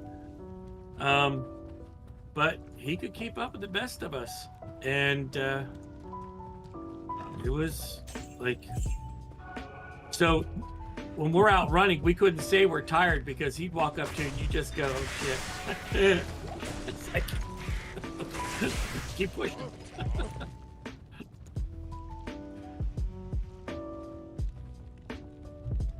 I tell you what, though, if I could turn back the clock, I'd do it all over again. Best time ever had when it was. You might enjoy some World of Tanks. They also got World of Warplanes and World of Warships. And they're all based on basically the same kind of thing, like trying to recreate like all the old ships and the number of guns and everything that was going on those things. It's pretty cool. Well, I promise you I will take a look into it. I think Redneck Game is about to get lost in World of Tanks.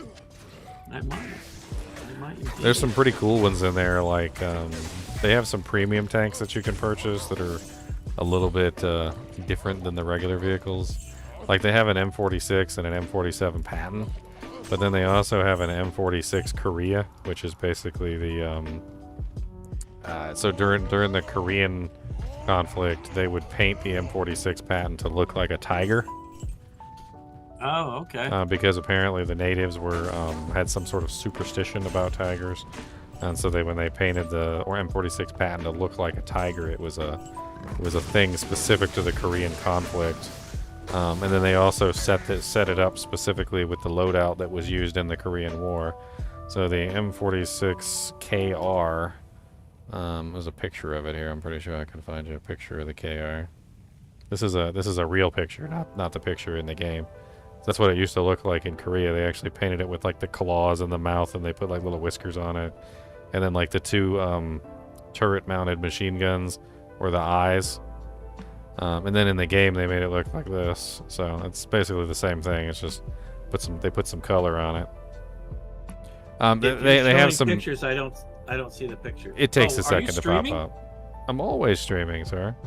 Oh, dude, I'm sorry. I'm very sorry. He's not sorry. Actually, I am. You should be. You should be sorry. Yeah, but this is just one of them. It's the M46 KR. It's the Korean edition. They got lots of interesting ones in the game like that are like special models to specific things. Like when the Fury movie came out, the one with Brad Pitt, they have an Easy 8 Fury edition that looks exactly like the one in the movie. That was a good movie. I have to admit, that was a good movie. I can't carry anymore.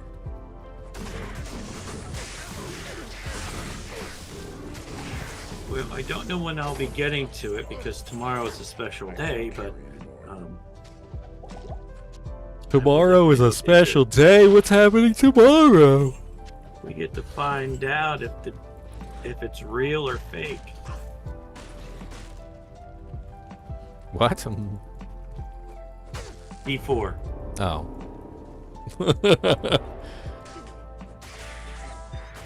Get to find out if the baby's mine. That's right. The baby is not yours. You are not the father. I didn't want to be the father anyway.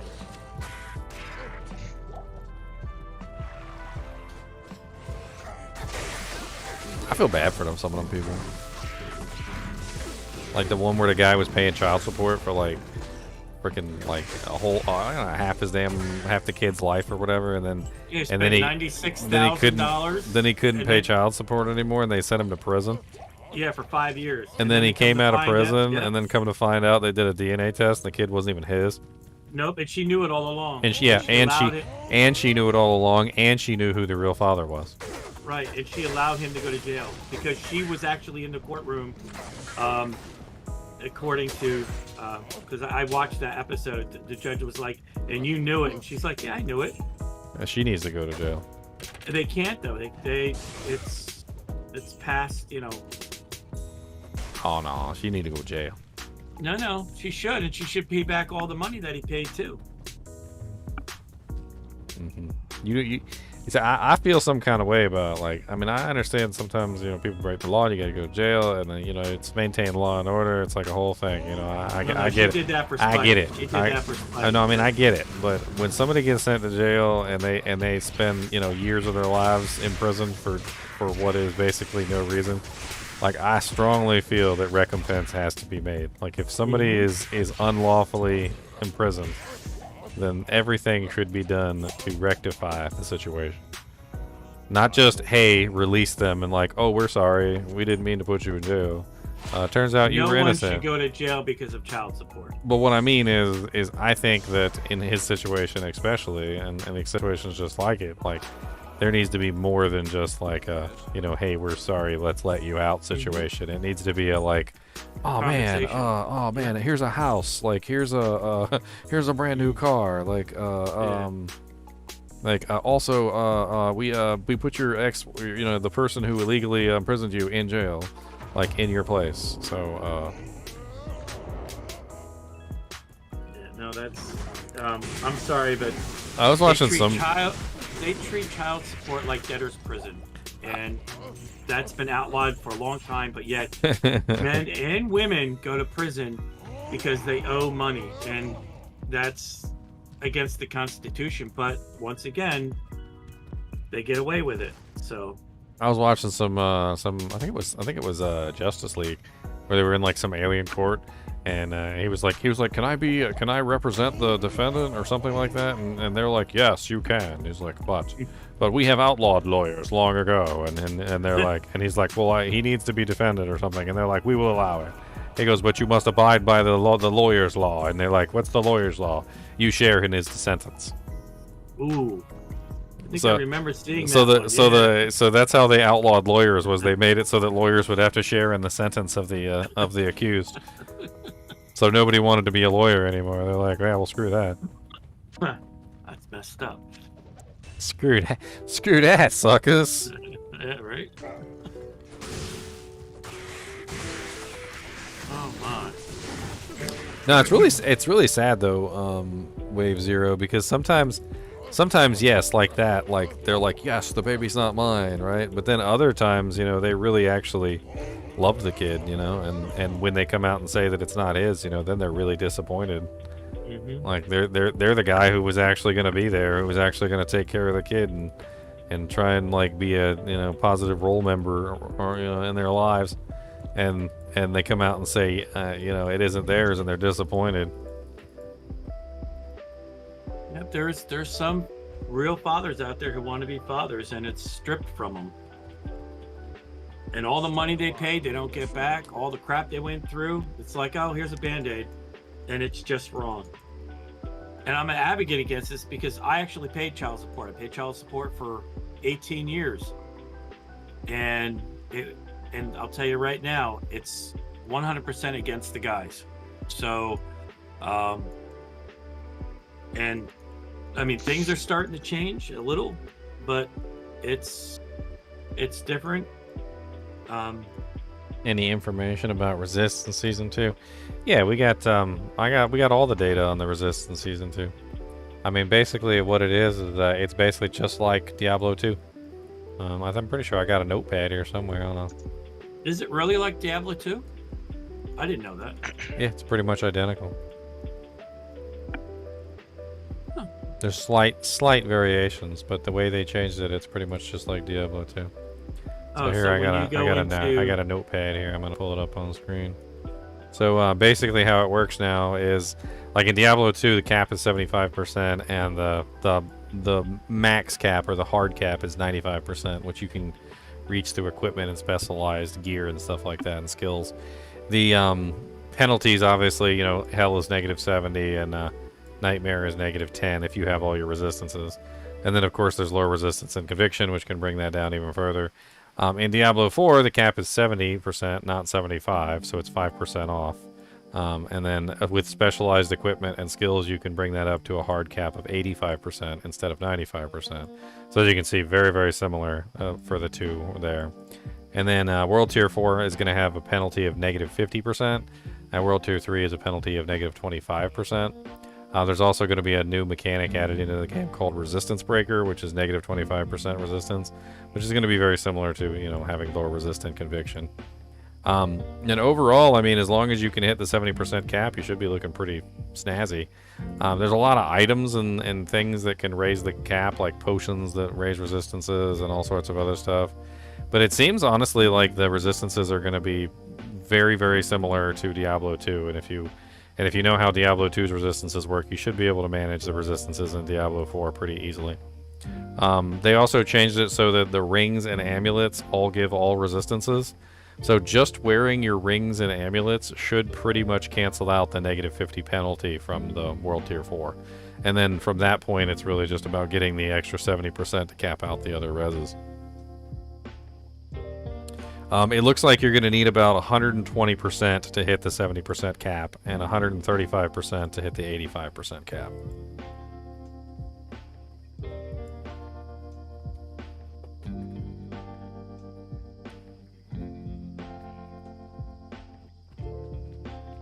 They said that the old penalty, the -40% penalty that used to be in the game, was something called inverse multiplicative, and I have no clue what the hell that even is. I'm not a math professor. You're using these big words, and I don't understand them, so I'm going to take offense to that. I don't know what the hell that -40% was supposed to indicate, but apparently it was nasty, and I didn't like it. I know that. It was all kinds of mean.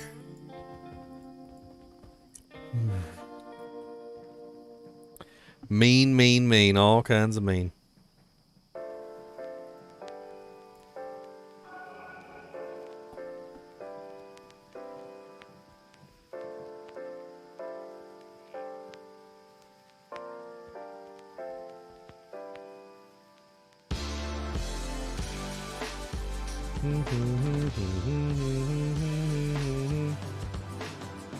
Who'll be mentioning me? Mentions.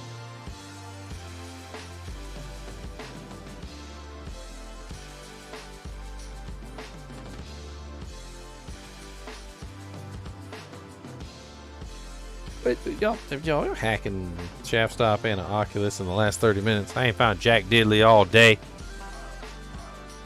I want a refund.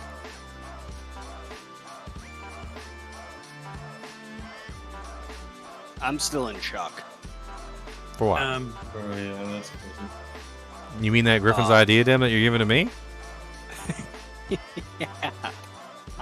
The first part, yes. I heard you were donating that to the Thor fund. That's what I heard. Oh my goodness.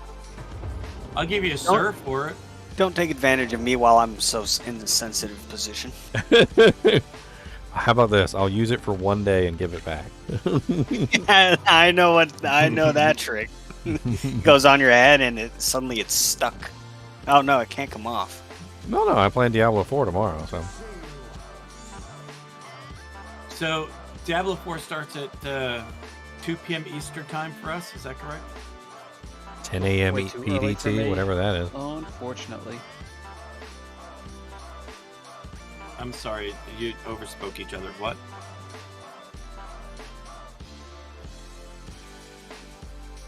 Just saying it's too early for me. I'll be at work. I'll have to pick it up with you guys later.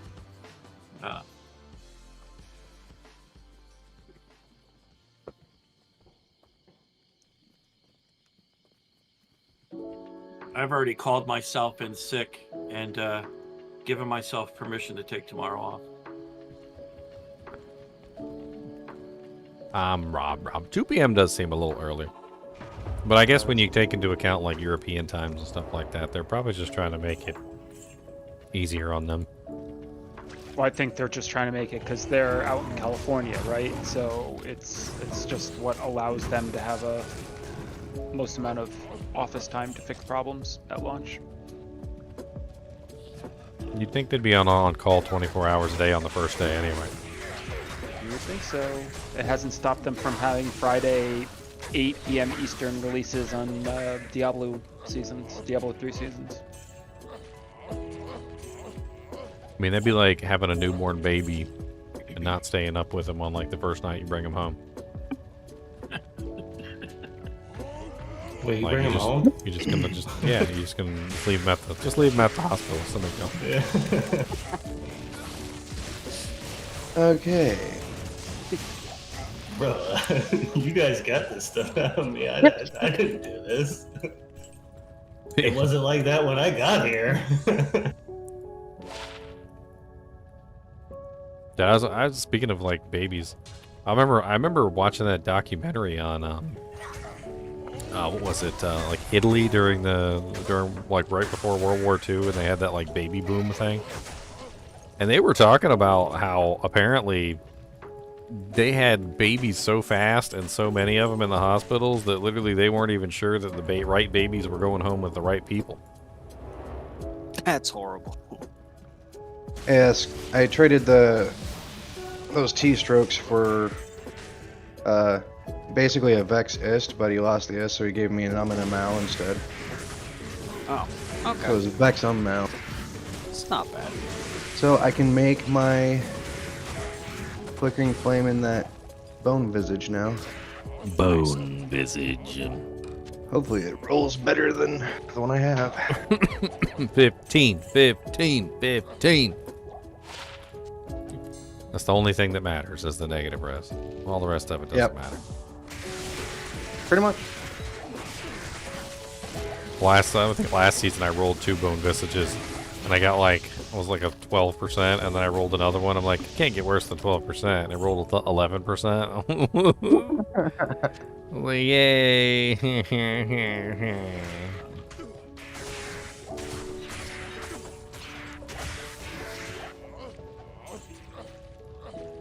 It's only a Vex rune to reroll. No big deal, right? No big deal. I made like 3 Flickering Flames when I played Fire Sork, and they were all terrible. Okay. I think I got a -11, -11, and a -13. I was like, you know what? I'm done burning Vex runes, I think. Just give them away to random people. Would you like a flickering flame? Yeah, sure. And you hand it to them, and they're like, "Ew." Aw, come on. Put it on. This is garbage. This is garbage. I mean, I'm gonna throw this away. That didn't turn out. There you go. It doesn't sound good. I missed a small charm. Where did I miss a small charm? It still has -11 enemy fire resistance, but has level 8 resist fire aura, where I had level 5. Okay. But you still have your Phoenix, so. Yeah. But the defense is 224, and my old one is 172. So, there's that.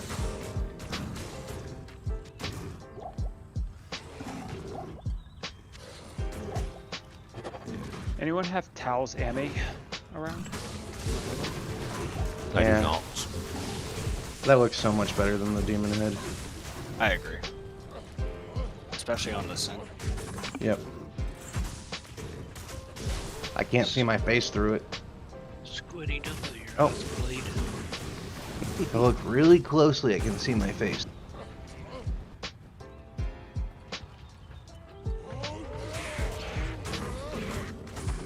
Oh well.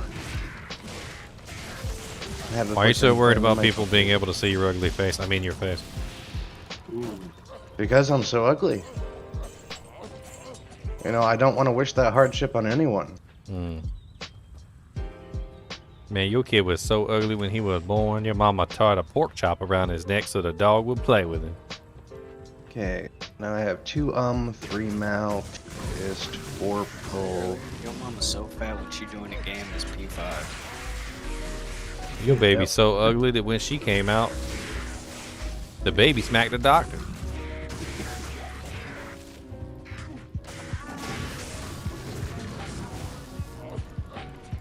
Your mama's so big when she heard about the Super Bowl, she thought it was something she could order. Your mama's so dumb. When somebody said it was chilly outside, she ran out with a bowl.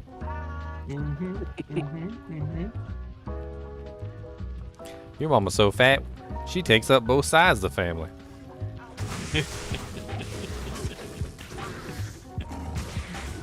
Been a while. Your mama's so big, she is the family tree. Ooh. Your mama's so dumb, she sat on the TV and watched the couch.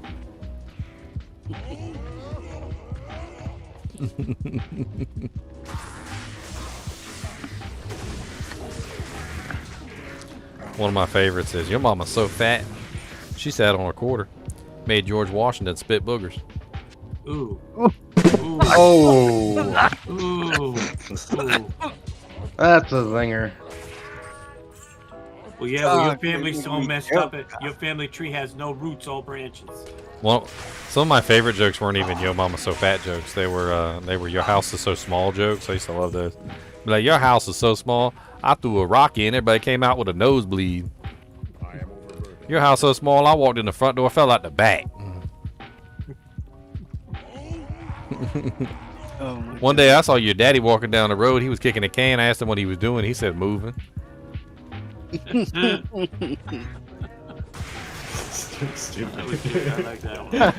Your house so messed up, I walked up one day and rang the doorbell and the toilet flushed. Ooh. I like that one too. Solid gold. They age well. Those jokes age well. Some of them get real complicated, like you family so poor. I walked over there one day, asked if I could use the bathroom. Your mama gave me a bucket and a flashlight and said, "Let the force be with you." I came over the next day and asked if I could use the bathroom, and she walked me over to the toilet, and there was the cockroaches holding hands in a ring around the toilet seat, singing "Kumbaya, my lord." We all about to get canceled. That's gonna happen right now. Yep, we getting canceled. Those are old jokes. We used to tell those at school. Yeah, but you can't do that anymore. Let 'em now try. you get canceled. No, I'm just getting ready for my son, who's in 2nd grade, to start coming home with these kind of things. It'll be great. What was the other one that goes, your mama's so fat she uses a VCR for a beeper.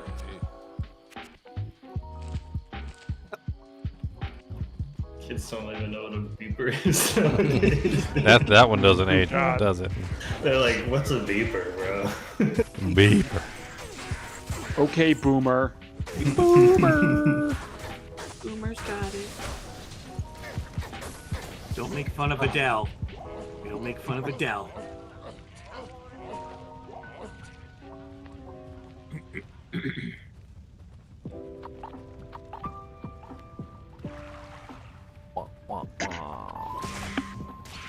All these stupid little bugs.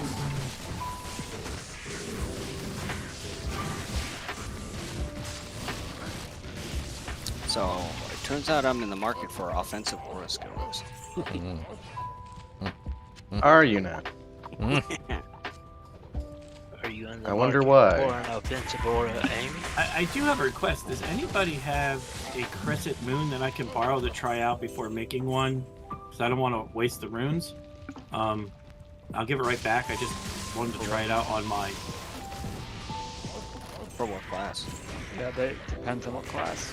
It's the sorceress, and I'm using the Merc 3 from Act 3. Yeah. You can come to my game. You can try it. You're gonna put it on the Merc? Yeah. Oh. Are you a lightning sorceress?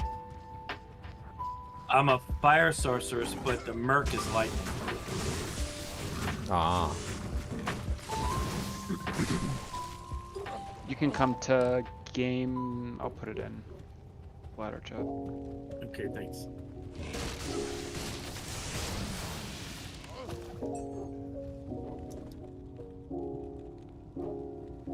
Oh, whoa. I heard that dog. I pet that dog. I pet that dog. Where's Bob? I put that dog. I put that dog.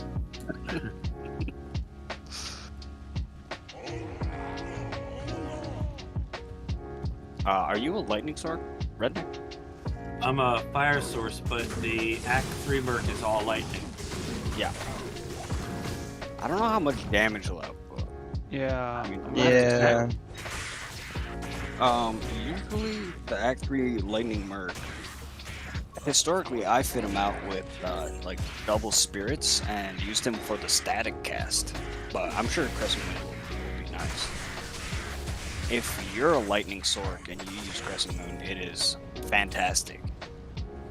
Which is what I use it for right now. It's hard to beat negative resistance.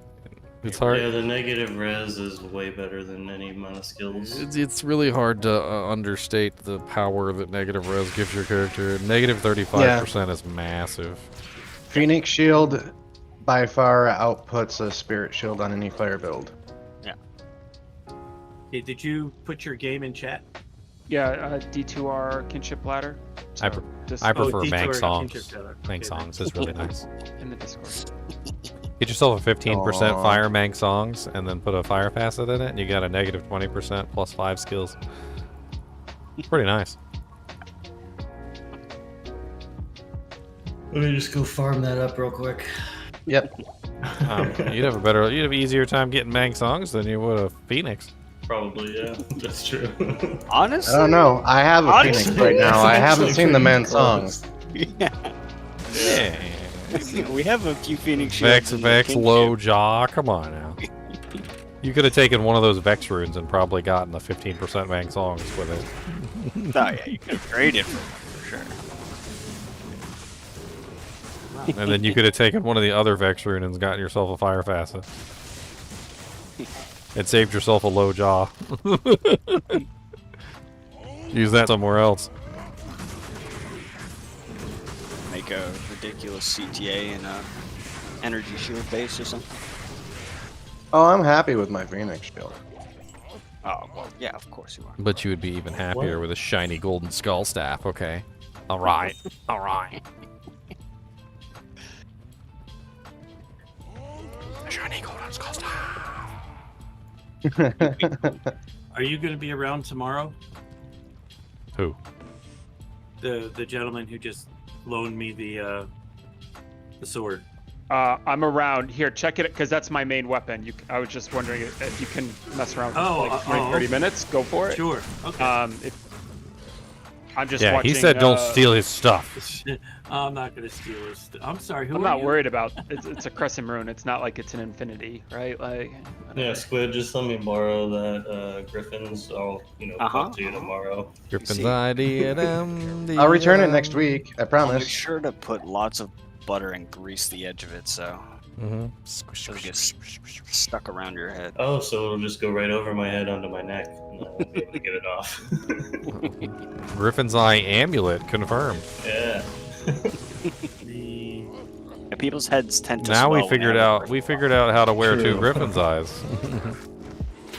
You put butter all over it and slide it over your head. That's right. And then you get 2 Griffin's Eye diadems. You just gotta grease one up. I think it was Envious. We were talking about how it would be cool if you could roll minus enemy res on like a rare item. How it like just make that an affix. on like Yeah, that makes on some like rings orbs. pretty dope. Maybe not rings, but like orbs. You know, sorcerer's orbs. Yeah, or staves, or so you have a reason to hold a staff. Yeah, exactly. I think that. Yeah, staves would be great because there is really no reason to hold a staff, essentially. Or they don't make it very easy to. I'd be want behind to that. hold one. Just throw like -10 all enemy resistances on a staff. Yeah, right. Yeah, that'd be actually sick. Just as like a static effect. Even as yeah. I was People thinking would of use more Antivirus. stabs. Yeah. But yeah, absolutely. Because you know, I mean, with all the new rune words and stuff coming out. Why did they do this to Ooh, myself? a unique Zweihander. It says Oh yeah.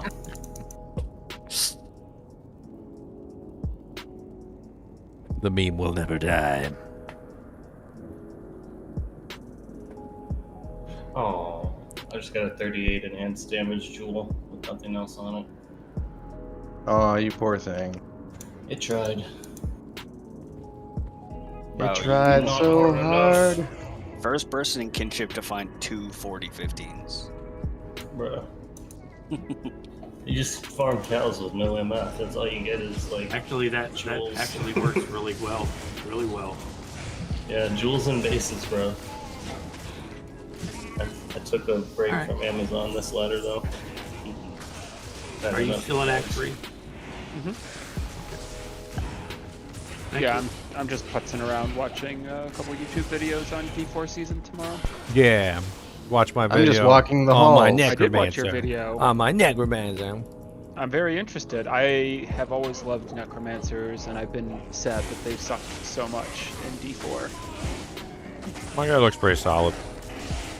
I'm excited that they look good this season. A bunch of other streamers are saying that necros look good too, so that's fantastic. A lot of buffs to necros. A lot of buffs. Conjuration sorceress has got a lot of buffs. The druid didn't need any buffs, but druid got the hurricane boulder, which looks really cool. That is a terrible beat. Junks is really excited about the hurricane boulder.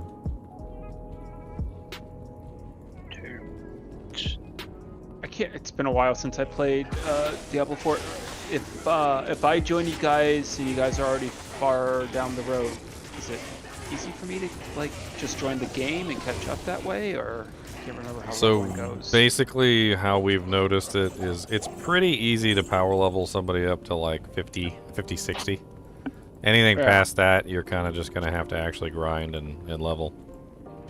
Okay. Like I should be on by 7 Eastern time tomorrow, so I'm only going to be a couple hours behind you guys. I mean, but for us to power level you, we kind of have to get to the point where we can complete the world tier things easily. So if we can't complete the world tier things easily, then it's going to be difficult for us to push you up. So we gotta push our characters up to the point where we can get you up, and then once we can get you up, then you know then we can start power leveling people and stuff. And Sounds like leveling should be at least up to 50 should be pretty quick. I mean, Sounds it usually is pretty quick up to 50. We usually push ourselves into World Tier 4 as quick as we can. That's the goal. Same thing in Diablo 2. You know, we try to get to Hell difficulty because that's where all the good loots are. What'd So you we- think of the Crescent Moon? And it worked really, really well for him, believe it or not. Do you need a base for it? I need. You need to No, put I it. need a In a, you need base. to put it in a crystal sword. Yeah. I have, So how I have a about spare this? crystal sword for him. Look, how about this? So, would you be willing to trade your main weapon for a Sir? Yes. Hey, I know it's overkill. He's like, that's my main weapon. I can't part with it. He's like, all right, I understand you can't part with it, but I'm gonna make you an offer you can't refuse. Can't refuse. I will give you the crystal crystal. I will Sir, but give feel you. like Oh. I feel like someone has an rune that they can give you pretty easily. Yeah, dude. If someone has a 3-socket crystal sword, I have the I'll 3-socket. give you I my can just give for you your the sword. 3-socket crystal sword. Yeah, and then I got the rune is Yeah, I'll the give you an for a sir, sure. No. Let's trade the for sirs. Here, Come on, take- let's take- get them As birds. much as I would love to take the Sir Rune off you, you take that, and then do you have any of the runes? I have everything but an Will you take a foul for an or no? I don't have any Somebody so said someone- they have an Yeah, in chat. Dev, just make a game. I'll come drop. It's in kinship chat. It's in Discord. It's Oh, like- sir, for an rune, you silly goose. One sec. Sorry, I'm just finishing on my trap. Of course, Squiddy's one to talk, trading 2 Vexes for a Griffin's Eye. I can't believe it. Yeah, You he can spare the hacker. man. Yeah. Thanks. I refreshed. It was one of those moments where I refreshed Tradery and it was posted 15 seconds ago. And the dude was asking for Burr or 2-Vex. And I was like, yeah, I got 2-Vex, sure. Thinking it was a joke or like a mispost. There you go. Now you have your. Joke's on you. Enjoy. Thank you. How do we Yeah, get this again? I gotta look over it. It's shall tier. Oh, shout tier? No, shall tier. That's kind of how I got my 3rd sir. I saw a game, sir per ohm. Like, for like 30 seconds. I even swapped accounts. I knew I wasn't gonna make it back in time. And See, he traded by the time I us. come in, And 3 for a other sir. people would join. But So it's shall tier or shout? No, link it shout. up in chat, dude. Just link it, Dev. Type in !! Crescent Moon and it'll pull up the video and everything. You can look at it. I even have it on stream here. You can look at the one I have in my hand. There you go. Oh, It's thank you. in Discord for you. Yep, I see it. Thank you. Okay. No, it's just my the way my mind processes it. So I have to ask twice or 3 times because it does it backwards. So yeah, I rely on visuals. Oh, no problem. Good. That's why I would have had him link the weapon so you could look at it. I am. Yeah, I see Yeah. the video, and I also. Well, he could have just dropped his main, and I could have should have looked at it when I had it, but I didn't. Yeah, exactly. That's what I was kind of suggesting. can't nobody hear nothing. There's 12 people in this voice chat, man. It's 12 chaotic. people. Chaotic. Hey. About to be 11. Hey. I gotta go, but take care, guys. I'm working at my new job of being a hall monitor for the halls of Nifilak. Ain't nothing wrong with 12 people in That's- voice chat. That's your red badge. That just shows we have a healthy kinship. It does, we do. Yes. It can get a bit much when you get a bunch of people. So what's chat. considered a good roll on this? Just out of curiosity. The enhanced damage rolls, but no one On really- your, if you're No putting one on an cares. Act 3 merc, it doesn't matter. Okay. It's static. Magic Static. sword, maybe.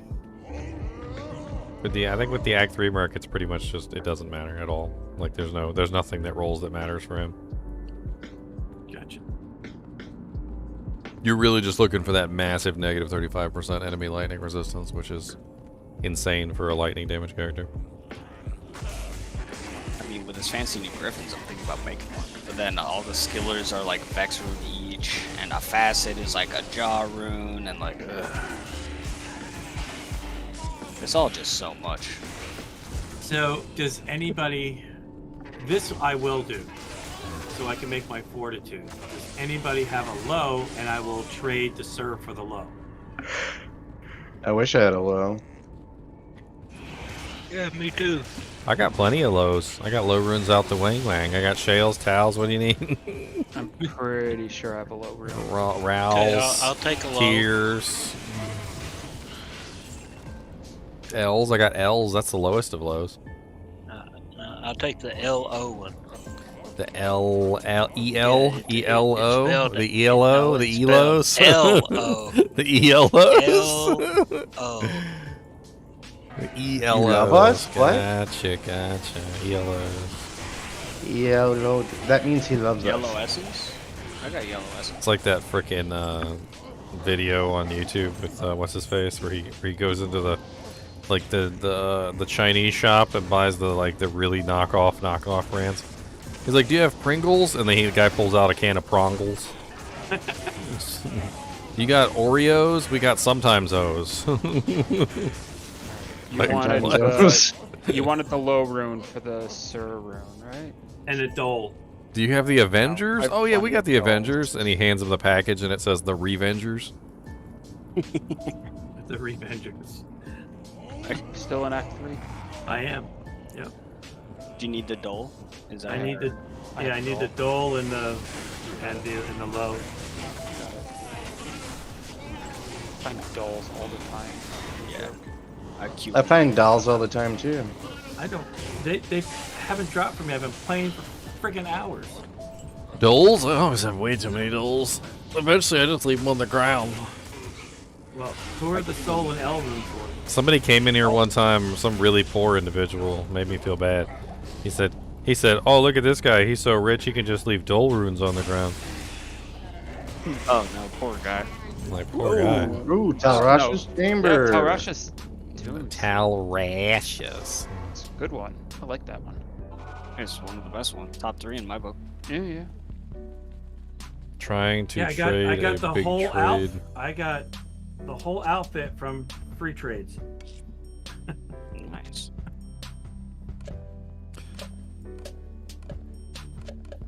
Sweet. I have 12 P skulls and no diadems to reroll. I'm a sad man. I have a diadem for you. Do y'all know that there's an L and a soul rune on the ground here? Yeah, that's for you, man. Take it. Thank you. For the other parts of the fortitude. Yeah. Oh, thank you. Fruititude. Defertitude? Why are you furting? Fruititude. Why you furting, boys? Why you furting? Fruititude. I am in GGM 11 if you guys want to hop in for some canyon. Yeah, I'm just Taltoon finishing up runs. this Nilly run first. I'll come and join. Crush some Taltoons. Taltoon, to me, Taltoon, to Taltoon, Tal. I'll portal up in a second. Ah, there's beetles trying to eat my face. Beetle trying to eat my face. Beetle trying to eat my face. Beetle trying to eat my face. His name is Banefester. He's a festering bane.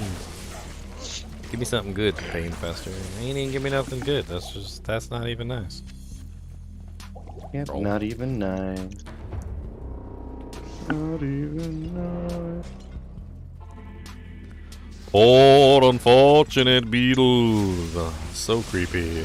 So I do have something that someone might be zappy. interested in. I'm still in Act 3. I can't pronounce this. It's Q Hagen's Wisdom. Yeah, King Hagen's Wisdom. It's nice for Act 3, Merc. You said you were using an Act 3, Merc. That's probably best in slot for your boy. Well, I gave him the fortitude. On an Act 3 mark? On an Act 3, Merc? Take that off him right now. Yeah, you take that off him right now, sir. It does him no justice. It does him no good whatsoever.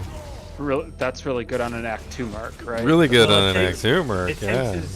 takes his damage from 300% damage. The 300% damage does not affect his elemental spells at all. Yeah, he doesn't. And he doesn't swing his sword. Oh. Yeah, he's Also, never this is gonna. only when you swing the sword. He is never gonna swing that sword. Never. He ain't even gonna poke nothing with it. Want like a Q Hagen. That's why you use a crystal sword to make the crescent moon, because the crescent moon is it's really just there for the negative resistances. You don't care about the stats.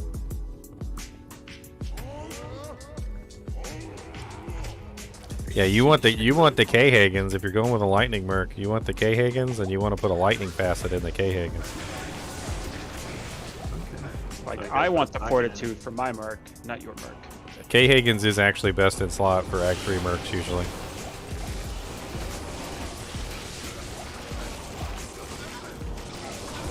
So the fortitude would be F for K an Act Hagens. 2 merc? Fortitude is for a physical damage character specifically, so it only enhances physical damage. So if you're not dealing physical damage, you don't get any benefit. So the 300% enhanced damage only affects physical attacks like Smite and Zeal and stuff. And even then, only if your Zeal is dishing out physical damage. So like if you're a, say, Holy Shock Paladin or a Holy Fire Paladin, and you're getting a large percentage of your damage from the fire or the lightning that's coming from your, aura, then that's not affected by the 300%. It's actually only affected by the physical portion of the attack. So the Act 3 Merc is spells. He's primarily spell equipment. So the 300% does absolutely nothing to his spell damage. The negative 35% enemy lightning resistance, though, does affect his lightning spells tremendously.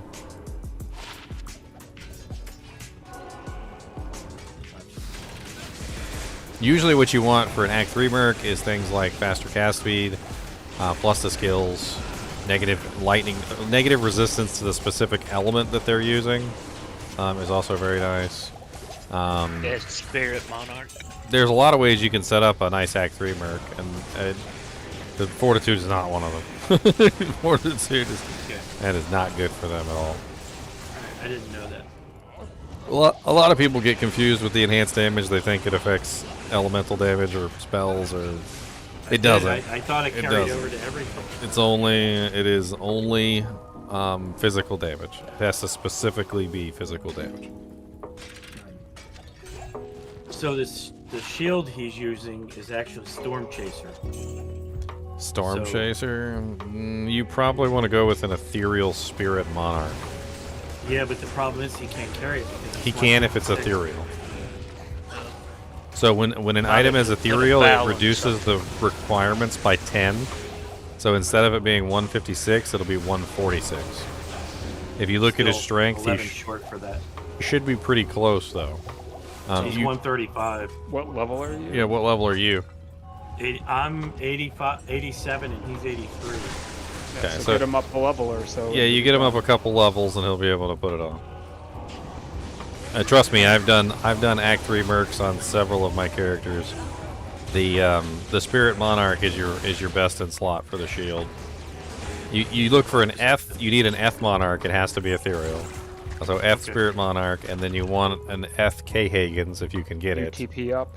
I do have that is ethereal. The chest plate. The K-Hagens.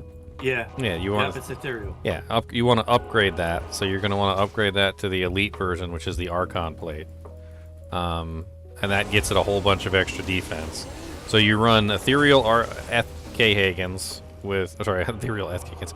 FK-Hagens upgraded to Archon plate with a lightning facet in it is what you want. And then best in slot for the helmet would probably be Griffins on a lightning, but good luck. That's really expensive. Unless you get lucky like bastard Squiddy over here with 2 Vexes for a KF for a Griffins. But you could also go with any other like faster cast or plus the skill item. I mean, there's tons of them out there. Like you could just throw like a Shaco on there. If somebody's got like an Eth Shaco laying around, I think somebody found an Eth Shaco at one point. +2 skills of any type is decent. +1 skills if you can't do +2 skills. There's a lot of different choices for the helmet.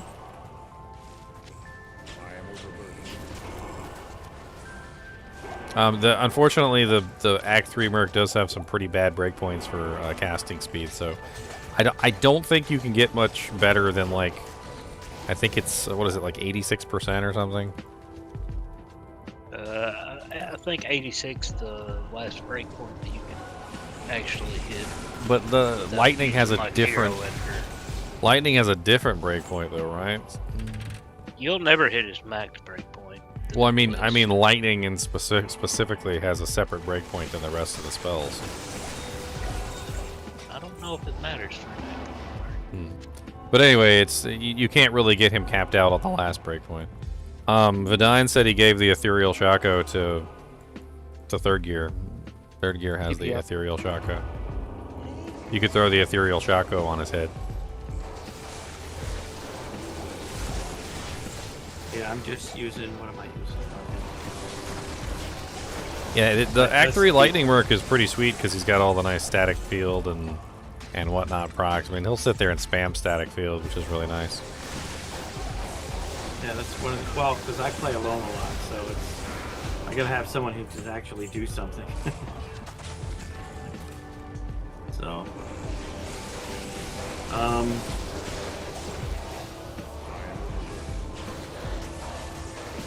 yeah, I'm using a Dust Keep right now.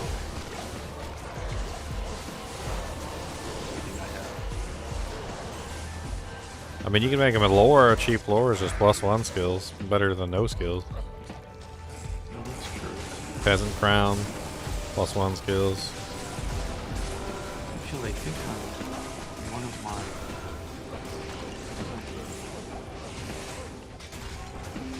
Superior Conquest, or... Don't plus Paladin skills add to it? For what? On the circlet? Act 3 mark? I think Sork might work. I think it's technically considered Sorceress. I thought it was considered Paladin. For the Act 3? No, I think that, I'm pretty sure the Act 3 is Sork because it's all Sork skills. Enchant, lightning, shiver armor, all that stuff. Yeah, Act 2 is based on the Paladin. I never seen no Paladin use spear. Alright, charge complete. No longer plugged in.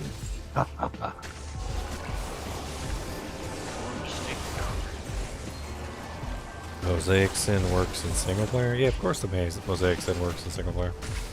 I mean, you gotta find your Mal and Gull runes to make it, but yeah, definitely.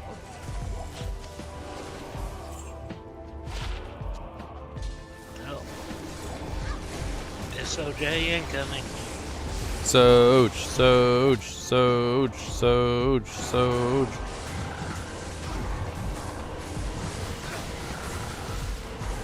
Oh no, he's picking on my golem. Oh, you turd! Give me that crown shield so I can make a new golem. Come for the TP. What is it? Has it got any resistances? Good. Yeah. Good. Good. The Turn it into a berries golem. is good. Back to the 2. We might have been pretty close to being done with that one. Hello? Hello. No, William told me to get the pizza. They said that the pizza at Wawa is absolutely fantastic. Dude, very important. Was he talking to us? I have no idea. I don't know. I really don't know. Wawa's though. That's honestly all the pizza that comes from like gas stations is pretty garbage. I mean, it's okay if you're starving to death, but I wouldn't turn it down if I was hungry. But yeah, it ain't nothing to write home about. Sorry about that. I forgot to mute my mic. No worries. So, but actually, That's Wawa's okay. You were pizza ordering us pizza. We appreciate it. Wawa is actually not really a gas station. It's more of a huge convenience store. Oh, that I know. has I've been to been Wawa started- many times. Many times. They got some pretty good mac and cheese. Their mac and cheese isn't that bad. But my son called me. He was out in his truck and said, "Dad, try this because it's really good." So I'm gonna have her pick one up and try it. So we'll see. And I will let America know. America. M-E-R. America. America.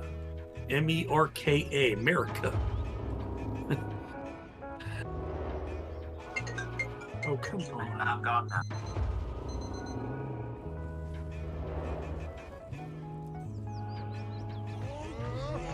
If you start talking dirty, I'm gonna have to mute you. New portal's up. Talking dirty about America? I don't know who's on the other end of that line. I think he said his kid. You can't spell Erica without America.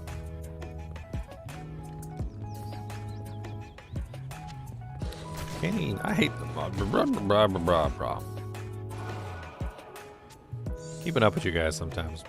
I'm trying to hork bodies. Can't hork bodies and keep up with you guys at the same time. That's why I typically don't join on my board. So many beetles. Give me a fresh TP so I can catch up. But we're not The far berries. from it. Mine. Berries, you're good.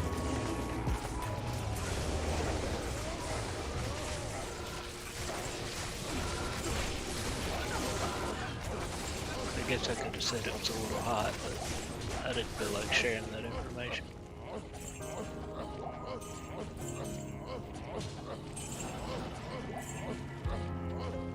That Horker rune yet? Is there a burr rune out there? Where's this odd rune? Is there a Horker's odd rune yet? If anyone finds Tao's chest willing to pay, nope. Charles, just he wants to look like Barney the dinosaur. Wow, there's not many options. Barney the dinosaur. What are you paying for a Tao's chest? I think Vex is going great, right? For I got one for Vex. I sold my perfect for a Sir. Yeah, the perfect one for a Sir makes total sense. No, mine's not even identified. Un-ID'd. Yeah, I got one for Vex. Absolutely. Cool. You need to have 51 a find item to hork jaw runes? That just seems unlegitimate. Yeah, that's very unlegit. What That's unlegit. That's unlegit to quit. Hey, hey.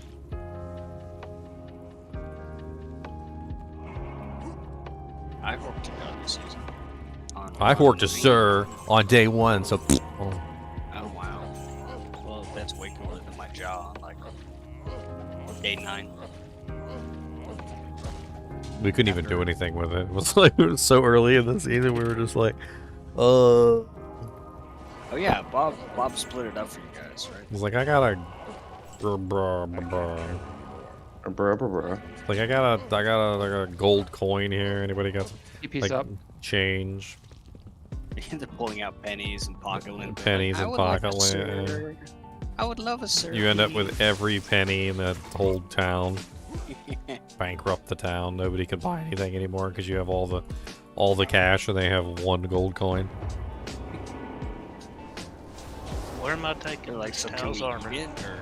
GGM 11 we're in right now. You know that's why apparently they came up with the idea where they would just cut out a piece of your coin. So like when you wanted something that was worth more than the coin, they would just take like a pair of snips out and they would just cut off like a piece of it. They'd be like, well, this is only worth half a penny. Like I'm not giving you. We the got some whole beetles penny. and an elite behind us. Dewey meow. I'm horking the best I can hork. I don't know what to tell you guys. I'm horking all for the money. Horked it all So for hard the money. boy, honey.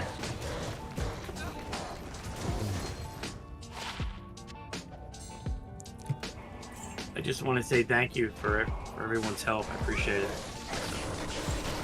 We are here Ooh, a to help caduceus. you. 1 second. Why did it not have the more than one? It needed the more than one, but It didn't even have any skills on it, man. there's a tiara. No I skill. work a tiara. A War axe. blue tiara. Work a door. Another 5 open-socketed war axe. Whenever you come to town, I'm Anybody wants a CTA base? There's one.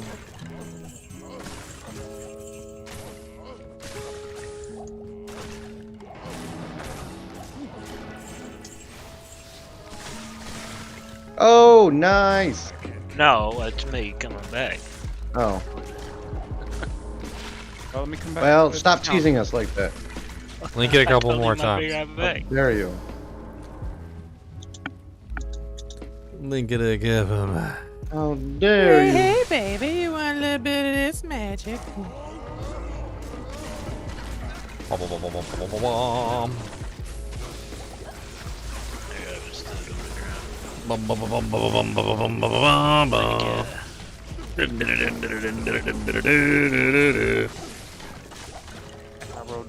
low on the defense. Oh well.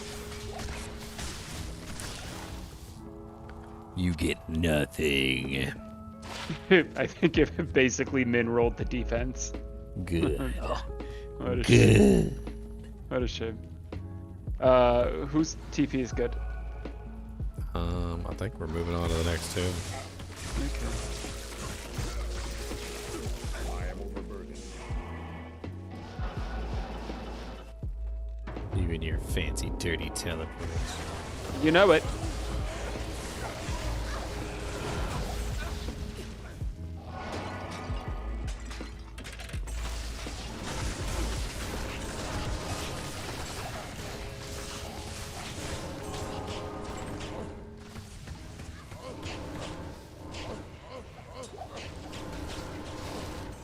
A Zweihander? I just horked a Zweihander out of a ghost.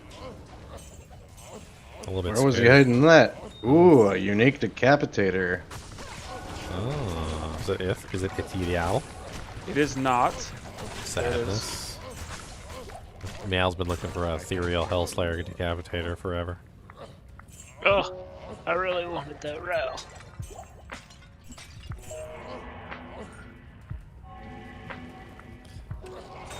Nobody opened the chest. I got it, I got it. I got all kinds of amethyst and no rows. You're working tomorrow, Craig? Oh, no. You don't know anybody that has like a mule with 20 rails on it? I probably got some rows. I probably do. I can drop you some rows. I wouldn't talk about myself that way, you know, but... How many rows you need? 1, 2, 3, 4, 5. Oh, Ghosty 6. Elite Pack, yeah. Yeah, Ghosties. Watch you die. Yeah, 6 over rounds. and over and over again. Well, I will use them. 7. I will use them. Any more now? 8. Yeah. Want some AMs? Here, have some AMs too. There's a Monarch. No, I don't want your AMs! I think this was the last one. There's still stuff to do down here. Yeah, I'm just saying. I got stuff to Oh. work. I got a message. What is my message? Your mom's a hoe. Yeah, I already was aware of that.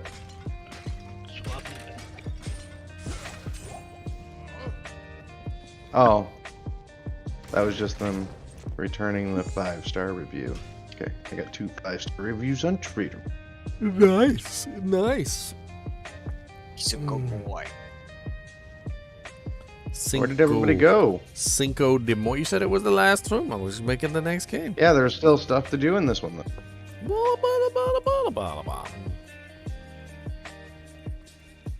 People got that selective hearing again. I got excited about stuff. More tunes. Oh, good.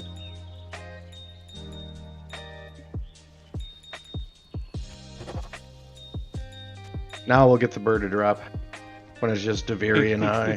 Do it. Gonna get the bird to drop. Gonna hit you in the sock.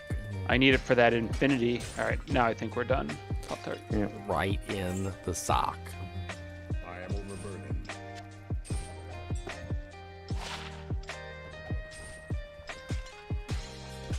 Yeah, I'm either gonna go with an Infinity or an Act 5 Merc with a Plague. For what? For my Mercenary and my Trapsin.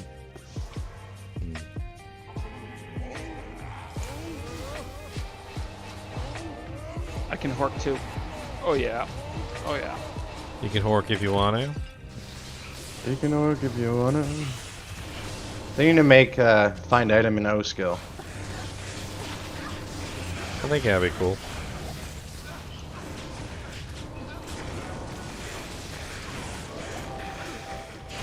I mean, they got teleport as an O skill and smite, Okay. not smite, but They can Fanatic- just make a rune word, no. call it Grave Robber. And just Yeah. put find item on there. Well, guys, again, thank you so much. I got to get going. My wife has some chores for me to do, so I got to get them done. All right. All right, thank you again so much for everything. Appreciate it. I just gamble with heroes.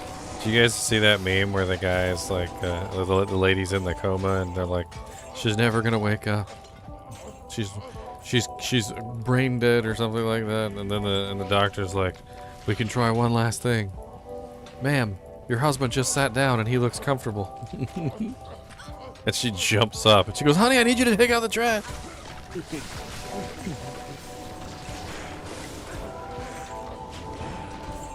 It's funny, that literally just happened. What, where you tried to sit down and relax and you immediately got given a chore? They're like, oh, don't you want to cook dinner for us? Yeah. Nice try. No. No, not really. So what's for dinner? Exactly. Sweetheart, it's Talrash's tomb. The worst one for me is that literally, like, they never want to come get food with me. Like, it used to be a thing with my family, like, when we went to go get food, it was like, if you wanted something, you had to come with us. Like, if we were going to 7-Eleven or whatever, like, you had to, or McDonald's or Burger King, or, like, you had to come with us. Like, we'll get you whatever you want, but you gotta come with us. That way we can chat in the car and we can, like, have a communal experience. They don't ever want to come with me. Never. Never. Go fetch.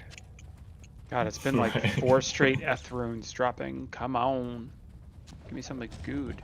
Yeah, like save some for the rest her. of us. Yeah, save Or some for the Cham, rest of us. you man. know? You know how good those F I runes like are if you Chams. stack them up real nice? If you put them together, like, 6,000 of them, sure. I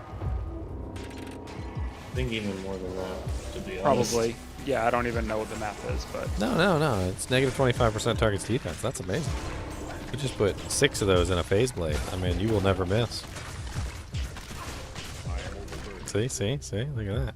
I'm thinking what your brain means. That's called the never miss blade. Grateful axe.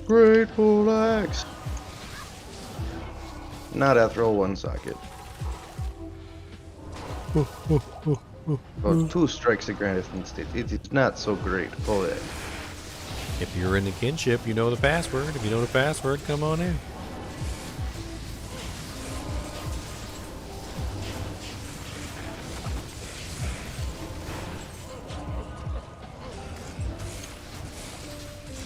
I take 8-hour nap before tomorrow, or I will stay up all day.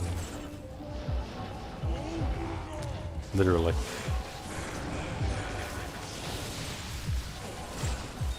Just go straight to bed. I'm like, see you guys, go to bed. Coma time. Rise from your bed like a vampire. Like Morbius. Time for Diablo. I remember one time I did do that. Like I think it was like a campfire chat or something I was supposed to wake up for, and I was gonna go take a nap. Freaking, I woke up like some sort of creature from the darkness, like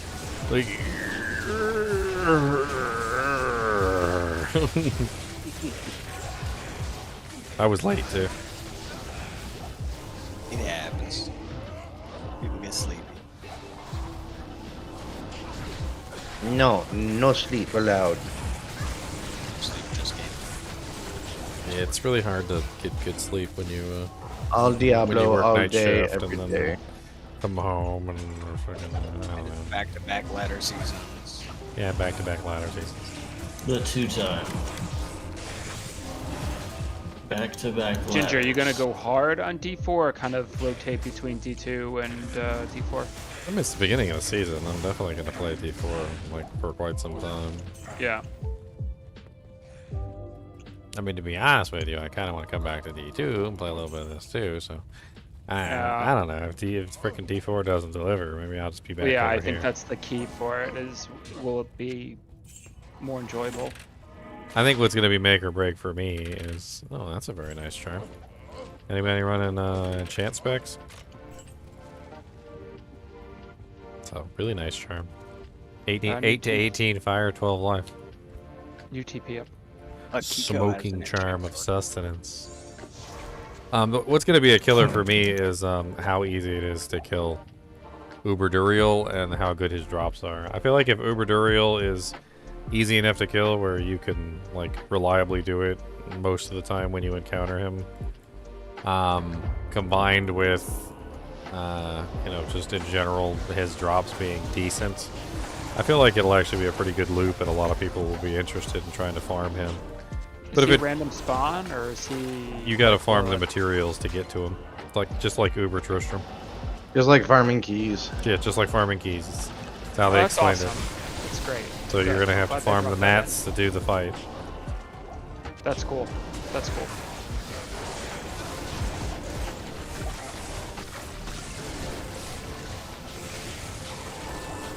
Time to pretend it's good for a week or so. You won't see me pretend. If I hate it, I hate it. I'll let you guys know. I was like when I played Last Epoch. Man, I couldn't stand that game. I was whining and complaining the whole time. I was like, why doesn't my shift key work? Why is my character moving instead of clicking? What is going on? I can't use my skill and move at the same time. There was so much wrong, and I just couldn't. When did you try playing it last? It was a while back. There was a live stream of me. I mean, I'm not really sure that anybody wants to watch me complain for like 8 hours straight. Because that's pretty much all it was. It was just basically me complaining for like 8 hours straight. I was thinking about trying it because after a couple people like Rax and all that stuff gave up on D4, they went to play Last Epoch. It's a very lifeless game in my opinion. I mean, Ever played Last Tupac? getting past some of the more silly things like the fact that the shift key doesn't work and the movement system isn't quite the same as what you're used to with Diablo 2. I mean, if you put that aside, there still just seems to be some really boring stuff going on with the enemies themselves. Like they're all like the same exact type monsters. I can't. I remember you talking about that. Yeah, I mean, I can't explain it more than just simply. It seemed like every single encounter of every single monster was like the same exact monster, and I don't know exactly what was going on there or why that would even be a thing. But well, that's the way Diablo 3 felt like because you were just so strong it didn't really freaking matter unless you're pushing. No. What I mean is, it's like every single monster was exactly the same. Like. There were basically monster types, and in those monster types, there were specific types of, like, there were specific monsters, like, say there was a heavy type, and then there was, like, a normal fighter type, and there was, like, an archer type, and then there was, like a little squirrely run behind you and blow up guy type, right? But, like, every single encounter that you had, no matter what the monsters looked like, no matter what their names were, the types were exactly the same. It was literally just, oh, look, that's just a differently drawn heavy type. Oh look, that's just a differently drawn squirrely blowy uppy guy. Like there was no actual difference between any of the monsters other than like a repaint with like some different graphics. It was literally just the same exact monster with like a repainted skin. Reminds me of Grandma's Boy, where he's like, why don't you just render them a different color to make them like, that's all they did. I mean, that's literally what it felt like. And in the beginning, I thought the monsters were kind of cool, and then after a while, I was like, okay, all the monsters are exactly the same. What the hell is going on here? Ooh, a night smoke bell. Nighty smokies. 50% damage taken goes to mana. 50%. That's the 50%. The percent 50. I give you about 350. 350%. Oh god. Amp damage, fanaticism, ghosties. Oh my gosh, they're fast. Yeah, they were real fast. They're angry. That's that hello to my little friends. Well, that'll make you chug a full rejuve just because. I backed up a little bit, let my merc tank it. Oh, that's a lot of beetles. Yeah, it is. Thought you said you like beetles. Not on a lightning stork. That's why we got you extra beetles. You said extra beetles, please. Maybe you don't know what you're ordering.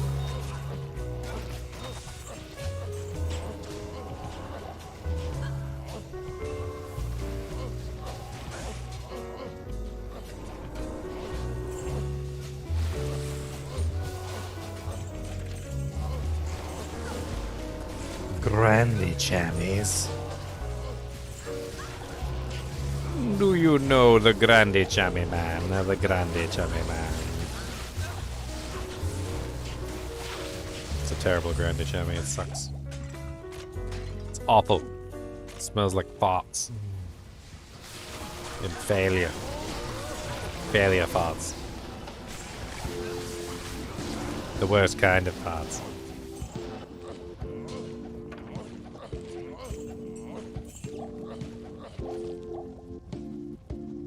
I still never forget the time when my mom freaking blasted my dad. He was just sitting in there There's watching. a Rune. He was just sitting in there Whatever. watching TV. That's all he was doing. My mom came in there, and I guess she was on a mission. She walked right into the room, turned around backwards, right in front of my dad sitting in the chair, and she just went like literally, it was like.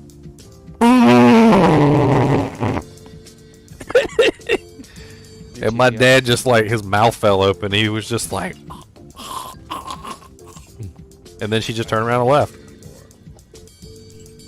And then my dad just started laughing. Crop dusted. Couldn't hold it in. He's just like, what the hell just happened? Is this the revenge for all the years? All the years you've been waiting. That for years, dude. She was ruminating it. She was ruminating it. She hadn't farted in decades. Decades. Just for that moment. Just for the moment. That's beautiful. Do not miss your chance. Definitely blow it. You gotta let it go. Go. Let the cheeks flap. Let it go. Let it go.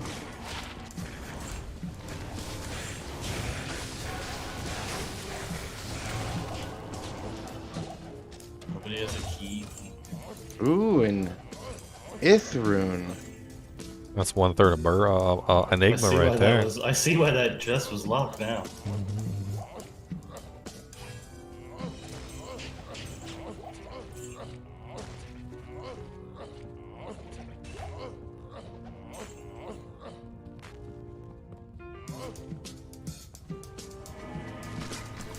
The fart smelled like Tal Rosh's tomb. Dang. I can't. Your mama's so old, her fart smelled like Tal Ross's tomb.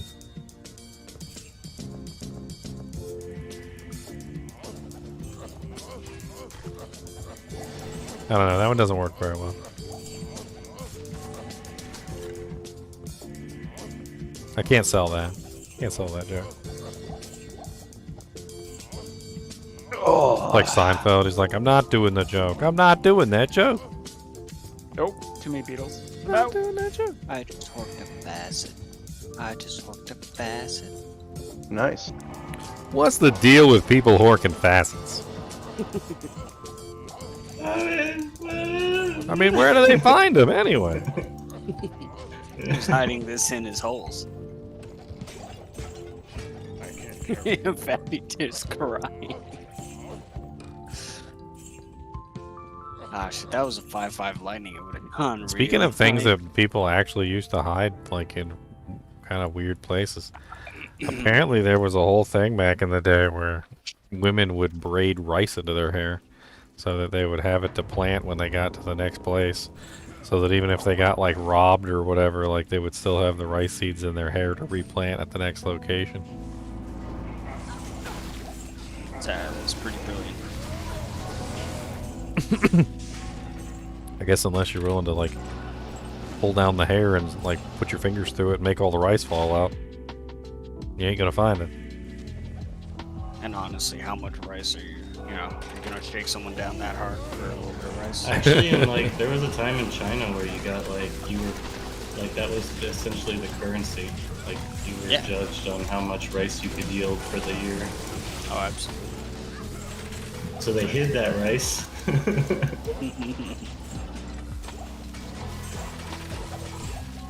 So that the people would eat next year. Nom nom nom nom nom nom. Oh, we were talking about books earlier. I actually read the better part of the Three Kingdoms. The Three Kingdoms? Yeah. Which Three Kingdoms? The Terry Brooks ones? No. It's almost like the Odyssey and the Iliad for ancient China. I forget the exact dates, but it's in the...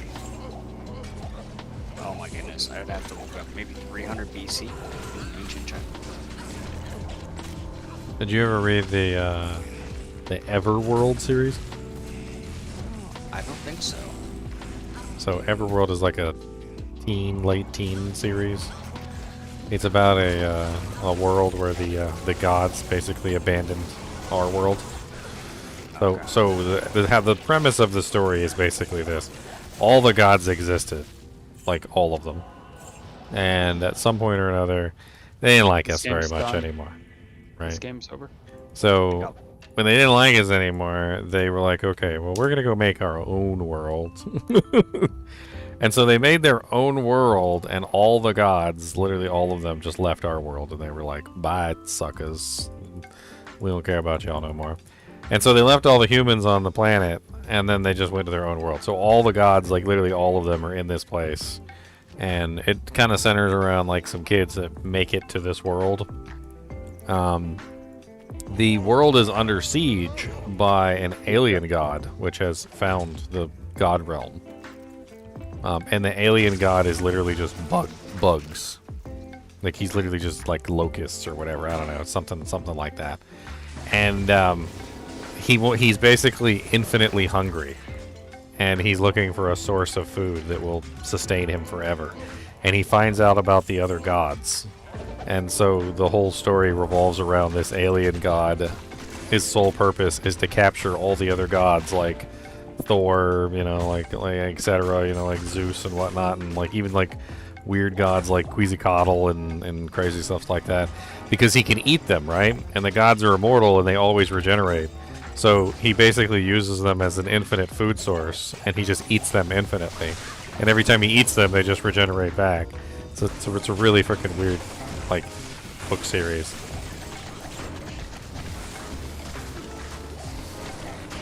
Kind of like infinite torture, though, right? Just, I'm sure they can still feel being eaten alive every single time they regenerate back. Oh yeah, lots of fun. Lots of being eaten alive, but infinite food source.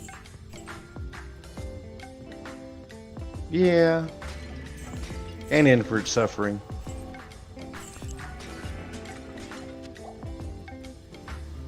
Banished. I knew that was coming. I heard her yelling at you, and you was being bad, and now you's banished. Come here. Sit down. Come here. Cody. Sit. Come here. What did you do? Sit down. Sit. What'd you do? Were you chasing cats? Why are you nasally? Don't be nasally. Stop licking. What'd you do wrong? You got banished. I had a friend that would always tell his dog to shut up and breathe slow, because his dog would be like, and he'd be like, shut up, breathe slow. It sounds so stupid.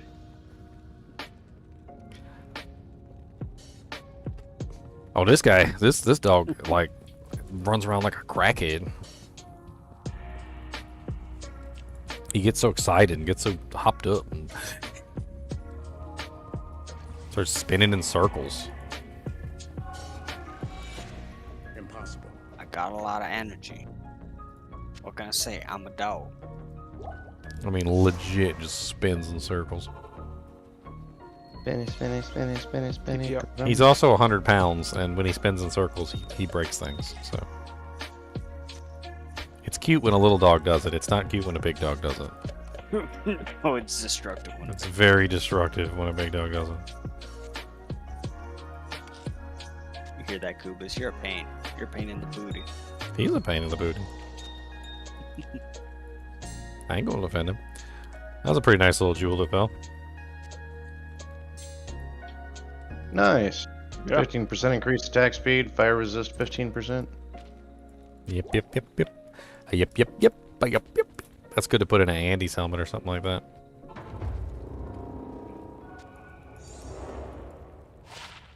An Andy's. Andy's helmet.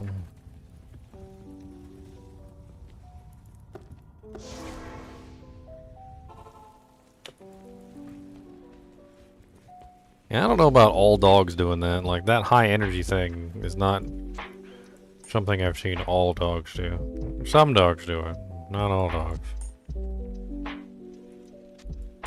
Yeah, I would need a chill dog. Some dogs are pretty chill. Yeah, some dogs are pretty chillax.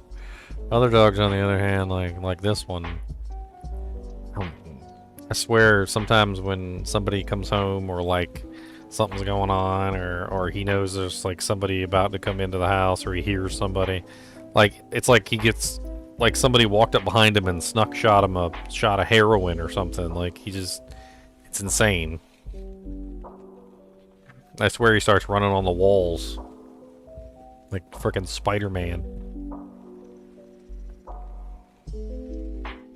That's right, spider dog, radioactive spider dog. Does whatever a spider dog can.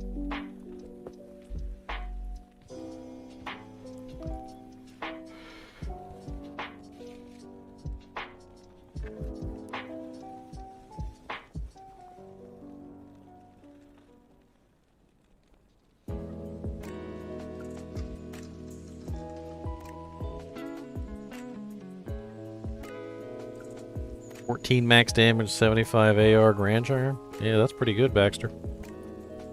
That's cap, isn't it? And it has to be double roll to cap out, so. TP's up.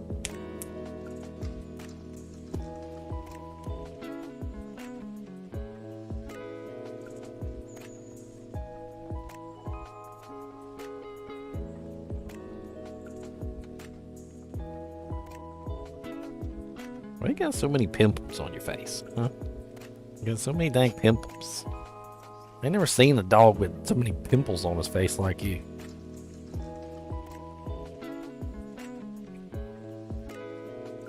Pimple boy. It's probably because you eat out of the trash can. That's right. We seen you eat out of the trash can. We ain't done. God bless it. When he was a puppy, that trash can was like his house. He lived in there. What's in here? Let me see what's in the trash can. Like Oscar. So I should have named him Oscar. Yeah. The trash dog. I live in a trash can. I live in a trash can. Gee, Oscar, you're a grouch. Cats too, just as bad. They freaking go in the trash can too.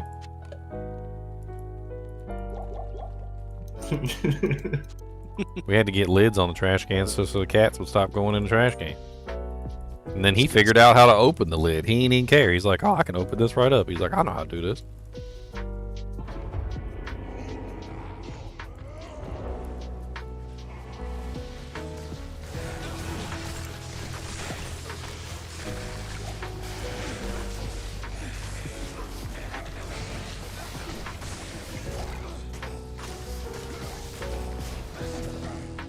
Are you sure he's a dog, not a raccoon? I'm not sure of nothing. He might very well be a trash panda for all I know. The trashiest of pandas.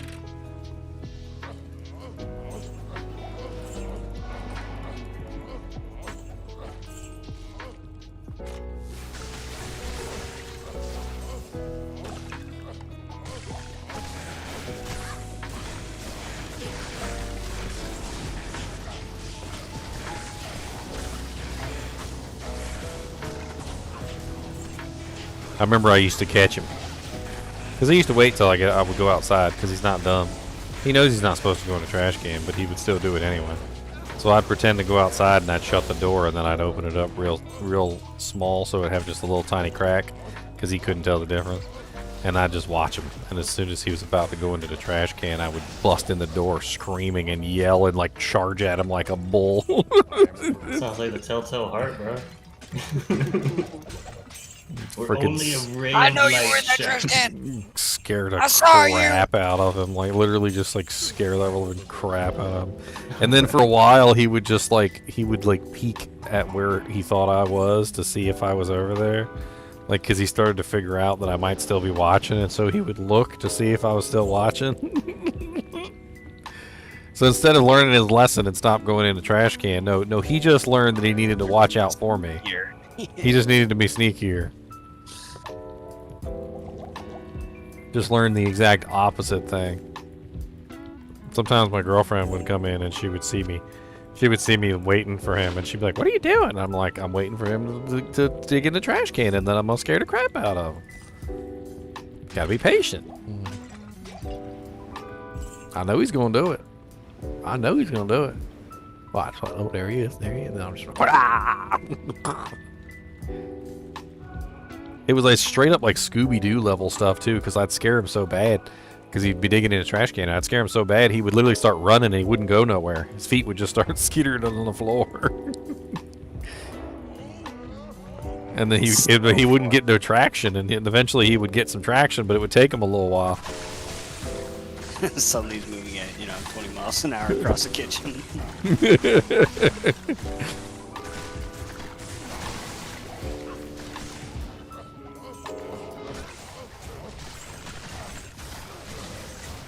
I tell you, I don't think he has ever once learned that what he's doing is wrong. More so that he just needs to adjust his methods to be more of a sneak thief. He always learns the exact opposite of what you're trying to teach him. You gonna be, let's see, you're training the sneakiest, most ninja dog. Yep, reverse psychology. He'd be like, "Oh, you don't want me to go in the trash can while you're looking. I see. It's disgusting to you. And me digging in the trash can is disgusting. But if I do it while you're not looking, you won't be disgusted." Yes. But it smells so good in there. Dude, he's like a cartoon character. Called like a You know in the cartoons where it's like some of the old Looney Tune cartoons and stuff, they'll have like the scent of an object will come out and will like waft along the room, and then we'll grab the animal by the nostrils and like pull the animal toward it. Like the cartoons? Like he straight up will get pulled by the scent of something. Like I'll tell him to sit and I'll have like some food on the table, and you'll straight up see his whole head just going like this. Like moving toward the scent, and his eyes like sort of like half closed while he's moving toward the scent, and he can't stop himself. Like literally as if literally the scent is pulling him toward the object. I must lick it. Oh, he licks the air around it like a snake. Like how snakes put their tongue out and like smell the air. Like he legit, like when he gets something, he just starts licking the air. I think he's imagining eating it.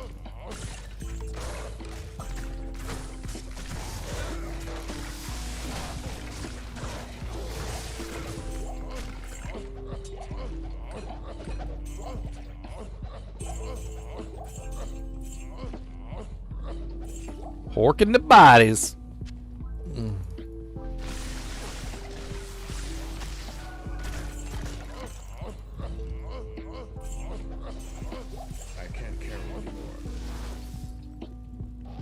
Pretty much falls over backwards, eyes half closed. Yeah. Was it just the other day I put some food down on the table and I made him sit because he knows he's not supposed to beg and he knows he's not supposed to steal. So I still told him, I did the command, sit. And he sits down like a good boy. He lays on the ground, right? And while he's laying there, his head is just like moving sideways toward the dish. And you can see his nose going. Like he just can't. I wish I had it on camera because it was straight up like comedic from like Looney Tunes. It's straight up Looney Tunes level The stuff. best one I've found so far. Looney Tunes. I got a Looney Tunes dog, y'all. If you need it. I gotta use this one now on this snake. I do have another one on the Does anyone? So, alright, I need an opinion. I have many. Yeah. I want to see everybody's butthole right now. Whoa. So I have a 14 EV Whoa. Dust Shroud. Or this superior mage blade. What character is it going on? It's going on a few probably, but my barb mostly. So I don't know. Oh, yeah, on the barb. I was about to say on a sorceress. I don't really like the way mage blade looks. But that'd be my only reasoning. Be right back. I don't like the way the Dusk Shroud looks on the Necro. See, the dust shroud I think looks good on the sorceress. It makes it look like she's not even wearing any type of armor. So He just looks like an old biker gang member when wearing the Dusk Shroud. Yes. The biker gang necro. Kubus.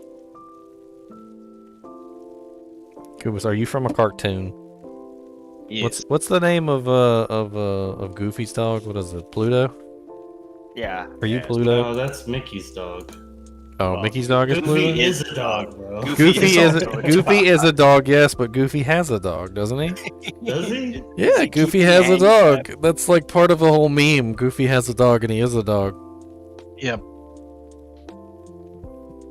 Dog is dog's best friend. Let's see, what's Goofy's? Pluto Goofy's is dog. Mickey's dog. Is Pluto Goofy's dog? Unlike most Disney characters, Pluto is not anthropomorphic and is actually a dog. He is Mickey's pet. Wait. Oh, I thought you said Goofy. I was like, what? I think I I don't prefer look the bad. mage blade on the barb. I could have sworn I've seen Pluto in the Goofy cartoon, like Goof Troop and stuff like that. Woo! No, that's not even the right. That's not even On right. the Goofy movie, I don't remember him having a dog. That was probably the last like Goofy thing I've seen. Well, Pluto's been in a lot of cartoons. I'll tell you what. Yeah, Pluto. Yeah, he's like straight up Pluto from friggin' Mickey Mouse.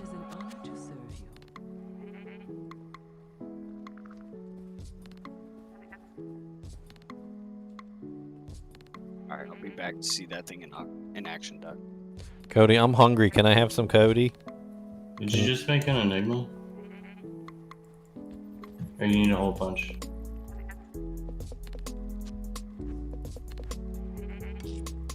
Hello? I have one. I have one somewhere. Oh, okay. You have a what? A whole bunch. A whole bunch of what? A whole bunch in a mage plate. Unless someone has an extra sexy one. Haven't found one yet. No, I don't have anything sitting on me. Not 3 A sockets. unique giant thresher. That is disappointing. Yeah, it's not ethereal either. I don't. Even if it was ethereal, it's still disappointing. Yeah, it's What's a good lightning resistance area where everybody's resistant to lightning? I want to see how much. I'm pretty sure that item made it onto one of my worst items in the game list. Lightnings in Act 2. Act guess- 2, like all over Act 2. Beetles. Oh yeah, beetles. That's a good one. Beat 'ems.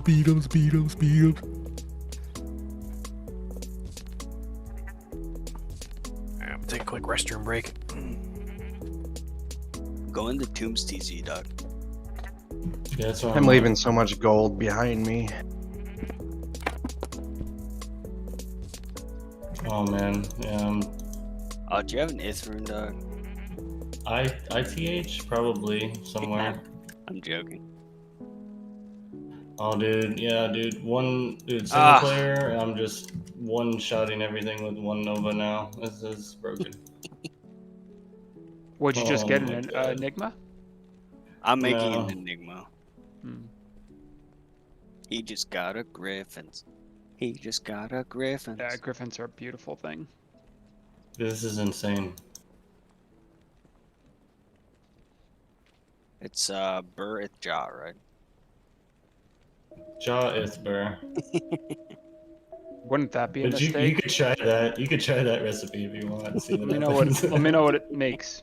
Curious. It's Magina. One of the most expensive mistakes ever, you can call it. Oh, my buddy messed up a Last Wish in season 2, I think.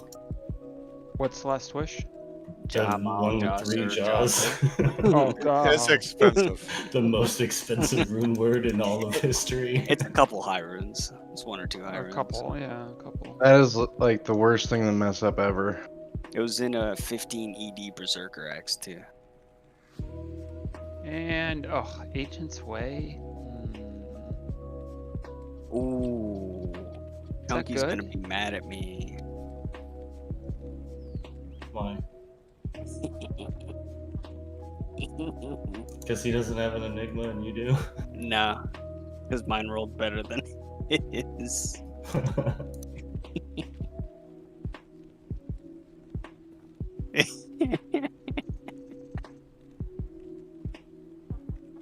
What's the thing that rolls differently on the Enigma? Defense. Yeah, defense, okay.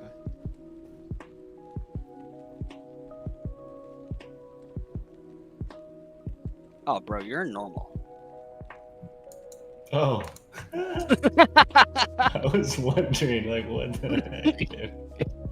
Yeah, it might help, Yeah. if you don't. Yeah, everything dying in one shot, bro. Yeah. That's why. It's Oh normal. my god, bro. What would I wear for best in slot for this build? Probably something like a Griffin's Eye diadem, maybe a dream helmet. I mean, it depends on if I'm magic finding or not, of course.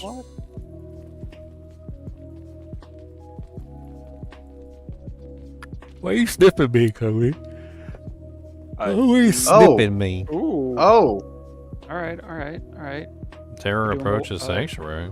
Yeah, walk right now. I think Okay. it's just that somebody just accidentally sold their SOJ. That's what happened. Is that all it takes to get walk? No, No, it takes a it's lot just- more than one. About 120. For it to go up a notch is a pretty big thing, unless it was just sitting right on the edge and somebody sold one Soj and it went up one notch. Is it 15 or 20? It's well, if you take 125 and you divide it by, was it 6 phases? That gets you. 5.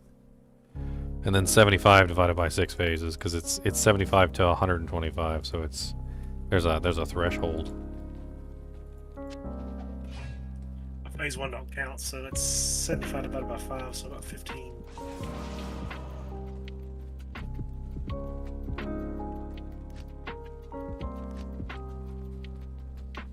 And I'll give it a couple minutes to see if the walk is actually going to happen or if it was just a mistake. Matter to me. I mean, it's switched to Ancient's Way Icy Cellar, so whatever. Yeah, okay. What are you in, 14? I'm just sitting here waiting. Yeah, I'm in 14. Okay. I'm gonna kill some ghosties. I'll do Ancient's Way. I like ghosties. I'm killing some ghosties in the arcane sanctuary.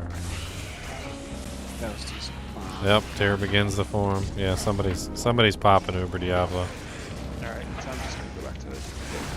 If it just went up 2 notches, so somebody's definitely trying to pop him. Yep. You hear that, guys? Uber Diablo walk on NA right now. Like it currently seems to be happening.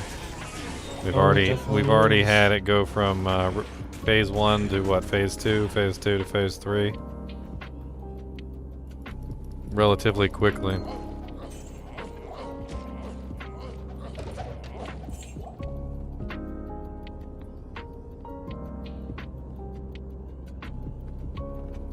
Cody, why are you always breaking stuff? I see you knocked over my toolbox, and now there's screws and stuff just all over the floor. Why are you even over there where my toolbox is, sir?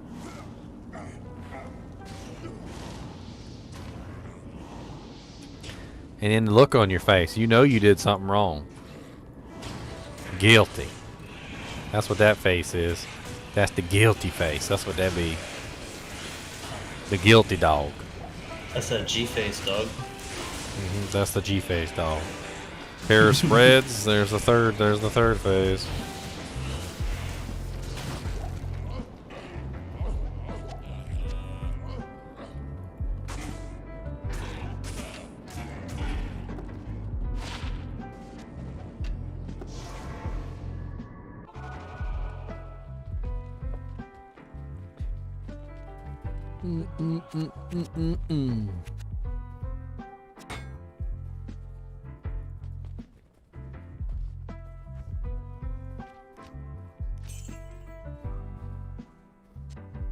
Well, I got plenty of full juvies, I'll tell you what.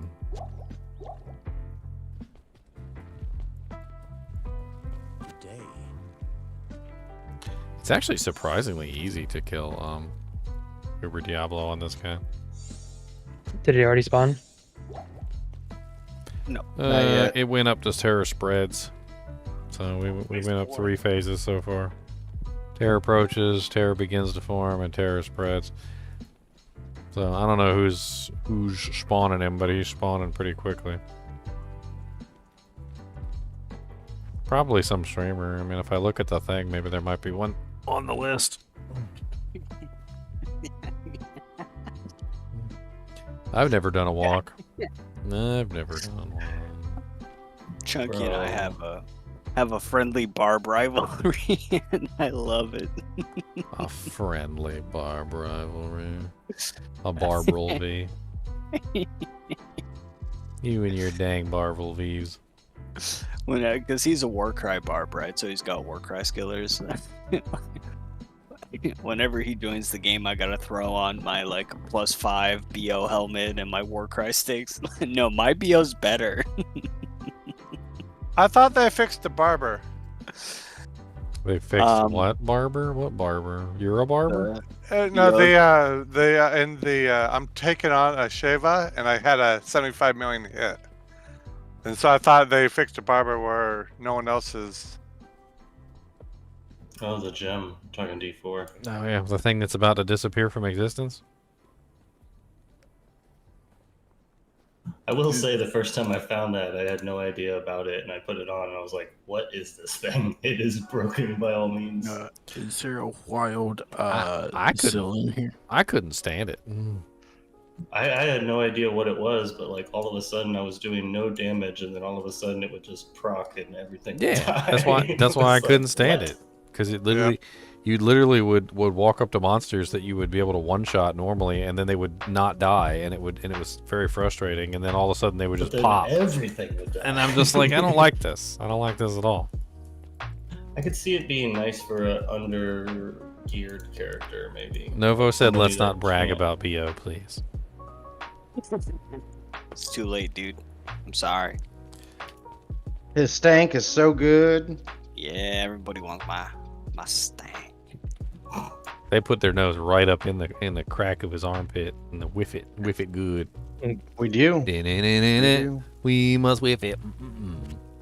I join a game and everyone's like, "Can I get your smell, please?" It's like cologne for them. And they cough like it's so good. So just because you smell like delicious calamari doesn't mean that. Oh my god. I was reading some story about a bunch of American sailors that got or not American sailors. Let's just say Caucasian sailors that like crash landed in Japan or whatever, and the Japanese government was trying to take care of them until they could get rid of them. And apparently, like in Japan, they have like regular baths. It's like a whole thing. You're like, oh, it's like a national pastime is taking baths. And the sailors were just like rank, like hadn't showered, bathed, anything in like months because they've been on The this ship. water's, For... like, brown, and they were so nasty that they literally and they wouldn't take a bath. The sailors refused to take a bath. They tried to, and so they housed them like really far away from everybody else because they stunk so bad. And then then one of the sailors went and got like a like hunted and killed like a bird or something. It was like a pheasant or whatever. And back then they used to take the pheasant and when it was dead they would hang it up on on a porch or something like that, and they would just let it sit there and like rot in its own juices for like several days.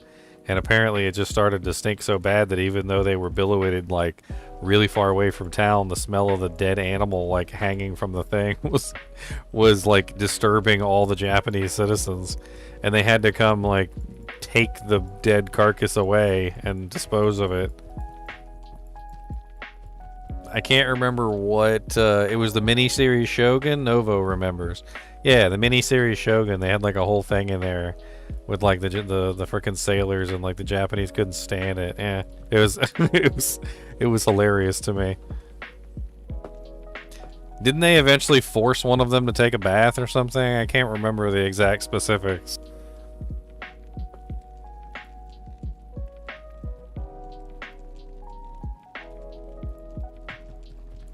I can only imagine though, like we're not talking about one guy. We're talking about like a whole ship full of people. You know, man, that had been at sea for months. None of them had taken a bath or a shower, and they're just all like all kinds of rank. I don't know how many men it was exactly, but it was probably like 20 or 30 men, and they were all just I don't even know how they could stand each other, let alone themselves.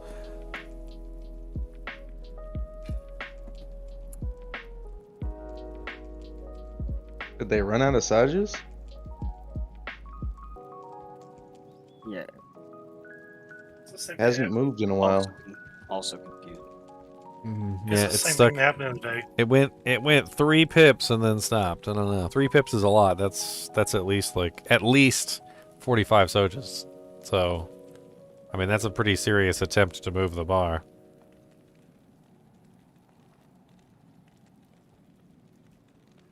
I'm back. Sup, Rack? Hello, can you hear me now? Hello. Nope. Okay, I just fixed my stuff. No, we were just purposely ignoring you. No, Discord was literally not showing my thing lighting up, so I had to fix it. Giggity. We hear you all good. Giggity, giggity, giggity. Is that a wild Zilor in here? Sure. Oh, I'm testing out my barb here in Trav. It's awesome. I mean, whoever it is could also just simply be, trying to spread out the time. Yeah. Trying to get as Yeah, many views and as they're many waiting likes for as they possibly donations can. right now. Yeah, we need like a $5 donation, please, before we can continue. Like, nope. Hey, it could be like that one Korean streamer who literally has everything on the screen and barely can see the game.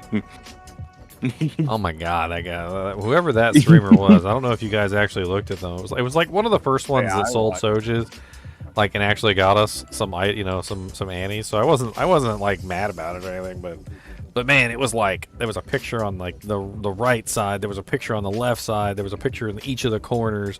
They had like something on the screen, and then there was like another one on like this part of the screen, and like you couldn't see anything. Like you legit His stream was just ads. You legit could not see anything. It was just completely and utterly filled with ads. And then every 5 minutes you had to watch 6+ ads. And then every single time somebody donated or put bits or whatever, it would cover up the remainder of the screen. That was the whole screen. It was absolutely insane.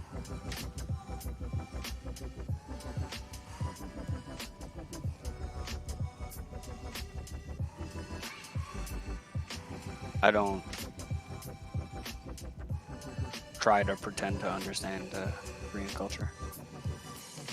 I don't know. You would think that if they're watching a stream, they'd want to see the stream. I don't know. No, they want to gamble while also watching the stream, Hmm. while also doing something else. Gambling, huh? Yeah. No word on Uber Diablo yet. It seems to be stuck at or halted at the 3rd stage. That's the 3rd stage, right? Or is that the 4th stage? Fourth. 4th stage. So 4th is here, about to spread. well, 5th is Yeah. about to be unleashed, and 6th is unleashed. So Terry's spreading throughout. Never mind. Yeah, Terry spreads across Sanctuary. That's 4. yeah, so we're pretty close to spawning him. We just need like 40 more sojas, I think. Yeah, someone go sell some. Nope, I only have the one I'm wearing. I just sold 30. I don't know what you guys are talking about. They're just trying to look through all the pages of the stash tab to find out which one would be easiest to sell, I guess. I just finally got rid of my SOJ mule, so save me some space, bro. Yeah, just sell that SOJ. Yeah, I just got I just sold word 6. from my Asian botter. He's about to give me 200 stash tabs of SOGs to sell. How they get that many soldiers? How you do this? You do this for me? Let me do this for you.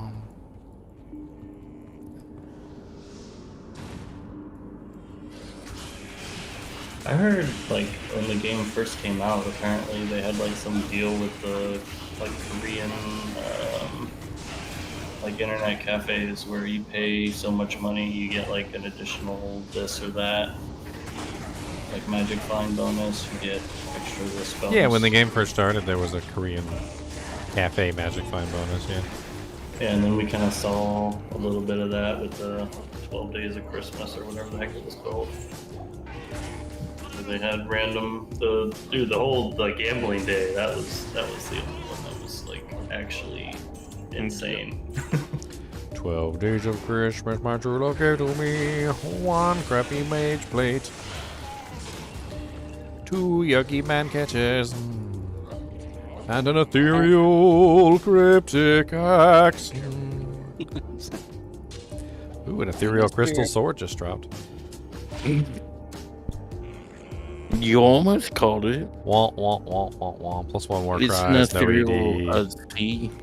That's pretty terrible. It's got zeal charges on it. That's about it. I'll be here right now.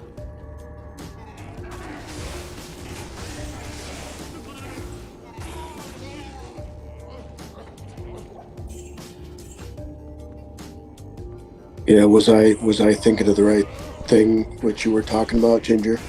Which one? Shogun? Shogun, yeah. Yeah, I'm pretty sure that's it, yeah. I think you nailed it. Okay. My memory's terrible, but yours apparently works. I had the miniseries on DVD. It was a good miniseries. It was. I liked it a lot. If I remember correctly, doesn't the captain like end up like embracing Japanese culture? Like he takes a bath and then like he gets like he gets accustomed to the Japanese culture, and then he goes back to his men and he realizes just how nasty they smelled. Yep. And he's like, "Oh my god!" Yep.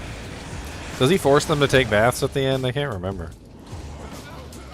I don't remember that bit. Like I was saying, I thought that the other men had died or gone away, but I guess you're right, because he had been taken into the ruling children's house, I think. And Yeah, he was forced to take a bath. Yeah. Yeah, well, he was, and then he goes back later, and he sees his men, and his men are like just, like absolutely rank. Yep. I mean, I've smelt myself after like a good, like ridiculous amount of work, like 10 hours straight of hard labor and stuff, and sweaty and nasty. I can't imagine what they would have smelled like, a whole group of men like coming off of a freaking boat and none of them want to take a bath or nothing. Yep. It's like before the invention of soap.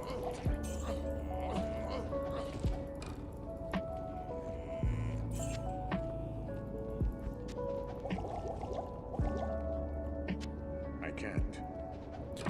I gotta admit though, I don't understand the whole hanging the animal thing. Like that one kind of confused even me. I didn't know what the hell they were doing. Like why would you let it rot like that? If I remember correctly from preparatory practices, I think that it wasn't to let it soak in its juices. I think that it was to let the blood drain out. Yeah, but wasn't it up there for like several days? Yes, but you got little pockets of blood that are still in the bird. I think. I could be wrong. But it could also be a fermentation thing, sort of. Yeah. I don't know. Could be right. That's something I guess I need to learn. I need to learn. I can't carry anymore. They definitely weren't making jerky, let me tell you what.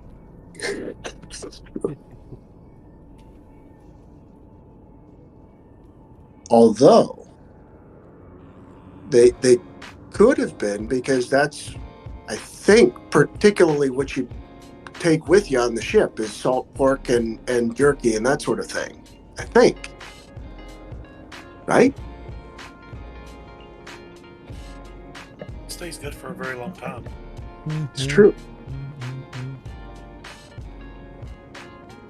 Because they didn't actually take quote unquote bread like we would know it today. It was what they call hardtack, I think, right? Or am I mistaking that on marches? Maybe on both, I don't know. Hack is like bread that hasn't had a chance to rise properly. It's basically no yeast. I thought hardtack was like crackers. No, it's bread. Yeah. I mean, crackers basically is bread. It's kind of, it's similar. Yeah. But crackers Similar. is somewhere in between like bread and yeast, bread and hardtack, because hardtack has no yeast in it, and you'll notice that crackers usually do have bubbles on the surface. Right. Hardtack has no bubbles. Okay. And it's quite hard. It usually you have to mix it with something like a soup or a coffee or something to soften it up a little bit before you eat it. Otherwise, you just end up breaking your teeth. Yeah. And especially in the rarity of good dentists in those days, Good dentist consisted of somebody who would pull your teeth. That was it. Yes, pull your teeth, preferably with either a lot of substance that would, dull your senses, or, make it go really quickly. Yes. Yep, drink your snake oil and then pull your teeth. Mm-hmm. I think it was whiskey. Yeah, that worked too. Or you're laudanum. Yeah. You got some laudanum. Nothing Was like whiskey or tequila? Nothing like a little crack cocaine mixed with some water. Yeah. Now we're talking. The stripper diet. If I don't get my laudanum, I'm gonna get the vapors. Oh my. The vapors. The polite way of saying gas. The posh southerner. The vapors.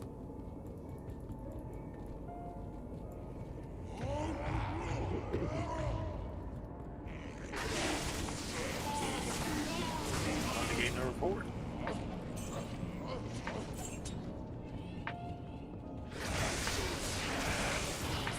I can only imagine what kind of stuff would go on being on a boat for so long and not having any kind of sanitary conditions, though.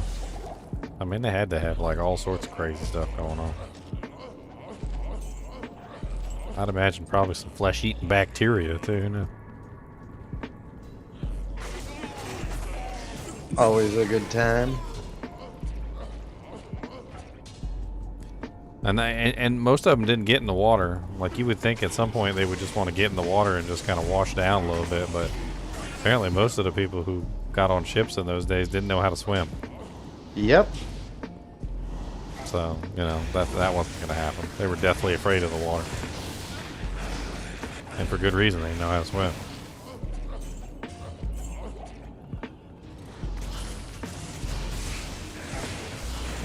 Which is terrible if you ask me.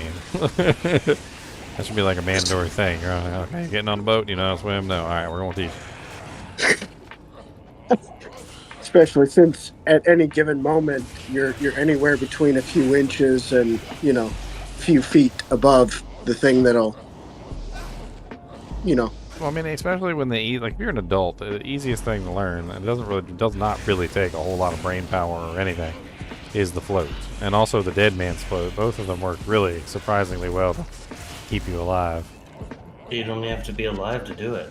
I mean, you just have to know that relaxing your body works. Now for some people you can't. Some people can't float. It's actually a thing. It depends on your muscle mass. Your muscle mass, yeah. If you got like insanely large amounts of muscle mass on you, you're screwed. You're like sexy squiddy. Sink like a rock. Because you're higher density. Well, yeah, fat floats and muscle doesn't. It's just how it works. So, but you just need a certain concentration of fat, and you can usually float. Salt water also helps a lot. If you've ever tried to float in fresh water and you couldn't, that's not a big deal because most water is salt water anyway. So when you're in the ocean, there's a saline content, and the higher the saline content, the easier it is to float. There's actually a whole lot of problems that come about because of the buoyancy issues between salt and fresh water. There's like traps and stuff that submarines get caught into. Like they'll be in the ocean and it's salt water and they're rigged for salt water. And then what happens is there'll be a freshwater spring coming out of the underground water. So it's pouring fresh water into the salt water.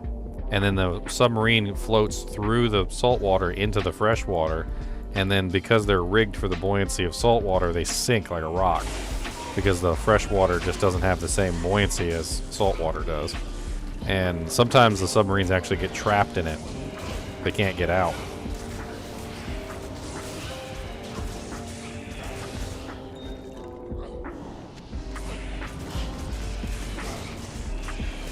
It's pretty interesting stuff. Like if you ever go to a, you know those like sensory deprivation tanks and stuff? They put so much salt in the water that you could float in basically like 3 inches.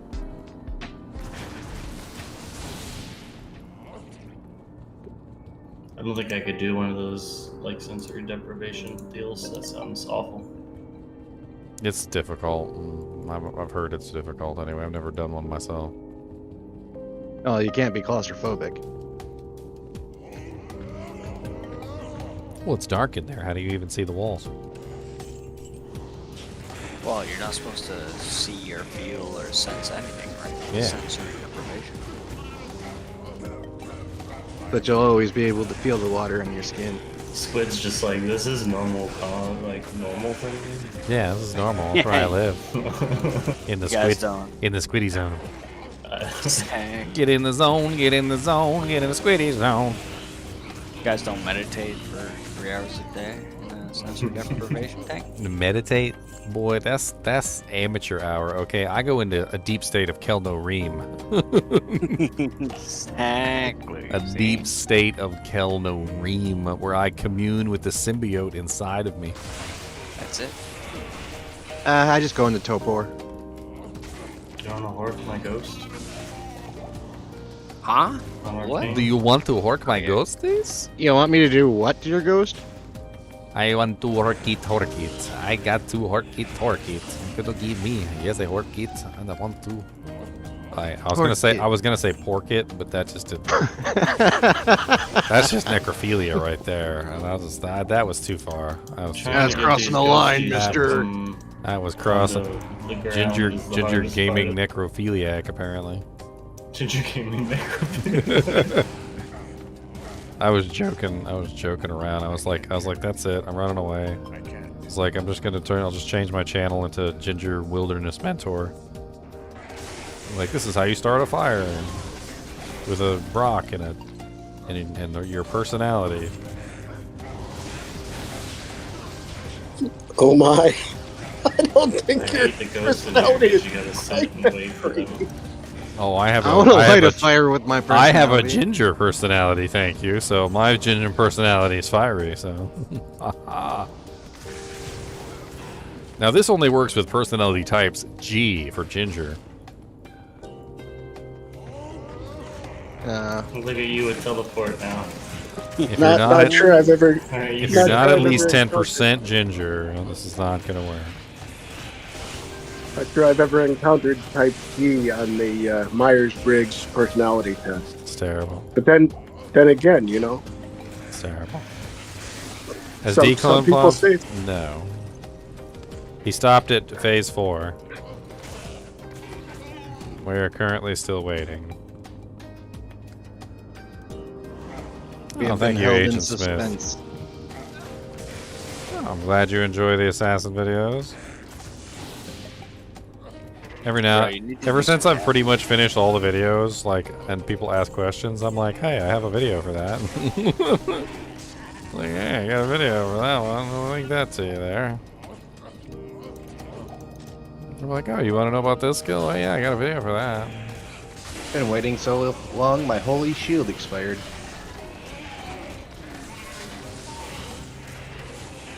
And it lasts for 905 seconds.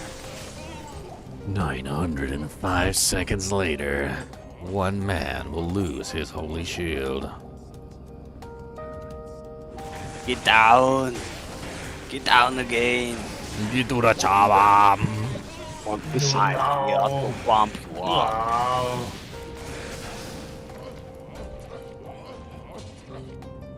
I even ran chaos while I was waiting.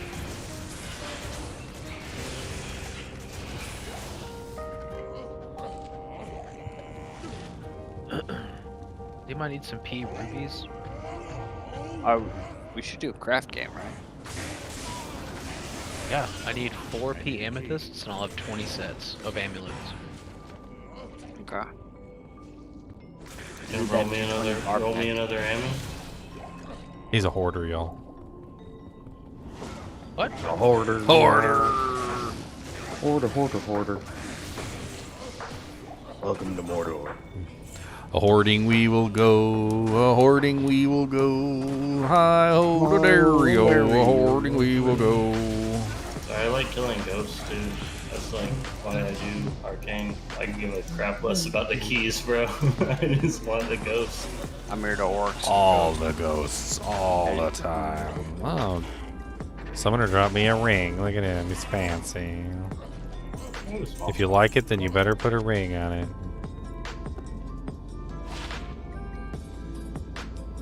It's a terrible ring. I'm turning down your proposal, summoner. That body got a job room. Yeah. That jank is not at least. That jank is not at least 4 carats. I put a craft game in the chat. Boom. You gotta kill these, dog.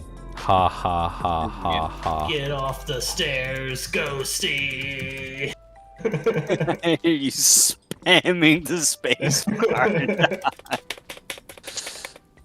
You gotta hit it with all your might. Exactly. I guess I'll just go to the arcane sanctuary while I'm here. Theory crafted a summon trap sin? Sounds like fun, Agent Smith. Bro, I gotta summon Nova Sword. Check this out. See, he casts Nova and he summons a Horker Barb. It's crazy. Check it out, bro. Now, summoning a Horker Barb would be quite a challenge there. my spirit wolves. Yes, you can BO them. I could never do that by myself. Yeah, Yes. I can buff them. I'm here to pump you up. Yes, to pump me up.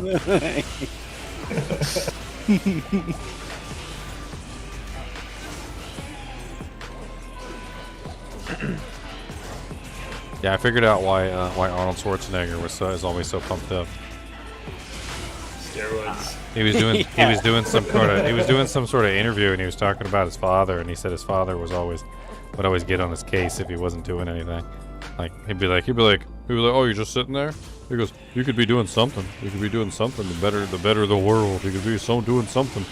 And he's like, and Arnold's like, even today, he's like, I'll be laying down in bed and trying to relax, and I'll hear my dad's voice, and he's like, why are you laying down? You could be doing something. Like, so that's why Arnold's so ripped. Like he never relaxes because he's got his dad's voice in the back of his head all the time, telling him to get up and do stuff. He's not allowed to sit down and relax. What are you missing here? What are you relaxing for, you jerk face? You could be helping an old lady move across the road. Yeah, I'll be right back. Apparently, where he grew up in Austria, like it was common for the younger kids to go chop wood for the elderly, so that they had wood during the winter, like so they didn't freeze to death. And so that was also something that he would, like, his dad would make him do all the time. Instead of bodybuilding, he'd be like, "Why are you bodybuilding? Go chop wood for Mrs. Cranston next door." And he would just go chop wood. That was how he built his muscles.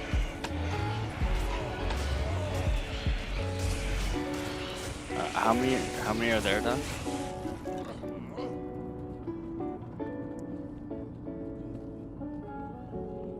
How many dogs there's? Yeah.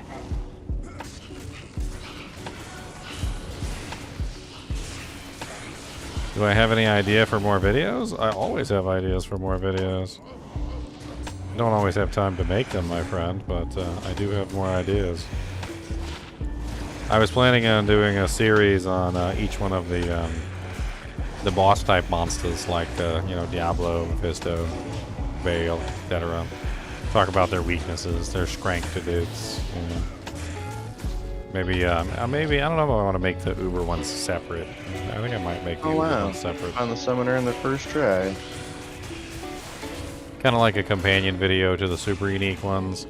Where the super unique ones I went over all the super uniques, but this one would be more so like each individual boss.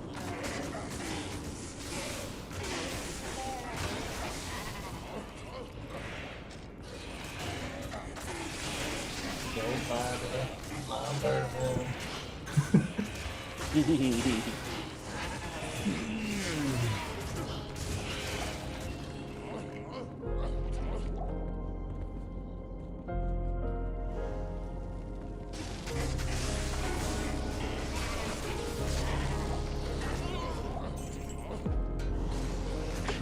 So rude of them to leave us hanging like this. Just a little tease. Just a little decoy tease. It got everybody to stop their bail runs. Yep. Me to gamble some ammies now. Yeah. I'm almost to 93. I'm halfway there. Cool.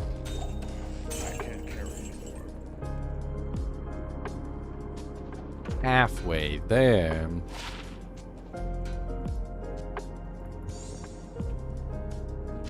I need a key. Who's having blue balls? What the hell's going on? Whoa, whoa, whoa, whoa, whoa, whoa. Whoa, whoa, whoa, whoa, whoa. Whoa. Wow. Whoa, whoa, whoa, whoa. Bo, bo, bo, bo, bo, bo, bo.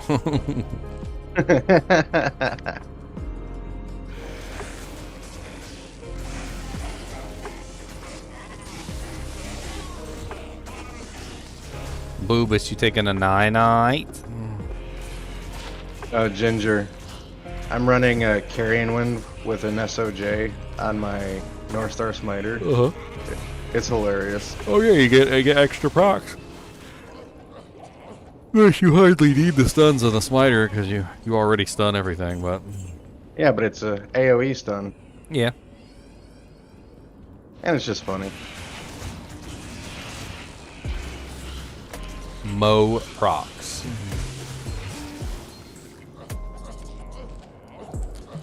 A shell rune. Okay, I guess. I do like a shell rune every now and there. Rune, gonna put it in the bear rune.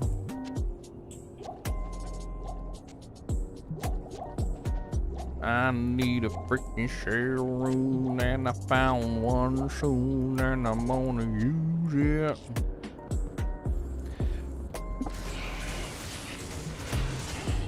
Come on, ghosties, be nice to me and give me a burr rune. Come on.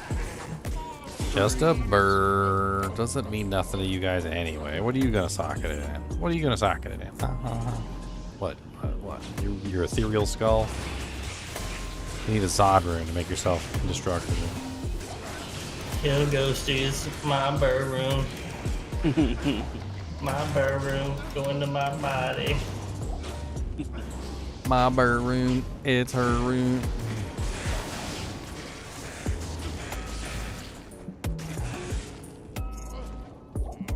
Bro, someone just dropped me nothing! So declone hasn't happened yet. I stepped away for a couple minutes. And he hasn't done it.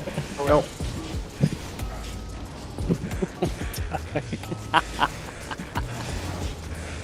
Welcome to the Diablo cheese event. I mean, they didn't say nothing about it, son. I worked 10 hours! All I'll be back in a minute. It's all good. I'm just restacking full rejuvies on my smiter. Yeah, I guys used to listen to Jerky Boys back in the day.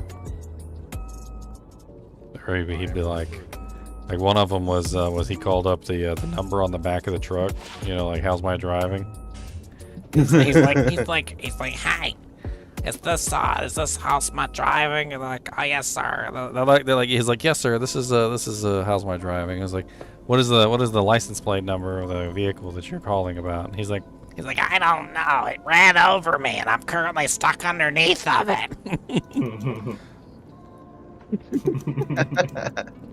All I saw was the 1-800 number before everything went black.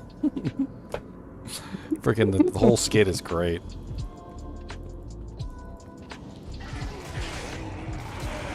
Yeah, they were very funny. There's a lot of memorable skits in my head right now. Oh yeah. Good stuff. Your daughter come to my house today and she kicked my dog. She kicked my duck.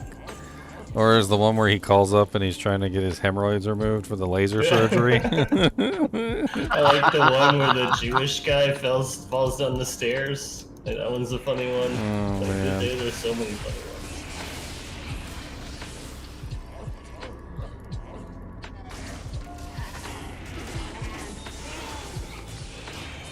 Jerky Boys.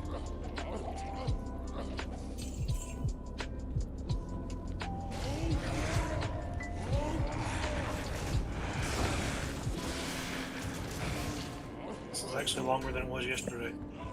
Oh wow. 2 to Paladin, 5 FCR, 13 all res, 18 MF. Some of the voices they did were great too. Yeah, the Saul Rosenberg You guys voice get is any Barb? iconic. Emmys. What did you say? What Barb? I was asking if they're crafting any barb amulets. Oh, they're crafting? He said crafting barb somewhere. amulets, like they have the power to craft specific class amulets. They're just going to be I crafting didn't mean like that. amulets, and then if the barb one pops up, I mean, sure, they'll certainly post it. I mean, it's basically just completely random. Could be sorceress, could be Amazon, could be barb, pally, could be anything, could be nothing. I've rolled some god tier no skillers. Like literally just like everything in the world you'd ever want on an amulet, but like didn't have plus the skills. Massive amounts of resistances, like freaking like 20% faster casts, like the whole kit and caboodle, but no skills.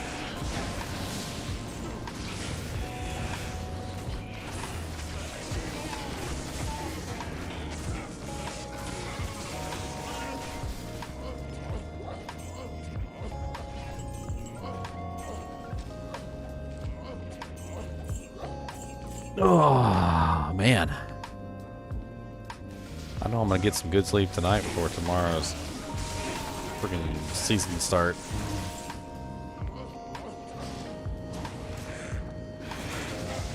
Hopefully. Knock on wood. Cody said, I heard a knock on it. What was that? I said, there's somebody at the door.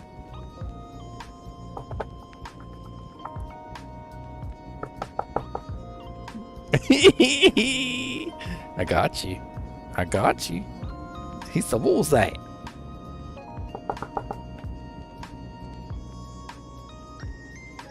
So you can't fool me, sucker. I grew up on the mean streets.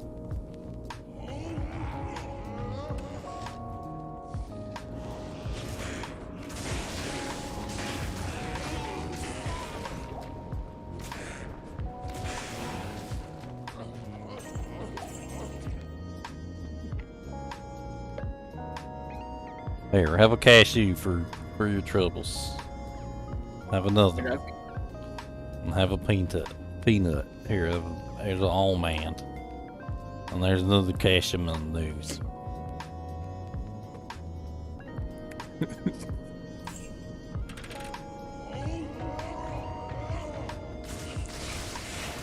I swear, he is so food motivated.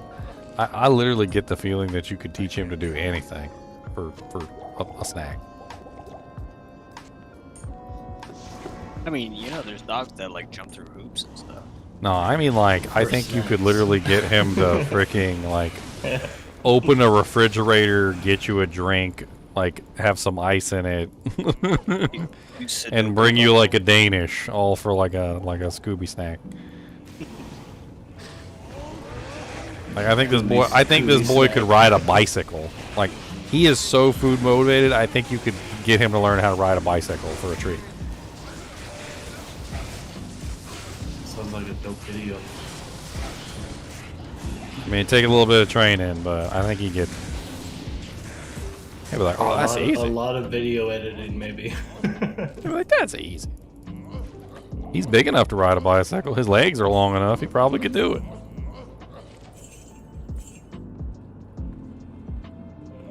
He's looking at me like right now. He's like, I heard the word treat like 3 times, and I didn't get not a dang treat.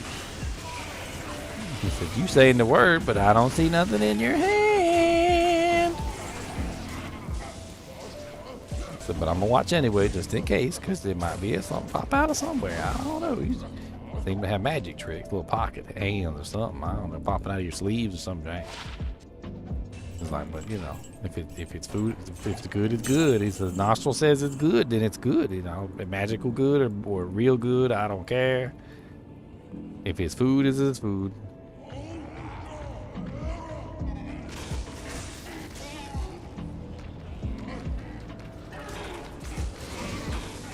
I like to make him jealous just by pretending to eat nothing. He gets mad at me. He wants some of my nothing. Just hold your hand out like this, like you got something, and you just stir like this. There ain't no snacking there. You're tricking me. Cody, you want some? Cody, here. He's looking at me like, you son of a bitch. Think I'm gonna fall for that. Sorcery? He said, think I'm gonna fall for that for the 30th time. Says, you dang straight I will. Could be something in there, you never know. Never wanna let it pass you by. Never know, and I don't. He cheats. When you like hold two things, like one in like you have nothing in one hand and something in the other hand, and you hold them out and tell him to pick one. He just cheats and he sniffs both hands and figures out exactly which one it's in. Never gets it wrong. Never gets it wrong. All it takes is one sniff on both hands and he figures out which one has the treat like that. Little cheater. So you gotta switch the treat between two hands a bunch of times before you stick it out there. And it smells like it's in both.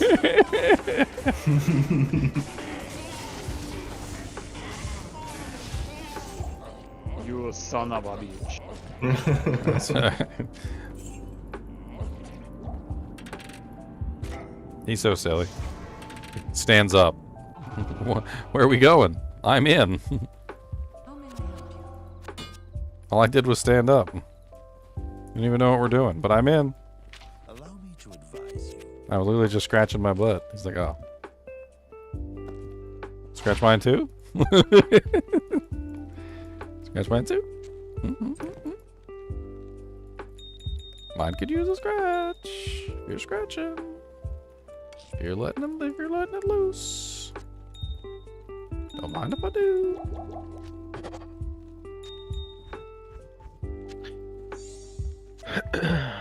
Alright, I think that's all I got. You want me to do the rings? Oh, I did about 8 of them, and then I think I ran out of jewels. I need Hello, jewels. boys and gals. Boys and gals, Spirit Mans. It's guys and gals, thank you. You guys are in a normal game, right? Or no? Yeah. I got plenty of jewels. You could also do hello squirrels and squirrelettes. Hello. Hello dogs and dogettes. What up, dog? Hello hello dog. Dog. Or who let the dogs out? Woof, woof, woof, woof.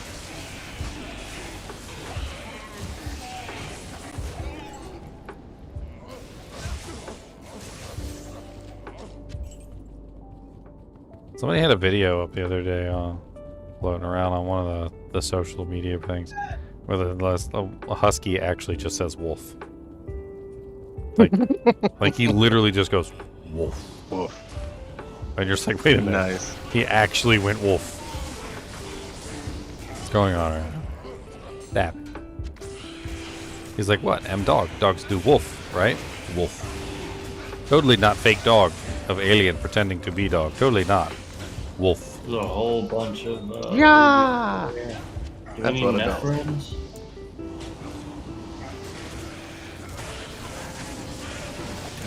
Do we need nephrons? One here, 2 here. There's 2 over here. I think we need nephrons. There's a bunch of rubies over here. Is anybody doing ammies? Who's doing ammies? I got. There's about 7 soul rings left. So. I got 4 P ammies. Yeah, I'll take those. I'm doing those. And over here, like southeast dash, southwest. Some more rows. Southeast. I got a lot of rows. God. I can drop more rows too. Just not. There's 2. And there's 2 nefs. That's all I keep now are rows, nefs, ams, like anything craftable. What do you want? Amethysts. Should be just like. anywhere. I'll pick them up.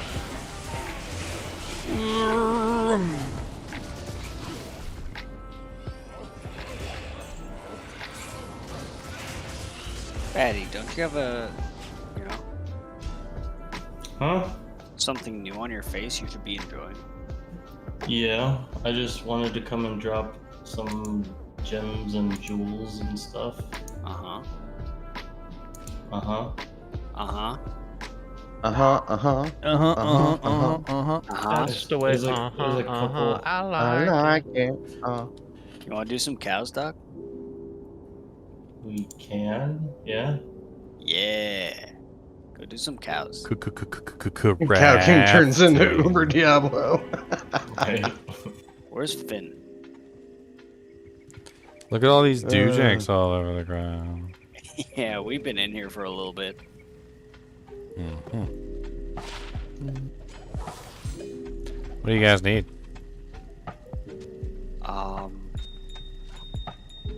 Whatever you feel like crafting. Here's a couple flawless amethysts. There's about 30 amulets up here. Like 20 something. Holy crap, let me check Another some of these 15 out. rings over here. None of these are good, I'm assuming. Yeah, they're all plus ones. I hate that. Why is crafting so awful in this game? I have one decent one. If Finn, where's Finn at?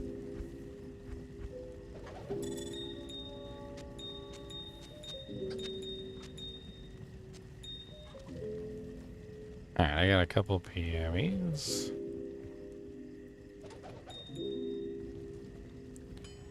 A couple P emeralds. Couple P rubies. Looks like we got a bunch of P rubies on the ground. Do we need AMs or like AMs is what you need for those, for the amulets? So you can get the run walk speed. I got a bunch of AMs. I got way too many AMs. I'll drop a couple AMs up here by the rubies.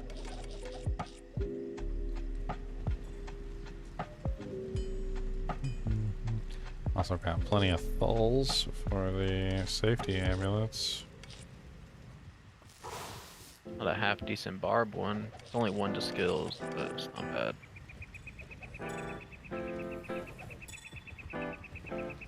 We don't need any more rowels, do we? I think I heard you guys saying you were full up on rowels. I will take all the rowels. I think I might have already dropped all my rowels. Oh. So I got a bunch of towels. By the fire, left on fire. Somebody need a Amazon.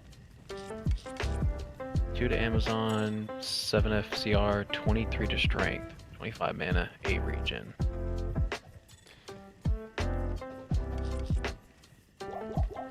Alright, bunch of that. Some jewels. I think I got some jewels. Some junk jewels. There's a couple here and there.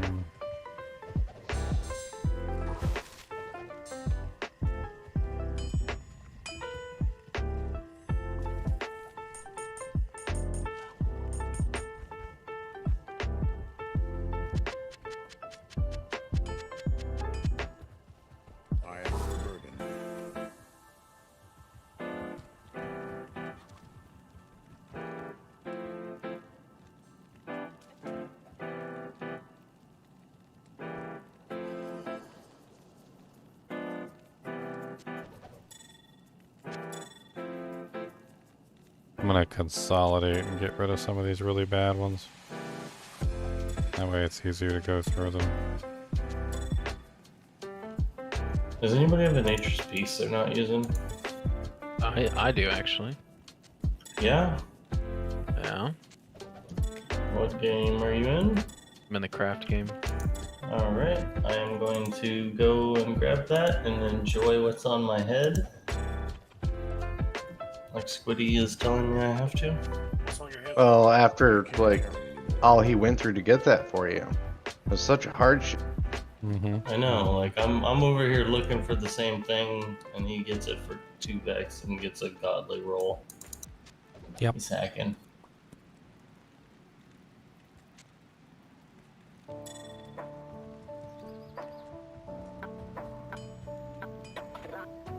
Oh crap. Did I join the wrong game? Maybe. I think I did.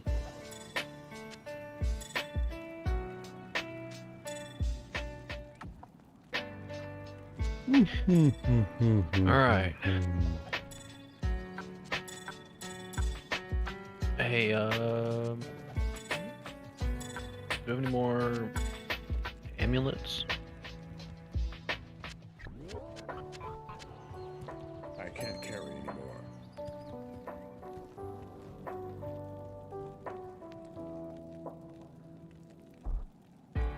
Where is this game posted? I just joined off Squiddy last time. It's in chat. At 7:32 p.m. Oh, it's in this game. Oh, okay. D2R kinship ladder chat. Wait, What were you looking for? What are we missing? I need amulets, Row runes, and P amethysts. So if you need about 17 amulets. 17 amulets. All right. I'm running you through all the ones on the ground to pull out the garbage ones. I mean, we could drop the other ones in a swap game. Yeah. Anything that's not garbage.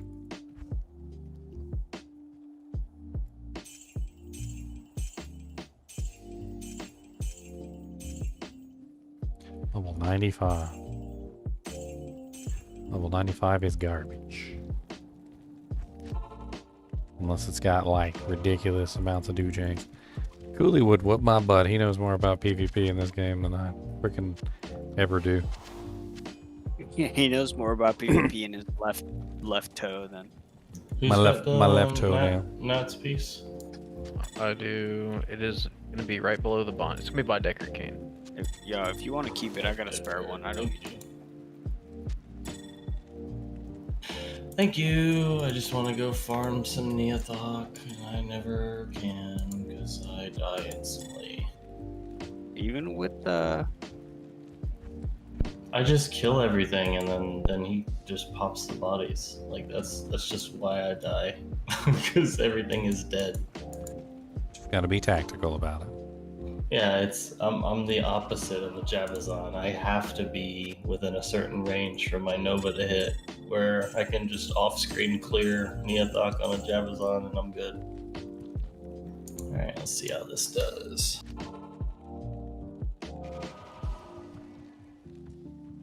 Alright, my Merc really doesn't do much but give me life, liberty, and happiness.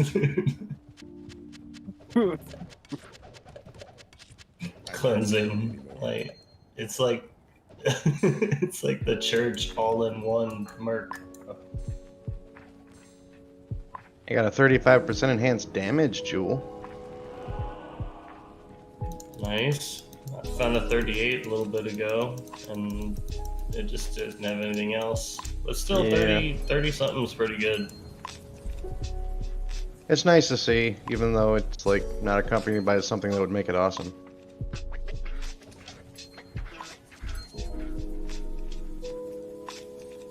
Alright, I think that's it for the amulets. Crafted about 35 or so.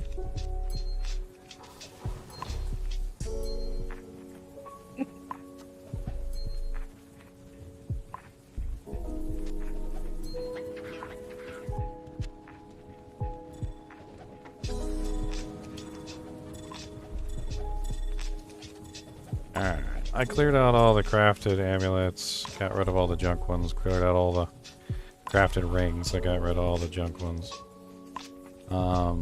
Only things left is ones that are halfway decent, probably swap material or, you know, if anybody needs one. It's not halfway decent ones in there, it's like a nice little magic vine amulet with all resistances on it, some other interesting stuff. Just unplug before the final blow.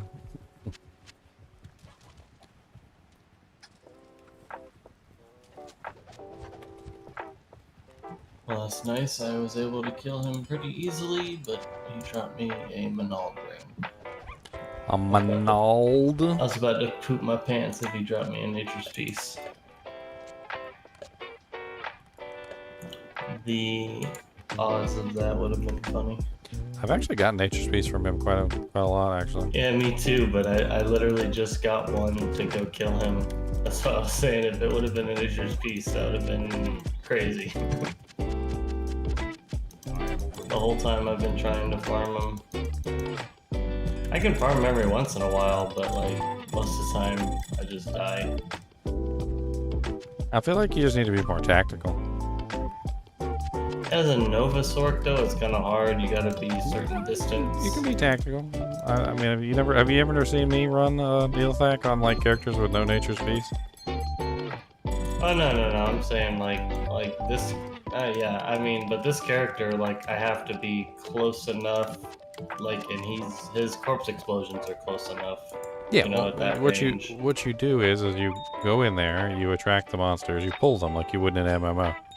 Yeah, and you and then pull what you them do is you all pull them to the away. corners, and then once you get them to pool around the corner, maybe using your mercenary or whatever it is you got, you pull them around the corners, and then once you pull them around the corners, you kill them all at the corners, and that way when you go in there and you fight Neelithak, the corpses aren't all piled under his feet.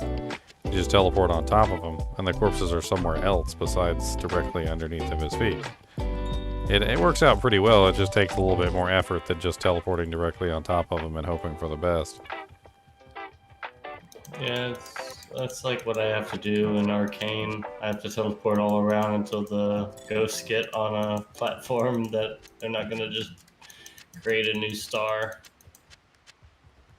I mean, I do it all the time with my merc and stuff. I'll bring them to a corner, and then once I have them in the corner, I just kill them all in that corner, and then a lot of the times I'll go to the other corner to avoid any possibility of body contamination. Sometimes it's not possible, but because it kind of depends on how the outlay is. Like you can't lure the succubuses, and the archers don't want to come to you either, so you kind of have to kill those in place, which sucks. Sometimes you just can't do it. Like there's a couple times, depending on the monster varieties, it's just like, yeah, this isn't really possible.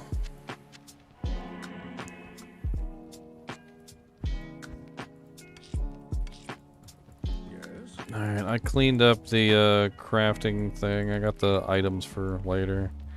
Well, there's a T-strokes in here. I guess I can grab that. Somebody needs a T-stroken. Stroke. Wait. That came out wrong. Nobody's getting a T-stroken. Nobody's getting a T-stroken. You guys are not getting nothing. Oh, come on. Nah. You can't just, like, no take back. Nah. No take backs. Working us nicely.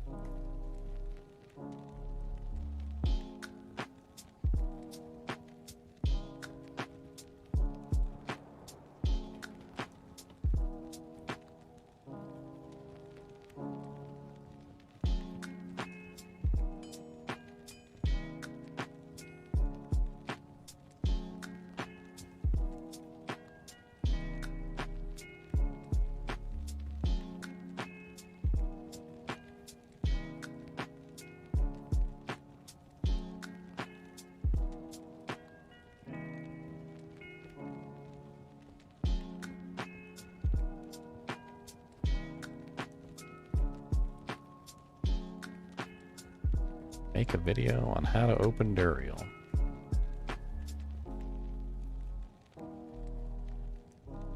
I kind of already did, didn't I?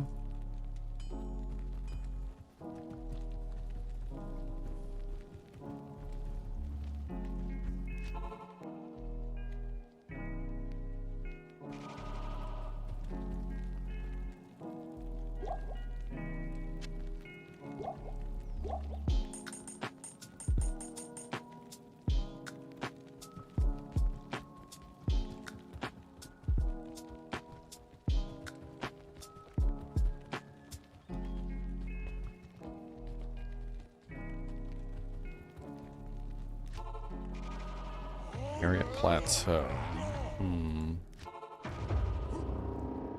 Which means Buttface is terrorized. I can't. Actually a pretty solid farm. Buttface the solid farm. Also known as Buttface. Buttface. I'm kidding, it's not Buttface. It's Thresh Socket. Ow, he hits hard.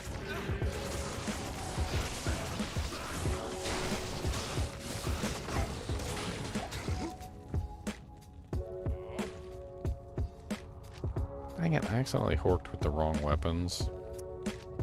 How many ists for a Vex usually? Is it 3 or 2? Hold on, let me tell you. Hold on, Squiddy got me this new link. Alright, hold on. Very well. Alright, what are you looking for? How many ists for a Vex? 2 to 3 ists for a Vex.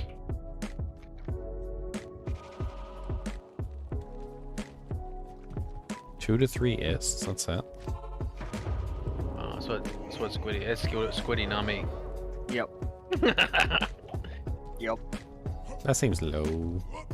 It's 3 ist. Well, if you cube up 2 ist, you get a gull, right? So gull ist for vex. And two gulls is a vex. Yeah, so if you're gonna break Which is 4 ists is a vex then? Yeah, if you were gonna cube them, right? Yeah, if you cube. Right. If the going rate for Talrosh's amulet is a vex and I can get it for 2 ist, that's a good thing. Yeah. Yes. Okay.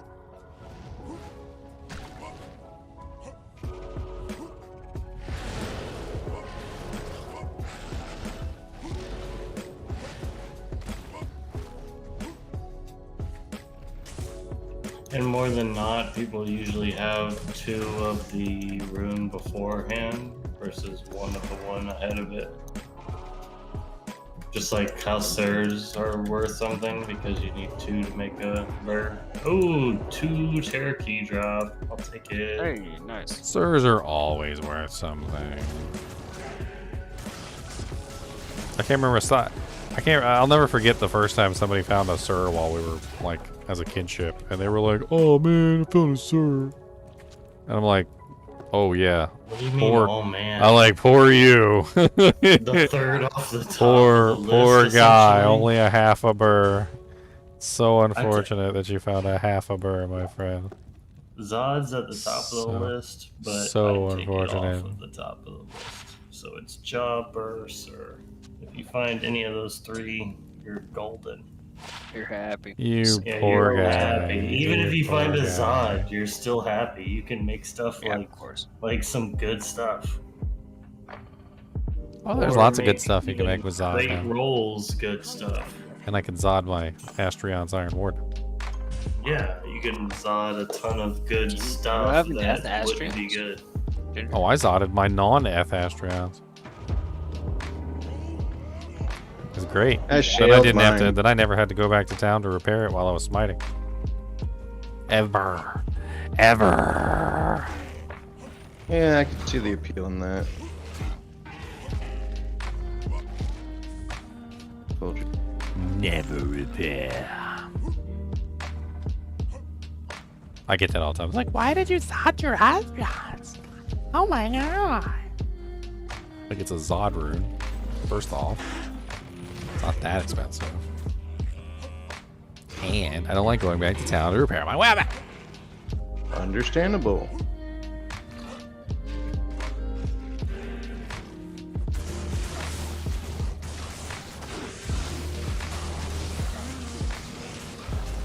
Because Talent Amulet is a very low level drop.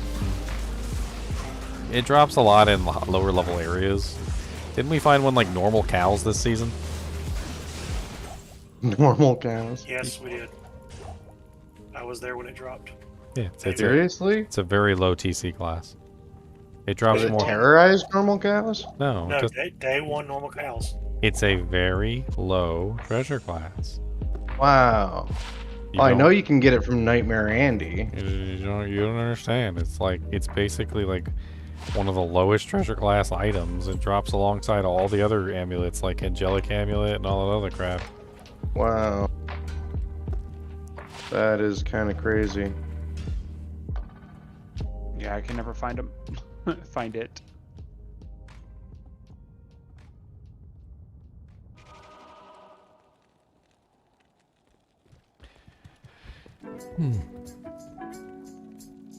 I'm killing Yeah, you. because unlike with uniques, you can get multiples of the same set that drop in the same game.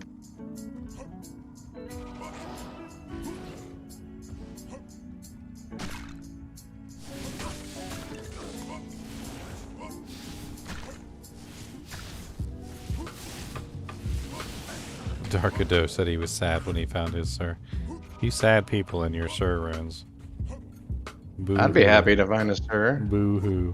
That's like complaining you found a $50 bill on the side of the street instead of a 100. Oh man, I only found a $50 bill on the side of the street. Could have been a 100.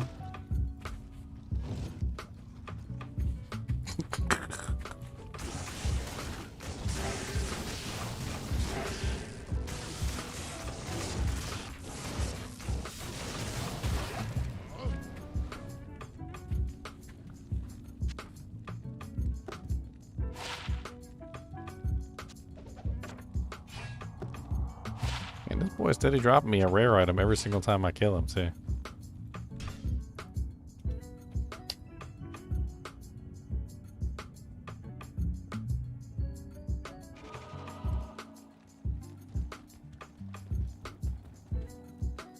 For some reason, our source was couldn't wear it immediately. Yeah, because it's level 64. So despite the fact that the TC class is really low, don't let that fool you. It's still a level like 64 amulet. Impossible.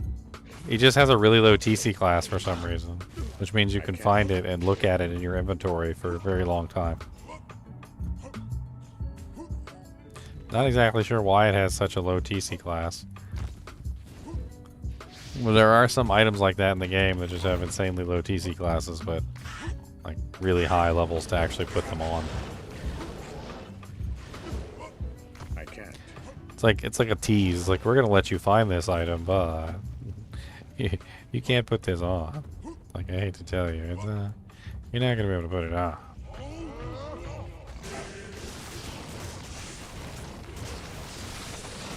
He was also hammered in 67 for me. Ancient coming and difference. Couldn't put it on.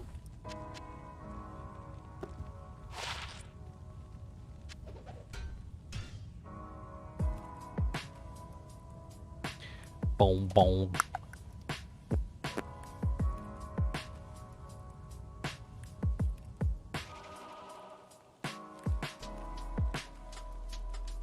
Now to find decent shooters.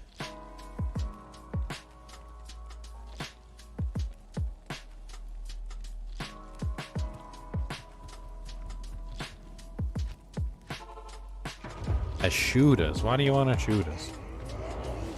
Magic find set for the lightning sword. I don't think a shoot us is worth it, to be honest. Don't think so? Just keep the crescent moon and be done with it? If you're lightning, Yep. yeah. Yeah. For lightning, yeah. For fire, Issues is really good. I mean, it's okay. I'd prefer a Hodo, to be honest. Or if you were going for damage output / magic find, if you can deal with the Aki, it's better off. You're better off just putting a fire facet in an Aki. Yeah. Yeah, if you want magic find. The fire skill damage doesn't really give you anywhere near as much as it actually says. Neither does the lightning. Yeah, for lightning you go Hodo, Crescent Moon, or that's it. That's it. That's it.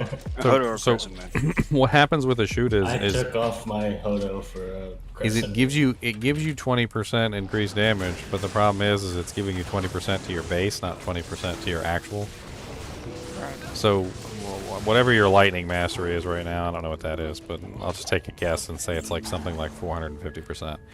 So if you're dishing out, say, I don't know, let's just run a number real quick. And let's say you have like a base lightning damage of 1,000, right? And then you have plus 450% to that, which brings you up to like 5,500 lightning damage, right? Where are you getting 450%? Oh, these skillers. Yeah, okay, I can see that. But the 450% lightning damage that brings you up to 5,500 is lightning mastery, and the 20% lightning mastery that's on the Ashudas is also lightning mastery. So it doesn't give you 20%. Oh, another terror is about to be unleashed. It doesn't give you 20% to 5,500. It gives you 20% to 1,000, the base. So it's actually giving you a lot less than you actually think, because it doesn't actually stack cumulatively on top of the lightning mastery. It just adds to the lightning mastery, and so then it just gives you an extra 20% on top. So instead of giving you 5,500 plus 20%, which would be a pretty big number, it's only giving you 450 plus 20, which brings you to 470, and then it goes 1,000 plus 470%, which is only going to bring you up to 5,700. It actually ends up being a lot less than what you actually think it's going to be, because it doesn't stack properly. Wonder if they want to make us wait another hour before they finally pop it. I'm telling you, whoever's doing it is milking. They're milking it, man. Milking it. Yeah, but what does Hodo give you instead? Resistances. Res. Just res. Huge amount of resistances. Yeah, but if you're doing that much damage. Castrate. I mean, you could theoretically, if you used Hodo instead, you would have more than enough resistances, and you could focus on like a Jmod armor or something with multiple facets. You could go a number of ways besides just simply going Ashudas. You lose, yeah, no, for sure. If ES you really wanted to optimize, I had a what build you're playing. If you could work ES in there, ES. I had a Jmod for fire damage. The only additional thing that Ashudas gives is castrate. You give cast, yeah. It gives It's like you what, castrate. 10% or something, or does Hodo give the same amount? It's 40. It's 40. They're Yeah, both 40. it's both 40. That's why it's so contradictory. It's such a toss-up. Yeah, it's such a toss-up. And The thing about Hodo though is you don't get the facet, which is why I think Yeah. you're probably better off with Aki and facet. But the Aki problem is of course that it randomly teleports you around. Yeah, no, but if you don't the other Aki problem is need the res when you got ES, you don't need the res. So the other problem with the Aki is it gives you 30 cast rate instead of 40. So running Phoenix becomes a little bit more complicated. So instead of running 2 SOJs, you have to run an SOJ and a cast rate ring. But cast rate rings can also be absolutely epic. Also, too, a lot of people I feel sleep on the Whiz Spike. Like, Whiz Spike and a Spirit is pretty. You're max res, like, in hell. It's game over. No, absolutely.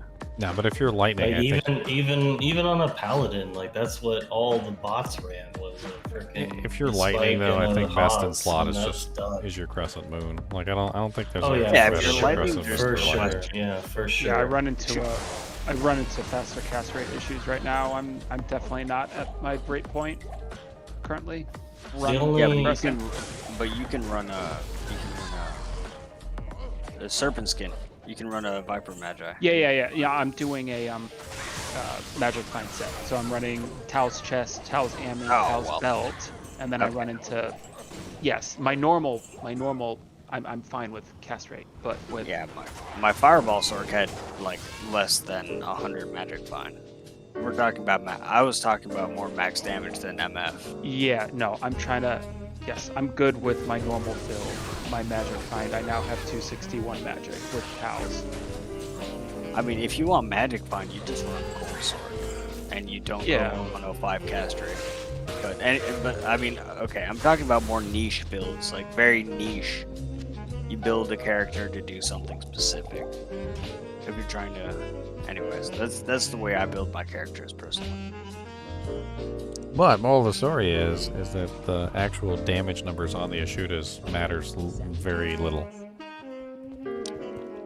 So that skill one for the lightning and the fire, like they're just kind of you could literally get the worst possible roll on both of them, and you'd be missing out on like a maximum of maybe like 4% damage output. Yeah. It might actually be less than that. I'm not entirely sure. I'd have to run the numbers. It's actually worse for lightning than it is for fire, because fire actually has less total increase than lightning does. You don't really have another source of minus res. But like, say for instance, on fire and light, you want minus res. Yes. Most items you can have with minus res, like just like the Crescent Moon, for example. Like I was running Hodo, and then I put on 35 minus lightning res, and it made a world of difference. World of difference. Because Yeah, the closer you are to immune, the less damage you do to almost and even the ones that aren't immune, it's makes like a them die like instantly. It's like a scaling infinite degree, and I show people this all the time. You can literally just do it on a calculator. Like if you can add a huge amount of damage to your character or add negative res, adding negative res almost always is better. Always trumps it, yes, for sure. Like it's crazy. I mean, assuming of course you deal like 10,000 damage. If the monster is like 95% resistant to you, you're only doing 500 damage. So increasing increasing that by 35% is massive because you go from 95 to what is that to 60. Well, even on like the Nova sort like aspect of it, like my page damage looks awful, but I am definitely doing more damage than I was when it was almost at 3K. I'll tell you that. Like I used to have just skill gear. So now I have just stuff that has negative res. So just as an example here, 23. You can see that at 95 res, 95% resistance, I'm only doing 500 total damage from a 10,000 damage strike. But if I can add that negative 35%, my 500 damage strike goes up to 4,000, which is insane, right? Yeah. So adding negative res has such a huge impact on the amount of damage that you can actually put out that adding more damage doesn't help. I could increase my 10,000 damage to 20,000. If I was able to double my damage output to 20,000, and I still subtracted that 95%, I would still only be dishing out like next to nothing. Like it's still only going to be like 1,000 damage total, whereas the other way around, you just end up with so much more. So to bring it back in context of a fire sword, that's why a shoot is more impactful than a hodo, because you can put that fire facet. You get the fire facet, yes. Yeah. But for lightning sword, nothing will compare to Crescent Moon. Crescent Moon. Or like the people self-wielding Infinity. Yeah, self-wielding Infinity. But you lose so much utility when you lose a ton of faster hit recovery. That's the big thing. Hit recovery, cast rate, all of it. You need to swang that, buddy. Swang Defense against missiles. Swang you lose mana. You lose a spirit off of your sword, you're losing a lot. What about Mang songs? like I was using on my fire druid. Does it not have fire? Maybe. Does it not have cast rate? Is that what it is? Oh no, it has 30, but 30 is not enough to make up for losing spirit. Well, Phoenix doesn't have faster cast on it, right? No, but Phoenix gives you minus 55, right? Yeah, but you get 15, and then facet would be 20. But you'd also get +5 skills, which you're losing. You're losing 2 skills on the shield and then gaining 3 on the weapon. Well, so you'd gain. So you would gain 2 skills and you would lose some negative res. Yeah. And it's not gonna balance out, unfortunately. But yeah, I ran the Jeweler's Monarch of Simplicity, or JMOS, I guess. That would be nice. I did, but you lose so much survivability because there's really no defense. Unfortunately, Mang's is only 30% cast rate, so you lose 10% cast rate there. Uh-oh, Meow's here.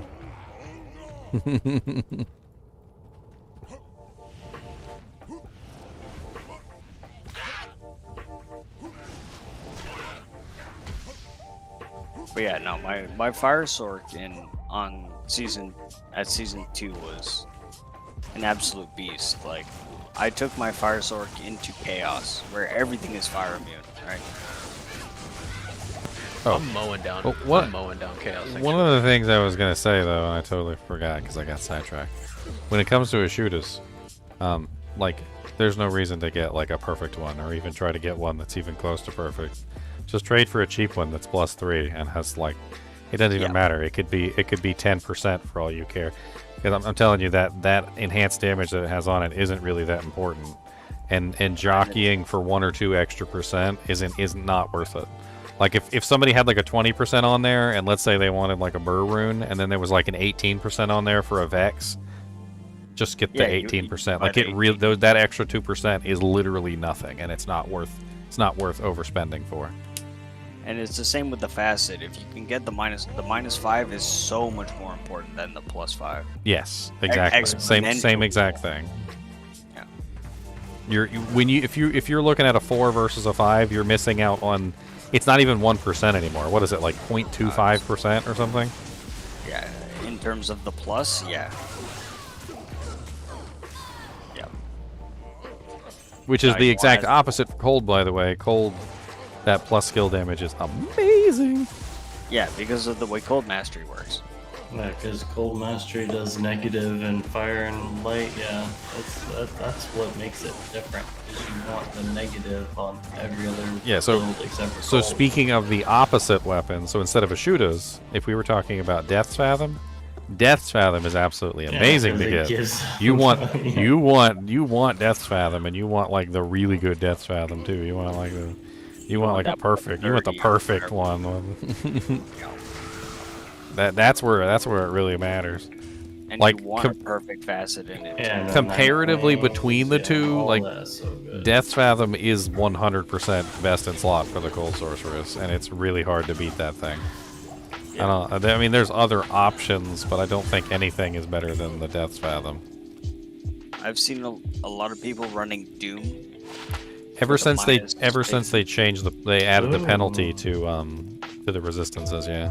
Yeah, but Doom's expensive. Really, you really lose a lot using Doom. It's because of the penalty you're not thing. using all the cool procs off of Doom too. No, it's sad. I mean, you wouldn't want to actually swing that thing anyway because it breaks too fast. Yeah, you want to use it in ethereal double axe with the lowest requirements possible.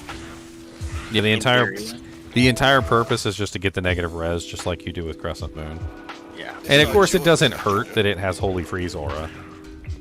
Yeah, the Holy Freeze, like I've been looking at trying to make a Necro, or not a Necro, a Druid that like runs that build.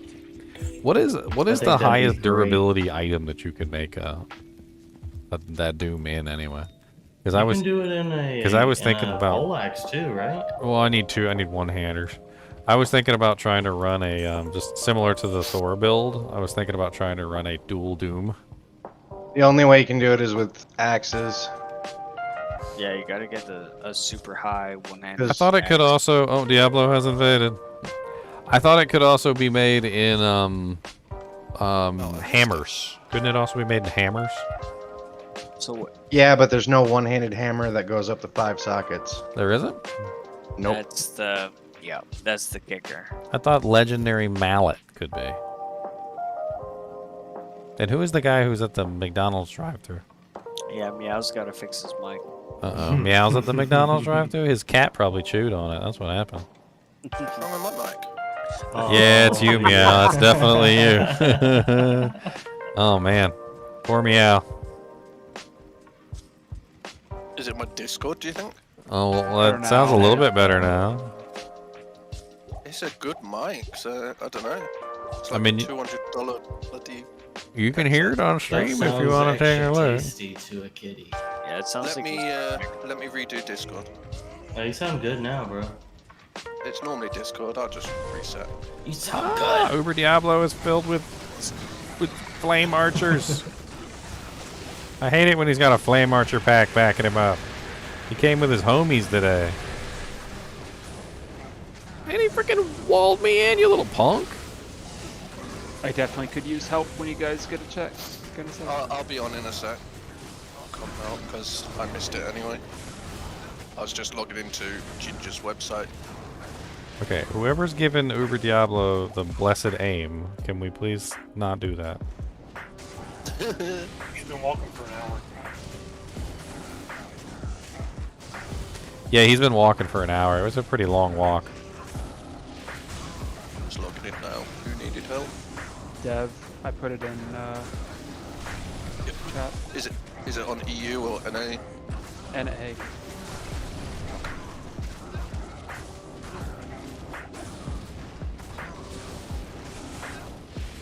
Oh, I will not continue with taking off my ad blocker, Mr. Ginger. Oh, I heard they added that. Oh, I don't know if you can get by it anymore. It gives you the option. Yeah, it gives you the option. It says, do you want to continue while using ad blocker? You still get a few ads, but nothing bad. Just give it a while and it'll block you out. It's on Ginger's website thing. If you need help with Uber Diablo, guys, hop into Discord and put a message in the help channel. Oops. Okay, on my way now, Dev. Yeah, TP Act 4. I was busy doing chaos when he popped, so. No issue.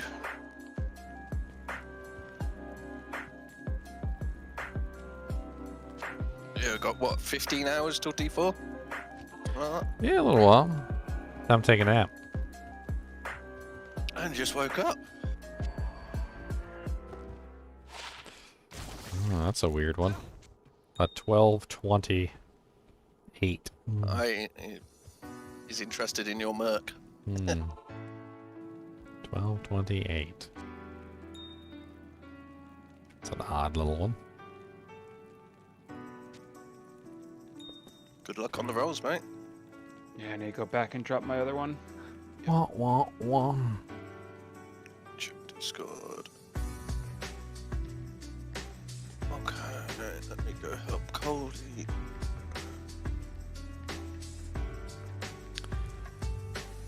I PM'd you. Okay, I'll be there. Let me just do this one, and then I'll come help. It's not not awesome, well, not perfect, but it's good. 16, 19, 8. Not bad. It's not bad. Not bad. Not bad. I haven't found any amazing ones. I've seen some nice ones like the 2029s and stuff. I don't know if Kinship got a perfect one this season though.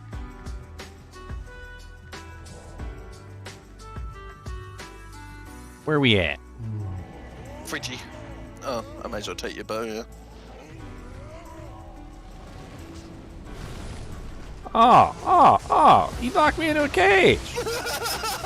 And then he came over and hit me in the face. That is not very nice, Mr. Diablo. That is not very nice. Ooh, chances. Go to this next one. Good roll. 39. Oh, bow, bow, bow, bow, bow, bow. Better than my 38. One my point. Rack. Yeah. Hey, Fatty still needs some help if you want to help me meow. Okay, one sec. Let me just get Raggers done. Fat Tay, the fattiest of fatties. Why you gotta be so fat? Why you gotta be Fattiest so chunky? McFatterson. Why I'm you big gotta be so boned, big man. and fat?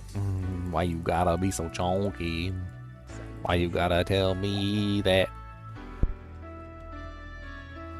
It's all that cheesecake. Keep on mercenary alone, you evil person. He barely does anything to you. He's a firebird. Remember it. My static goes lower than yours. Thank you. Well, I can hit him before you get there. How about that? All right? My static goes lower than yours. Who else needed help? Ow! Is it Fatty? Why you gonna be so rude, Diablo? Ginger's got me.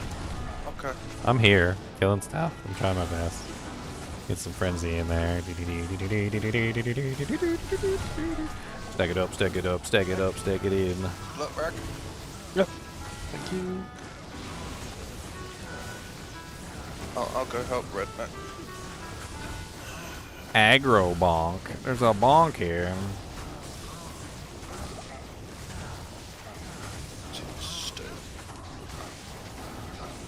Come and steal my kill, aggro bonk. Redneck gaming. I didn't know rednecks knew how to game.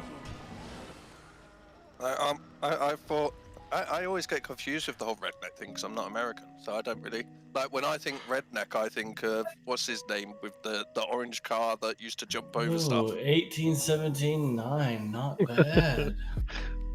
Dukes of Hazzard. Like that's what I think when I think Dukes of redneck. Hazzard. Well, okay, I guess. So it's like for an English person, redneck. We don't understand the term. Just think like country person.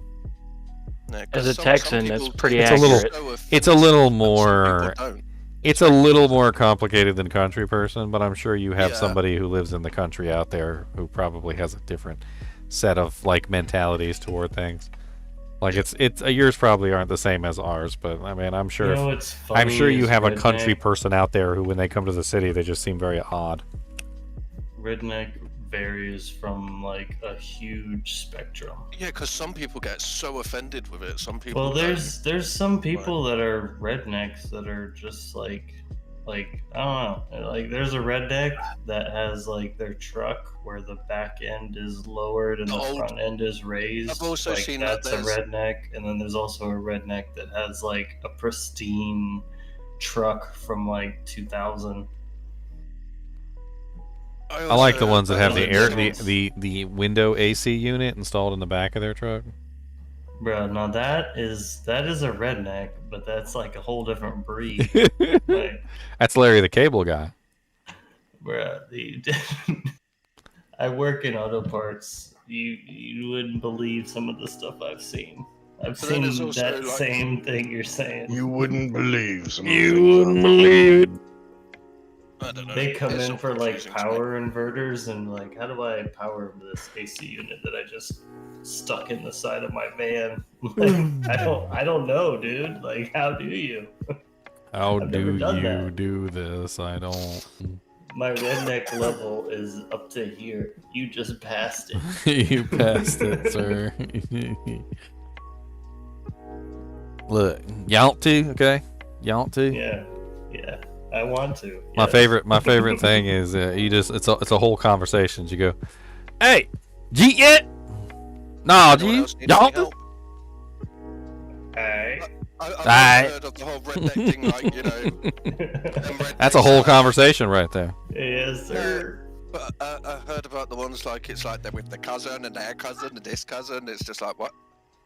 So I mean, I don't don't know know. about that. I don't know if all rednecks sleep with their That's like, cousins. that's like further west. That's like Alabama type stuff. You might want to talk to Hubba about that. What's the redneck one that uses the old American flag, whatever you call it? Because that's a whole different thing, isn't it? The Confederate That's us. flag. That's Texans. That's exactly what you were talking about with the orange car. That's literally on the top of the orange car. Yeah. Yeah. But yeah, You literally already called that one out with the orange car. That was the ones that fought the tyranny of the. That's the deep south. The Civil War. That's yeah, the deep. Civil That's the deep War, southern. That's the essentially. deep southern ones. Northern aggression. The deep southern And Anarians. you know what's crazy is like, I don't know. Like to We're- me, that's like the direct opposite of what that flag actually means. Ain't nobody know what that. flag- Anybody know what nobody was fighting Yeah. for back then.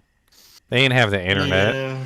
They had some crappy news organizations that put out some local papers. They ain't know what the hell they were fighting for. It's just the same as news today. They tell you what they want you to know. No. It's completely different. I mean, you didn't know what the hell was going on. Like, your only link to civilization was a guy riding a horse who might make it to your town like within a certain period of time, and like by the time he got there, whatever was going on was over. The British are coming. And the good luck, British are coming. good luck actually getting some accurate information. Yeah, at that I mean, point. honestly, the majority of them were just fighting for their homes, and that's really all. That's really all you can say. Yeah, that's because, really all it was. You're fighting for what you had and what you didn't. because they didn't know what the hell was actually going on. They didn't know the facts. They didn't know nothing. Really, you spawned him in Den of Evil, dude? Yes. Where is he? No, I don't know. He just ruined Corpsefire's birthday. That's for sure. Is Brian's already done? No, that's what I've just gone into, but I'm trying to find the dude.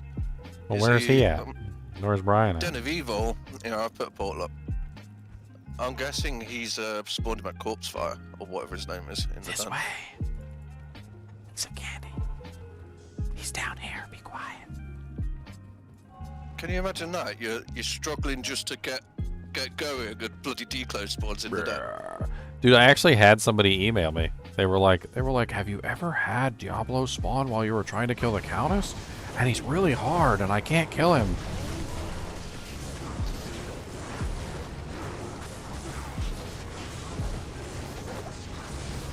Well, for the average player that isn't built as something to kill that sort of stuff, you're not going to kill him because of his regen. Oh yeah, if you don't have open wounds or prevent monster heal, it ain't happening. Not unless you're dishing out like 1 trillion damage a second. Exactly. There is very few builds in the game that can take on Declone while he's regenerating. Alright, we've got another one up. I think one of the very few ones that can actually do it while he's regenerating is like a fully decked out like Javazon with Charge Strike. I'm going to clone one next. Where is he spawned? Ridgy? Ridgy Widgy. soon, Groot. It's like a whole kinship bloody clan in here. Chop, chop, chop, chop. Why is it always me, Diablo? Why? There's a million people here right now. Why is it always me?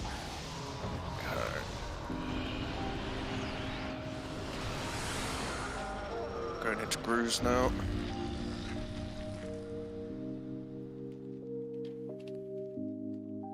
I've been trying to roll a cigarette for like 20 minutes, but these declones, I can't pass up the XP.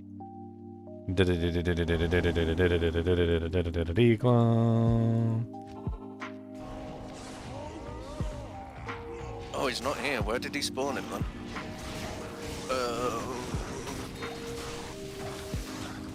There's a rare range He just must on have the ground. spawned him somewhere else. I'll check Arcane.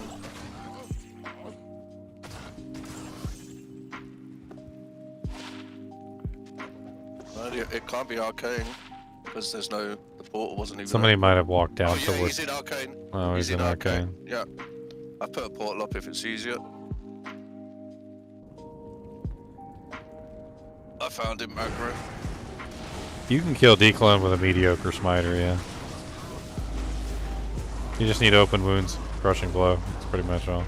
Look, he always goes for me. Look, always me. Why is it always me? Is it because you've got a lot of health? I don't know. You probably got more than I do. I'm at 7k at the moment, so I don't know. Yeah, I only got 5.6. You got more than me.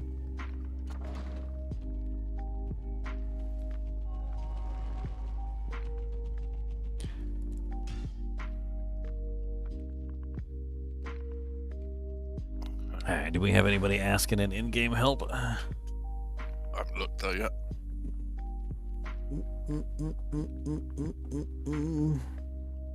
Come on, Groot, come grab your Andy so that I can carry on. Looks like they got everybody, it seems.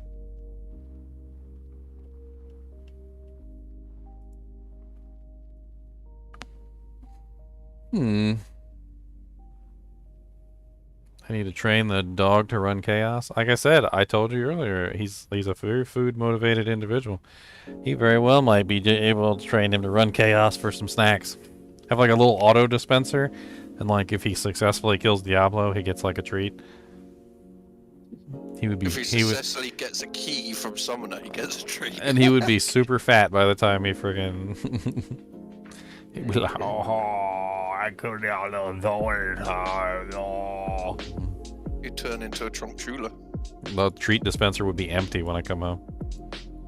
I'm like, dang. Alright. That's how it be, huh? Yeah, I think we got them all aggro. I don't see any others. Dude, there's always some guy who like fell asleep at his computer and wakes up the next day and is like, oh my god, Declone's eating my face. Yep. See, mine never stays in the game that long for some reason. Or like as soon as I try and do something, it'll just disconnect. I'm like, really? After all that? I guess as this is the last day, I can make a swap and just give some stuff to people that are going to keep playing.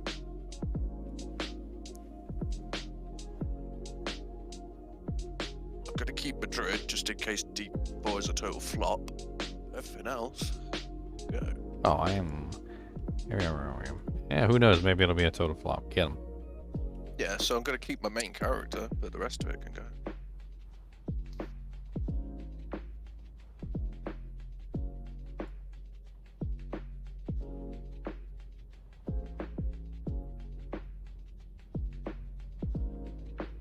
See what we got.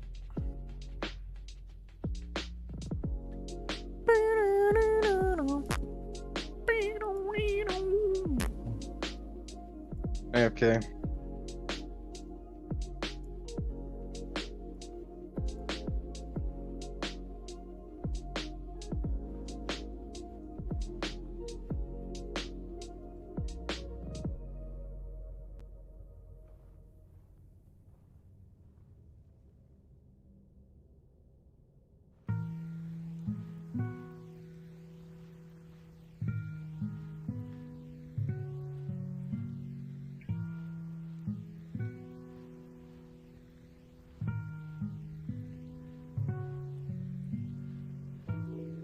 a trap skiller in here and a few other bits as well.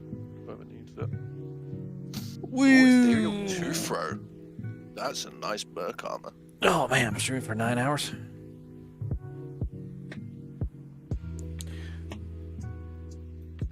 I think I might head off. I'm gonna go get some sleep and get ready for tomorrow. Okay, Ginger. Because I'm gonna be playing like all day tomorrow, so. Yeah, same. All I day just woke up. long. I'll be staying up for a bit as I only just woke. I mean, it doesn't start till what, like 2 o'clock or something, or what is it, 10 PDT? So it is